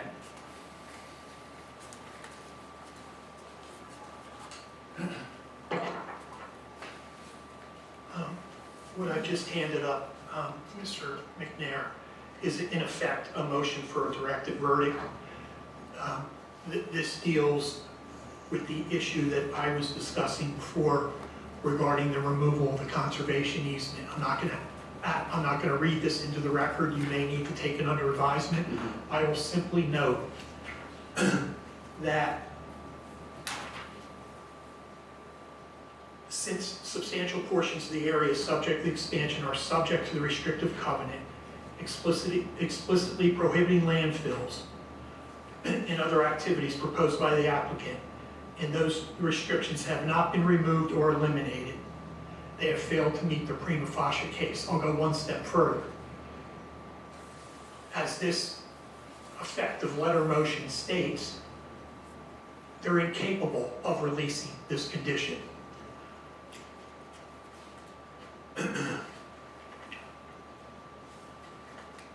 Under the Donated or Dedicated Property Act, 53 PS 3381, which controls the disposition of property controlled by a political subdivision which are dedicated to a public use. And on page 4, the Act states that a municipality has a duty to ensure that lands dedicated to the public are used for the purposes for which they were dedicated or donated, except when there is an order of court stating otherwise. This duty is not discretionary. More importantly, the court reasoned that the municipality does not have authority to consent to the use of public land for any purpose other than the dedicated purposes, no matter how, quote, exigent the circumstances, end quote. In fact, the court reasoned, it is the municipality's obligation to defend the dedicated purpose. So if that is the law of Pennsylvania, how could this easement, restriction, conservation easement, etc., ever be removed? So why go through this process? If they're jousting at windmills, let's just end it now, let them try to get relief, and if somehow or another they change the appellate law of Pennsylvania, they can come back and make an application. So your basic argument is they would have to present this issue to a court before they can seek conditional use approval. That is, in a nutshell, that's your argument. And and they have a duty to defend the conservation easement. That's So- that's correct. And let me point out that we attempted to raise this issue before the Court of Common Pleas when we filed a motion to stay. Judge Riedman ruled that he did not have jurisdiction to reach down and tell you to stop your proceedings until such time as the court ruled on this issue, which is why the stay was not entered. All right, So the matter is now before you squarely as a motion for a directed verdict in these proceedings, that we believe it is your obligation to report to town council. well, hang on, let me stop you there, Mr. Aztec, because the court didn't specifically say, what they said was, I'm not staying the conditional use proceeding. Well, that's because they didn't have the authority to tell you to stop. But they also did not say your hearing officer needs to make a determination on the issue that's being raised. No, that's not what I'm saying. That's what we're saying to you now. I understand Okay, that, that's what but we're that's saying, not what the court said. No, the court said it had no jurisdiction to tell you what to do. Right. Okay, but it was not going to address the issue then. And it was going to, because it didn't have authority to tell you how to manage these proceedings. Now by Mr. So this Buuba's issue motion- is still pending before the court? It is only an issue pertaining to the substantive challenge to the adoption of the ordinance. We are arguing that the substantive deficiency in the adoption of the ordinance was that the ordinance should not have been adopted in light of this. We're now saying that a conditional use ought not to be granted in light of the existence of the conservation easements, and that the matter ought to be halted now to give the township the opportunity to seek removal if that is in fact their wish. But under conditional use standards, with the existence of that land use in place, Mr. Buuba's argument, I think, clearly articulates that you can't grant a conditional use on land that prohibits that use. When the prohibition can never be removed. Except by It says it can be by order of court, right? So there is the potential it could be removed. Not to mention the fact that No, you just. our position is that this particular statute does not apply because the restrictive covenant in place did not grant the public any right to use that property. It didn't dedicate it for public use. It didn't offer it up for dedication for public use. It was It's a totally restriction restricted. against landfilling activities on the Which property. ignores No, the it benefits of the did not citizen. restrict anybody from Okay. going on the land either to use it, doing whatever they wanted to do, whether it was hiking or hunting. The point is, Mr. Well, McNair, first of all, I'm not going to decide this issue today, as you might expect. I don't want to sit here and read, your motion as well as I'd have to read all the case law. So I will take it under advisement. If anyone else wishes to provide me with any type of submission, certainly anyone is permitted to do so. But I need to take a look at the issue in a little bit more detail. And, I can certainly issue a ruling at our next hearing, right, which is, it's on Tuesday, Mr. McNair, I would request that we give we'll submit a written response to this, and I would request that if you're gonna take this under advisement, that we be given some time to respond in writing. yeah, I agree. I'm not gonna have time to look at this issue either before Tuesday in a proper manner to be able to issue a decision at that point. Can I suggest something, since we were going through the dates of the hearings, and we have several hearings coming up over the next few weeks, but then, after the hearing date on the 19th, there are no hearings the week of the 22nd and no hearings the week of the 29th. And, I don't want to go 4 more hearings. But Yeah, I understand you don't want to, but right now we're scheduled out. So would you prefer that we cancel hearings and wait until a decision can be made on this? Is that what you're asking to do? No, I'm just saying. Well, we would. We will. You would prefer? As far as, look, well, it's the great expense of the taxpayers, the great expense of my clients, not only for my presence, but to pay for the witnesses that will be called here. It was my request at the very outset of all of these proceedings that this issue be adjudicated to some degree. And So the court said it would not impose a stay. Regardless of whether you agree or don't agree, it is a vehicle by which we can adjudicate what is a critical issue in this case.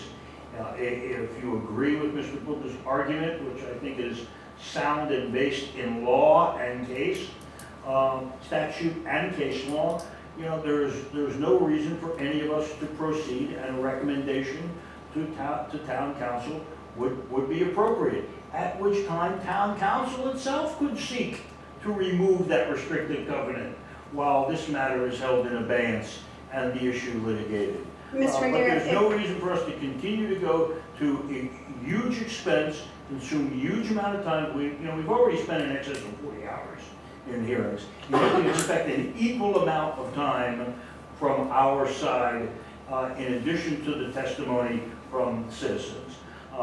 If we can address a fundamental issue preliminarily, and as I said, Judge Reedman didn't think that he could do it, but he thought that we should address the issue in the appropriate forum. And Yeah, I don't agree that that's what the judge ordered. What they ordered is that they weren't going to. Jurisdiction. That's all he said. That's right. That's all he said. But he didn't preclude us from bringing it up with you, which is where he believed it properly. Well, That's they may not not believe true. that, but that's one of the issues I have to decide. And the motion Well, was it made is. to council. There was a separate motion made to council to stay the conditional use proceedings, and council did not grant that motion. So that's already been made. This is just, this is no longer jurisdictional in my mind. This is now just, the efficient use of time. You indicated that you would rule on the motion. I don't know what that may mean, but you've indicated you Well, would. I do want to review it, but I also, I haven't been privy to what council rule. You're bringing up, a vote that occurred. I haven't been privy to that information. There was no vote. There was no vote by council. I think on February 15th, the motion to stay was on the agenda. I mean, I was never invited to appear before. All right, but here's my point. There are things that are being asserted that I need to be aware of before I can properly address this, right? So, The legal issue has never been presented to council or to you in the proper forum. Now it has. You have heard the applicant's case. You see what proofs they've established. We have admitted into evidence that the establishment of those scenic and conservation easements. The question is, can you proceed with the taking of testimony? well, of course I can proceed. I mean, I don't think that is the issue. Or should you proceed with Yes, the taking of testimony? that's- Should you proceed with the taking of testimony in connection with this case? Or do those conservation easements preclude the relief sought? I think Well, that I it's, think the argument is that in any case where you have a conservation easement subject to the act that's been presented, do we have to have a court order on it before you can proceed with a conditional use hearing? That's ultimately the issue. if it's even subject to the statute that Mr. Buuba is referring That is to. another issue, yes. So I want to give you the opportunity to present me with that, and I'm not, we're not going to address it next week. I want to proceed. We have witnesses lined up. I mean, we've all changed our calendars around with respect to the month of May, and, to just cancel everything at this point, put everything on hold, and then make a decision on this, let's say 2 or 3 weeks from now, I don't think makes a whole lot of sense. Mr. McNair, I trust your good judgment. My only concern is that when you file a motion for directed verdict. I realize rules of civil procedure don't apply. No, well, there's no motions in Right. in this type of administrative procedure. Theoretically, the case does not move forward. I'm not saying that alone is a basis for doing that. I just don't want the fact that if you decide that we do proceed, that somehow dilutes the efficacy or support for our motion. Like, you know, if we're 6 days in and we have one left, I just don't want that to be the sole basis for, well, what's Okay, right, it becomes moot. and that's what my concern is, frankly. Well, all I can say to that is, I'm not familiar with the case law that you cited in here. I need to review the act that you cited. I dealt with it a couple times in my municipal practice. I need to hear arguments from the applicant. I'd like to see, some arguments in writing. I need to understand some of these other procedural matters too, to make sure that, in fact, I've got jurisdiction to even address this. Because there's some assertions being made that maybe I don't. So, Not by me. no. I don't know anything that's been said. I mean, Right. my motion stands alone without the background of the municipal issues. Well, I think just also to be clear, it's a motion for a directed verdict. Mr. Aztak was talking about it more like a motion for a stay pending the resolution of this. Those are two very different things.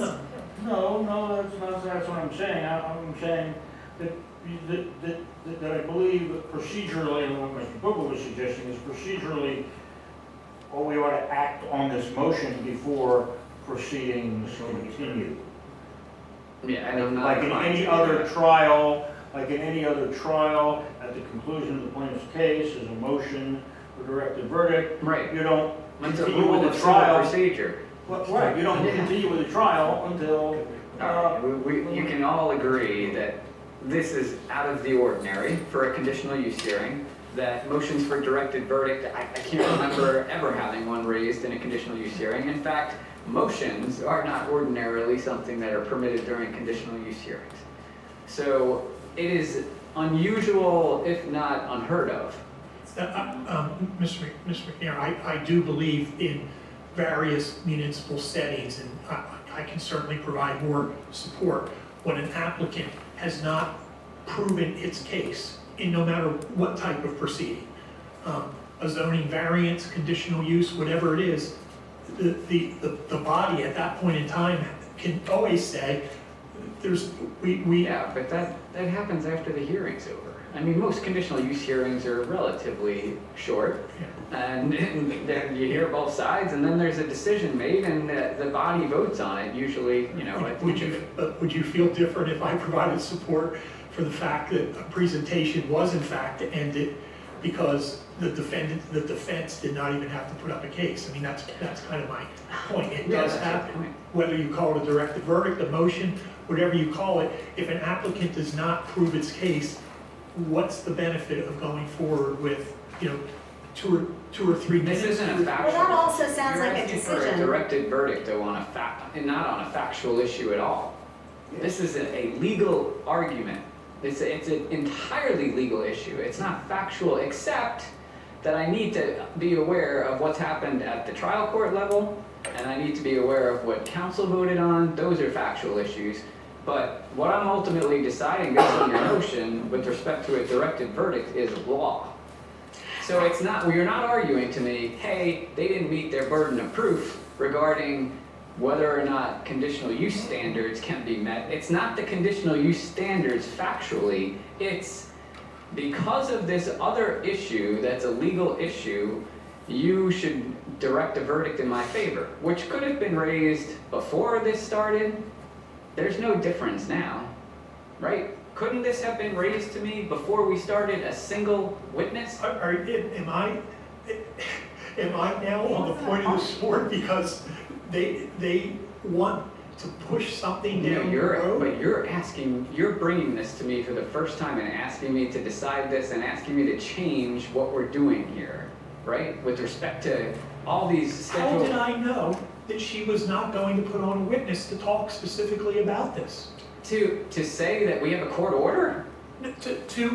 She's going to tell you she doesn't need a court order. why would she not put on a witness to demonstrate? Which is She could have exactly the called- point, it's a She could have matter of called law. someone from council to testify that last night council met and agreed to vacate that conservation But you need a easement. court order.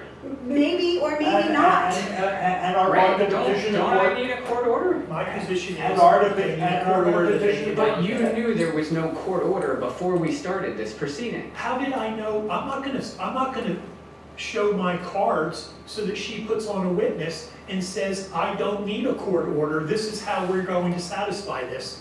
I'd rather have her put on no testimony, which is exactly what she did. She put on no exhibits, and that's why this is appropriate.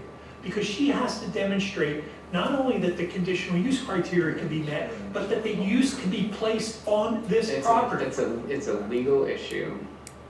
It's which is why I presented it to you. Yes. Okay. I would just also question, I mean, this, if Mr. Buuba is presenting what is essentially a dispositive motion, which number one is atypical in these proceedings, and certainly with respect to being an appointed hearing officer, whether you have the authority to dismiss an action, make a decision on a dispositive motion, I don't know. Right, I haven't looked at that issue either. That's another issue that should be researched as to what my specific authority is as a hearing officer.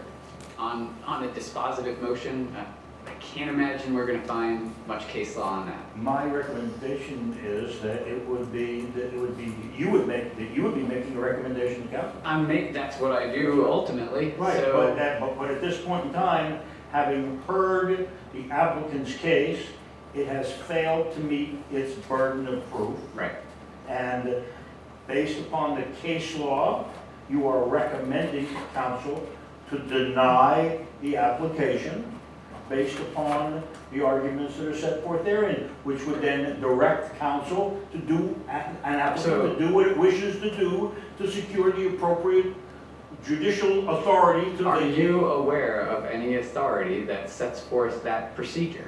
For me to be able to decide this type of motion, and then for me to ultimately have to make that recommendation? Or can I unilaterally, as the hearing officer, decide this specific legal issue without ever having counsel involved? I don't know the answer to that. But I want to be able to take a look at that. Well, Yeah. and that's what we're saying, take as much time as you would like, but let's not burden all of us in proceeding with the taking of testimony until that issue has been adjudicated. I think that's what we're suggesting here. So here's what I'm gonna suggest. How about, how long do you think you need to get me something regarding a response to this? Yeah, well, I mean, we'll get you a response by Monday midday. I'm not asking for anything that quick, because I'm not gonna be able to review everything in that fashion with the current schedule that I have. I have briefs due this upcoming week. Well, what I don't want is, I mean, we have these dates on the calendar. We have witnesses lined up. I think that we've already seen how difficult it is to try to herd so many people's different schedules. And so, we'll respond in whatever time you need us to respond. But what I would vehemently object to is that any of the hearing dates that are on the calendar be postponed. I think this matter should be moving forward. I think with respect to the arguments in here, I obviously disagree. We need the opportunity to brief it, but I don't want this to be used as some sort of delay. We've got the dates on the calendar, and I would respectfully request that we continue. What I'm thinking of doing is canceling Tuesday and Thursday of next week, and then making this decision, having you come in. I'll give an opportunity, for anyone to submit anything, let's say by Thursday. That would be May 11th. Does that give everyone enough time?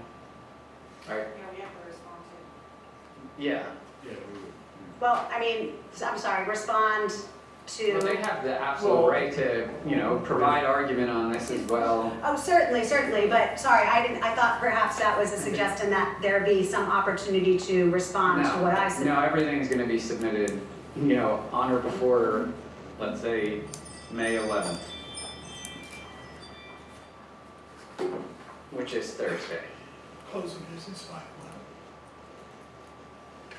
5:11. Yeah, I mean, the issue is if I get things that night and now, there's new case law cited, I'm not gonna be able to, that I have to review, I'm not gonna be able to make a decision next Friday, the 12th. So you want to resume on the 18th and 19th, give you enough time? Given the fact that then there's no dates on the calendar for the week of the 22nd or the 29th. We're looking at like a 3 or 4 week delay in these hearings as a result of this. I don't see the harm in proceeding with the hearings that are already on the calendar. We can certainly submit these on Thursday or whatever day would work for you, but I don't see any harm in keeping the hearings as scheduled on the 9th and the 11th. It's going to cost us thousands of dollars Exactly. in expert witness fees that might be avoided depending upon the decision that's made by you. The only party that could have been proactive on having this easement removed is the applicant.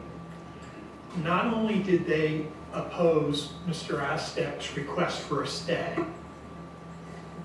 but they also had the ability at any point in time, I'm sure they've known about this for a year, to go in and attempt to have the easement removed. But our position is the easement does not have to be removed before conditional approval can be granted. You've admitted that the easement has to be removed. Yes, but it doesn't have to be removed as a prerequisite to getting conditional use Their approval. argument is this act doesn't apply to these, whether you call them conservation easements or restrictive covenants or otherwise. Their argument is this act that is being cited by Mr. Buuba does not apply, so we don't need a court order first. They haven't gotten the consent from the township.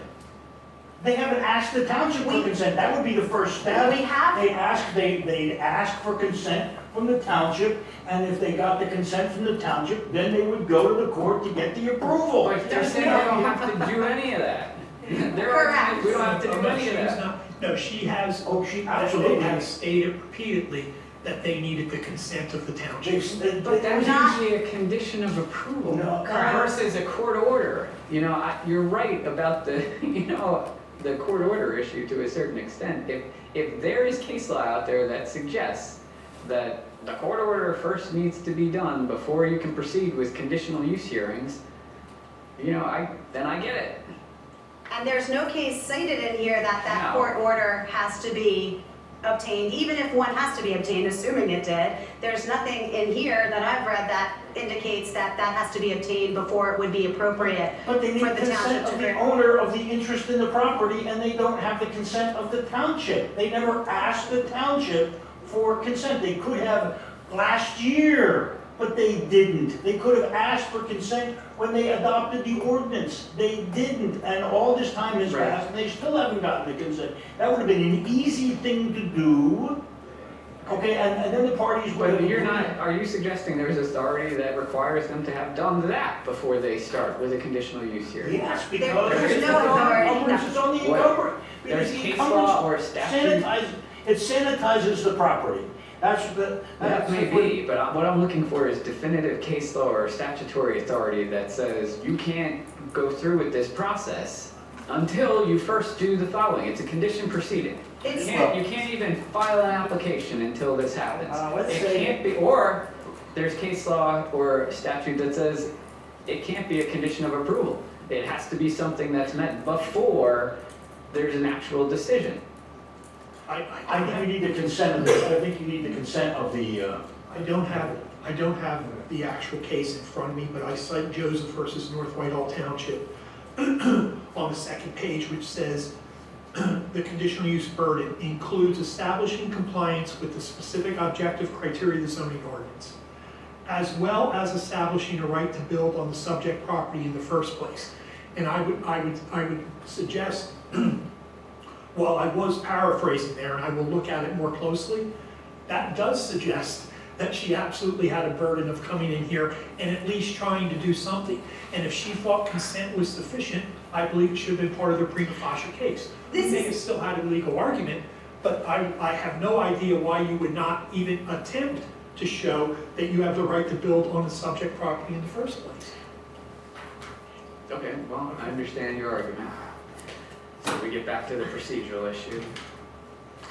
And again, I mean, I think it is far from clear whether the statute that Mr. Buuba is relying on applies at all, whether, even if it does apply, whether that prohibits the township from making a decision on a conditional use approval, or whether that's more appropriately, obviously, if there are outside restrictions on a property that, just like the DEP permit, for example, I mean, this is akin to that zoning and a zoning approval will allow for a use pursuant to the zoning ordinance. But if there are other things that are required in order for that development to take place, that doesn't mean that, in fact, it would be circular then, that you can't get the zoning approval until you get all the other approvals that you need. And we've heard testimony that DEP won't review a DEP permit application until the zoning approval is given. This is the equivalent of that, where there is a separate contract for all intents and purposes, a document that between two parties that says landfilling cannot occur on this property, right? That is separate and distinct from whether zoning is allowed. It would be like, can you approve something under conditional use approval if there's some private agreement with a neighboring property owner that says you can't, right? If they release that, then you can. So, I mean, we're getting very bogged down in what other things might prohibit this development, but we are here on conditional use. The hearing officer is well versed in municipal law. I think he ought to be given an opportunity to study the case law, be provided with authority, and render a thoughtful response to what is an important issue in this case. I agree, and I don't think that's a reason to stop these proceedings. Of providing the hearing officer with all the time that is necessary to avoid additional lengthy and protracted proceedings if it can be resolved now on the basis of this motion. So I'm just, let's stop the bickering back and forth. We would like an opportunity to weigh in. I've spoken to Mr. Buuba about this issue many times. We were aware of the issue. We did not believe. I brought it up at the outset, but we are just please let me finish. We were aware of the issue. We attempted to address it proactively with the court. I'll provide you with a copy of the court order from Judge Riedman that just said, no, I can't listen to it now.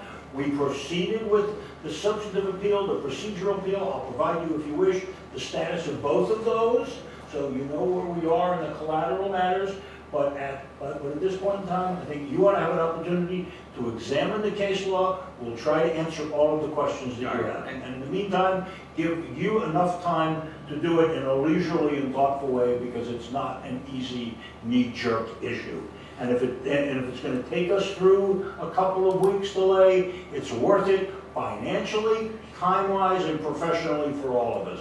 You've got a lot of talent in this room. It's costing, it's at least 4 figures for just us to be here for all these hours with all of the experts. I mean, that's just Mr. Buuba alone. But it's going to cost us thousands of dollars to bring in these expert witnesses. If we can avoid it, if it can be avoided, I'd very much like to have that opportunity to have you adjudicate the issue. So that's all I have to say. Do what you want. I'm available. I'm at your mercy at this point in time. All right, what I'm inclined to do is something similar to what I already suggested, which is give time so that you can present, responses to this motion and/or whatever you want to call it, some type of affirmative response to it. But I'm not going to cancel hearings for an extended period of time. I think what we can do is cancel Tuesday and cancel Thursday. I'll have everyone submit. Is everyone able to submit something by the end of the day on the 10th, Wednesday the 10th? Yes. then I will have all day Thursday. Instead of coming here and sitting here and listening to testimony, I'm going to utilize that day to review everything. I'm just asking, I'm certainly not taking a position one way or the other, but we have this motion pending. Is Mr. Buuba planning to file something in addition to this? Yes, I want to address the other items. Other items, what other, is this gonna be a broader motion? Just let me. Well, he's going to give a you- post-submission brief or something, right? You asked, did I feel as if a hearing officer had this Right. power? Even though there are no motions, is this atypical? Even more than atypical, not even permitted? I wanted to address. Sure. Something. Yes, I'm not going to restrict you from providing additional argument. Yeah. That's all. You know, it's going to be argument. And maybe it's good if we could just, I would love to know, what are the things that you need briefed? We want to give you the information that you need. So in terms of the authority, your authority to But act on a generally, motion? a hearing officer's authority to decide a motion for a directed verdict. Mhm. I mean, you could go even more generally on a hearing officer's authority to decide motions. I don't think we're gonna find anything specific on that, but you can drill down on it. I am still interested to see what the trial court decided, what the issue was that was before the trial court and what they decided. Because if they merely said, hey, I'm not staying that conditional use hearing, but they said, but this issue somehow is pending before the trial court in some fashion, I don't think I have jurisdiction. I think you've got an estoppel issue. I'll just pause there. I will provide you with a copy of the substantive challenge, a copy of my motion to stay, and a copy of your order. Okay, Okay, and I think that will take you where you need. that should do it. Yeah. Sorry, I just want to confirm, you're saying you're going to provide a copy of your motion and our response? Yeah, well, if you'd like that. I mean, it should be a complete package, right? Yeah, of course, yeah. Can we agree? Does the applicant feel that this issue has been raised before the trial court, even if it's collaterally? Is the trial The court going issue to of whether or not you need to remove the restrictive covenant before conditional use No. approval can be granted? No, No. That issue is not before the trial court. No, the issue of whether the zoning amendments are valid because of these restrictive covenants, that is squarely on the table in the substantive validity challenge. Right. This particular issue, well, it was raised before the zoning hearing board on the substantive validity challenge also, but there was no hearing on the substance of that challenge, and it went right up to the trial court. So that argument as to whether the township was allowed to, whether the zoning was substantively valid as a result of, or in light of these restrictive covenants, that's squarely on the table. Right. This is a little bit different. This is, Yep, I get it. There are other issues involved, but that was one of them. There are other Okay. substantive validity. Yeah, all right. As you know, I came to the party a little bit late, and I probably am remiss for not knowing this, but in order to answer the question about your authority, was there an original charge from council? Were you doing I was findings appointed of as a fact? hearing officer. No. Is your view that you are a recommending hearing officer, or? Yes. Okay. Look, There- I was appointed as a hearing officer. If you read the MPC, there are clear standards stated in the MPC with respect to what a hearing officer's role is. And they did not decide anything outside of the MPC that I'm aware of. That's And we what could I'm go back and look at the minutes, but, and there's no agreement among the parties, obviously, that you would render a decision Oh, and the no. decision would be binding or any of that. There's, no. That's correct. No, the That's correct. process- There could have been, but there wasn't. Right. That's all I'm asking. Okay, got it. All right, so briefs, or I'm not asking for full-blown briefs either. I understand we have very limited time here, and I understand we all have busy schedules. Whatever type of submission you wish to give, whether it's you call it a letter brief, a memo of law, a brief, Or just a letter of response. I mean, you know, I appreciate, Mr. Buuba, you going to the extent that you did so far. I mean, you got quite a bit of material here already. But whatever submission you want to provide to me on this particular issue would need to be submitted by 5 o'clock, by email, of course, is fine, by 5 o'clock on Wednesday, May 10th. Thank you. All right, Thank you. and then we will not hold a hearing on May 9th.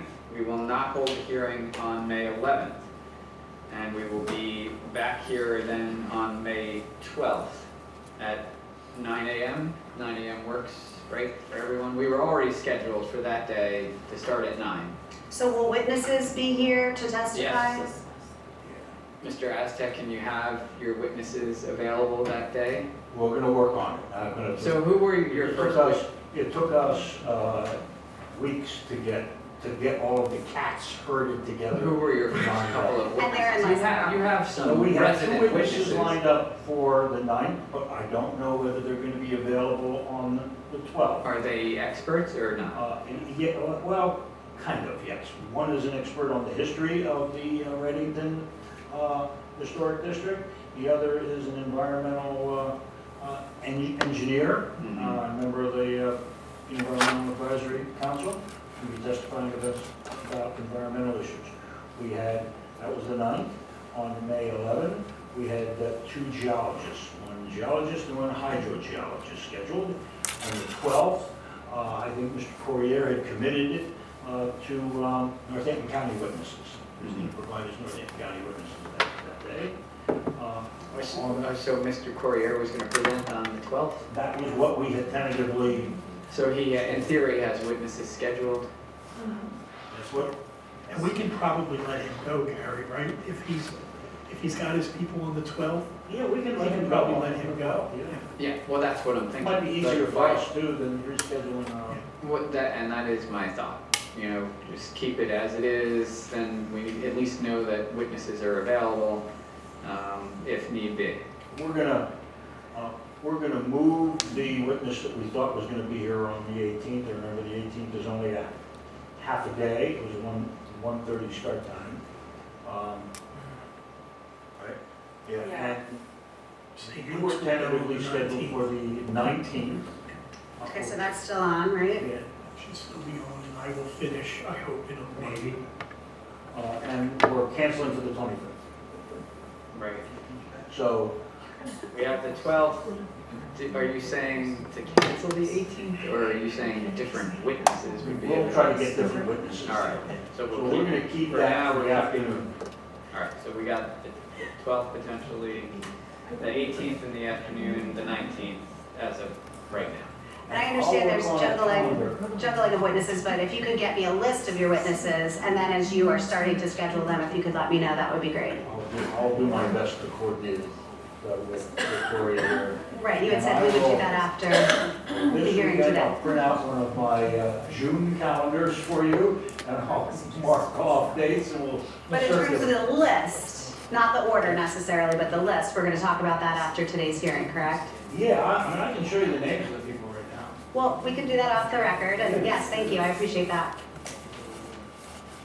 All right, for purposes of making sure the next hearing is announced, the next hearing will be Friday, May 12th at 9 a.m. here at the Lower Saucon Township Building.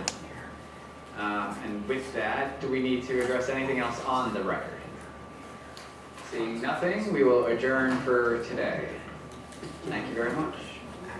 I had a motion limiting on one day. Is that right? It's a little late. Oh, hold on. Thank you. Thank you. Sorry to complicate everyone's life. Good job. We've been talking about this for so long, we probably get our. Yeah, that was only easy. Yes.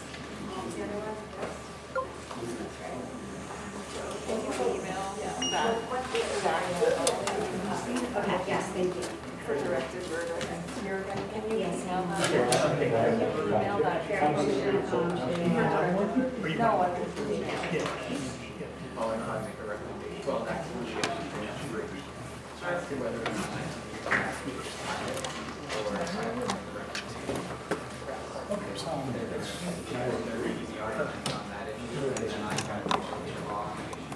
See everyone. Have a good weekend.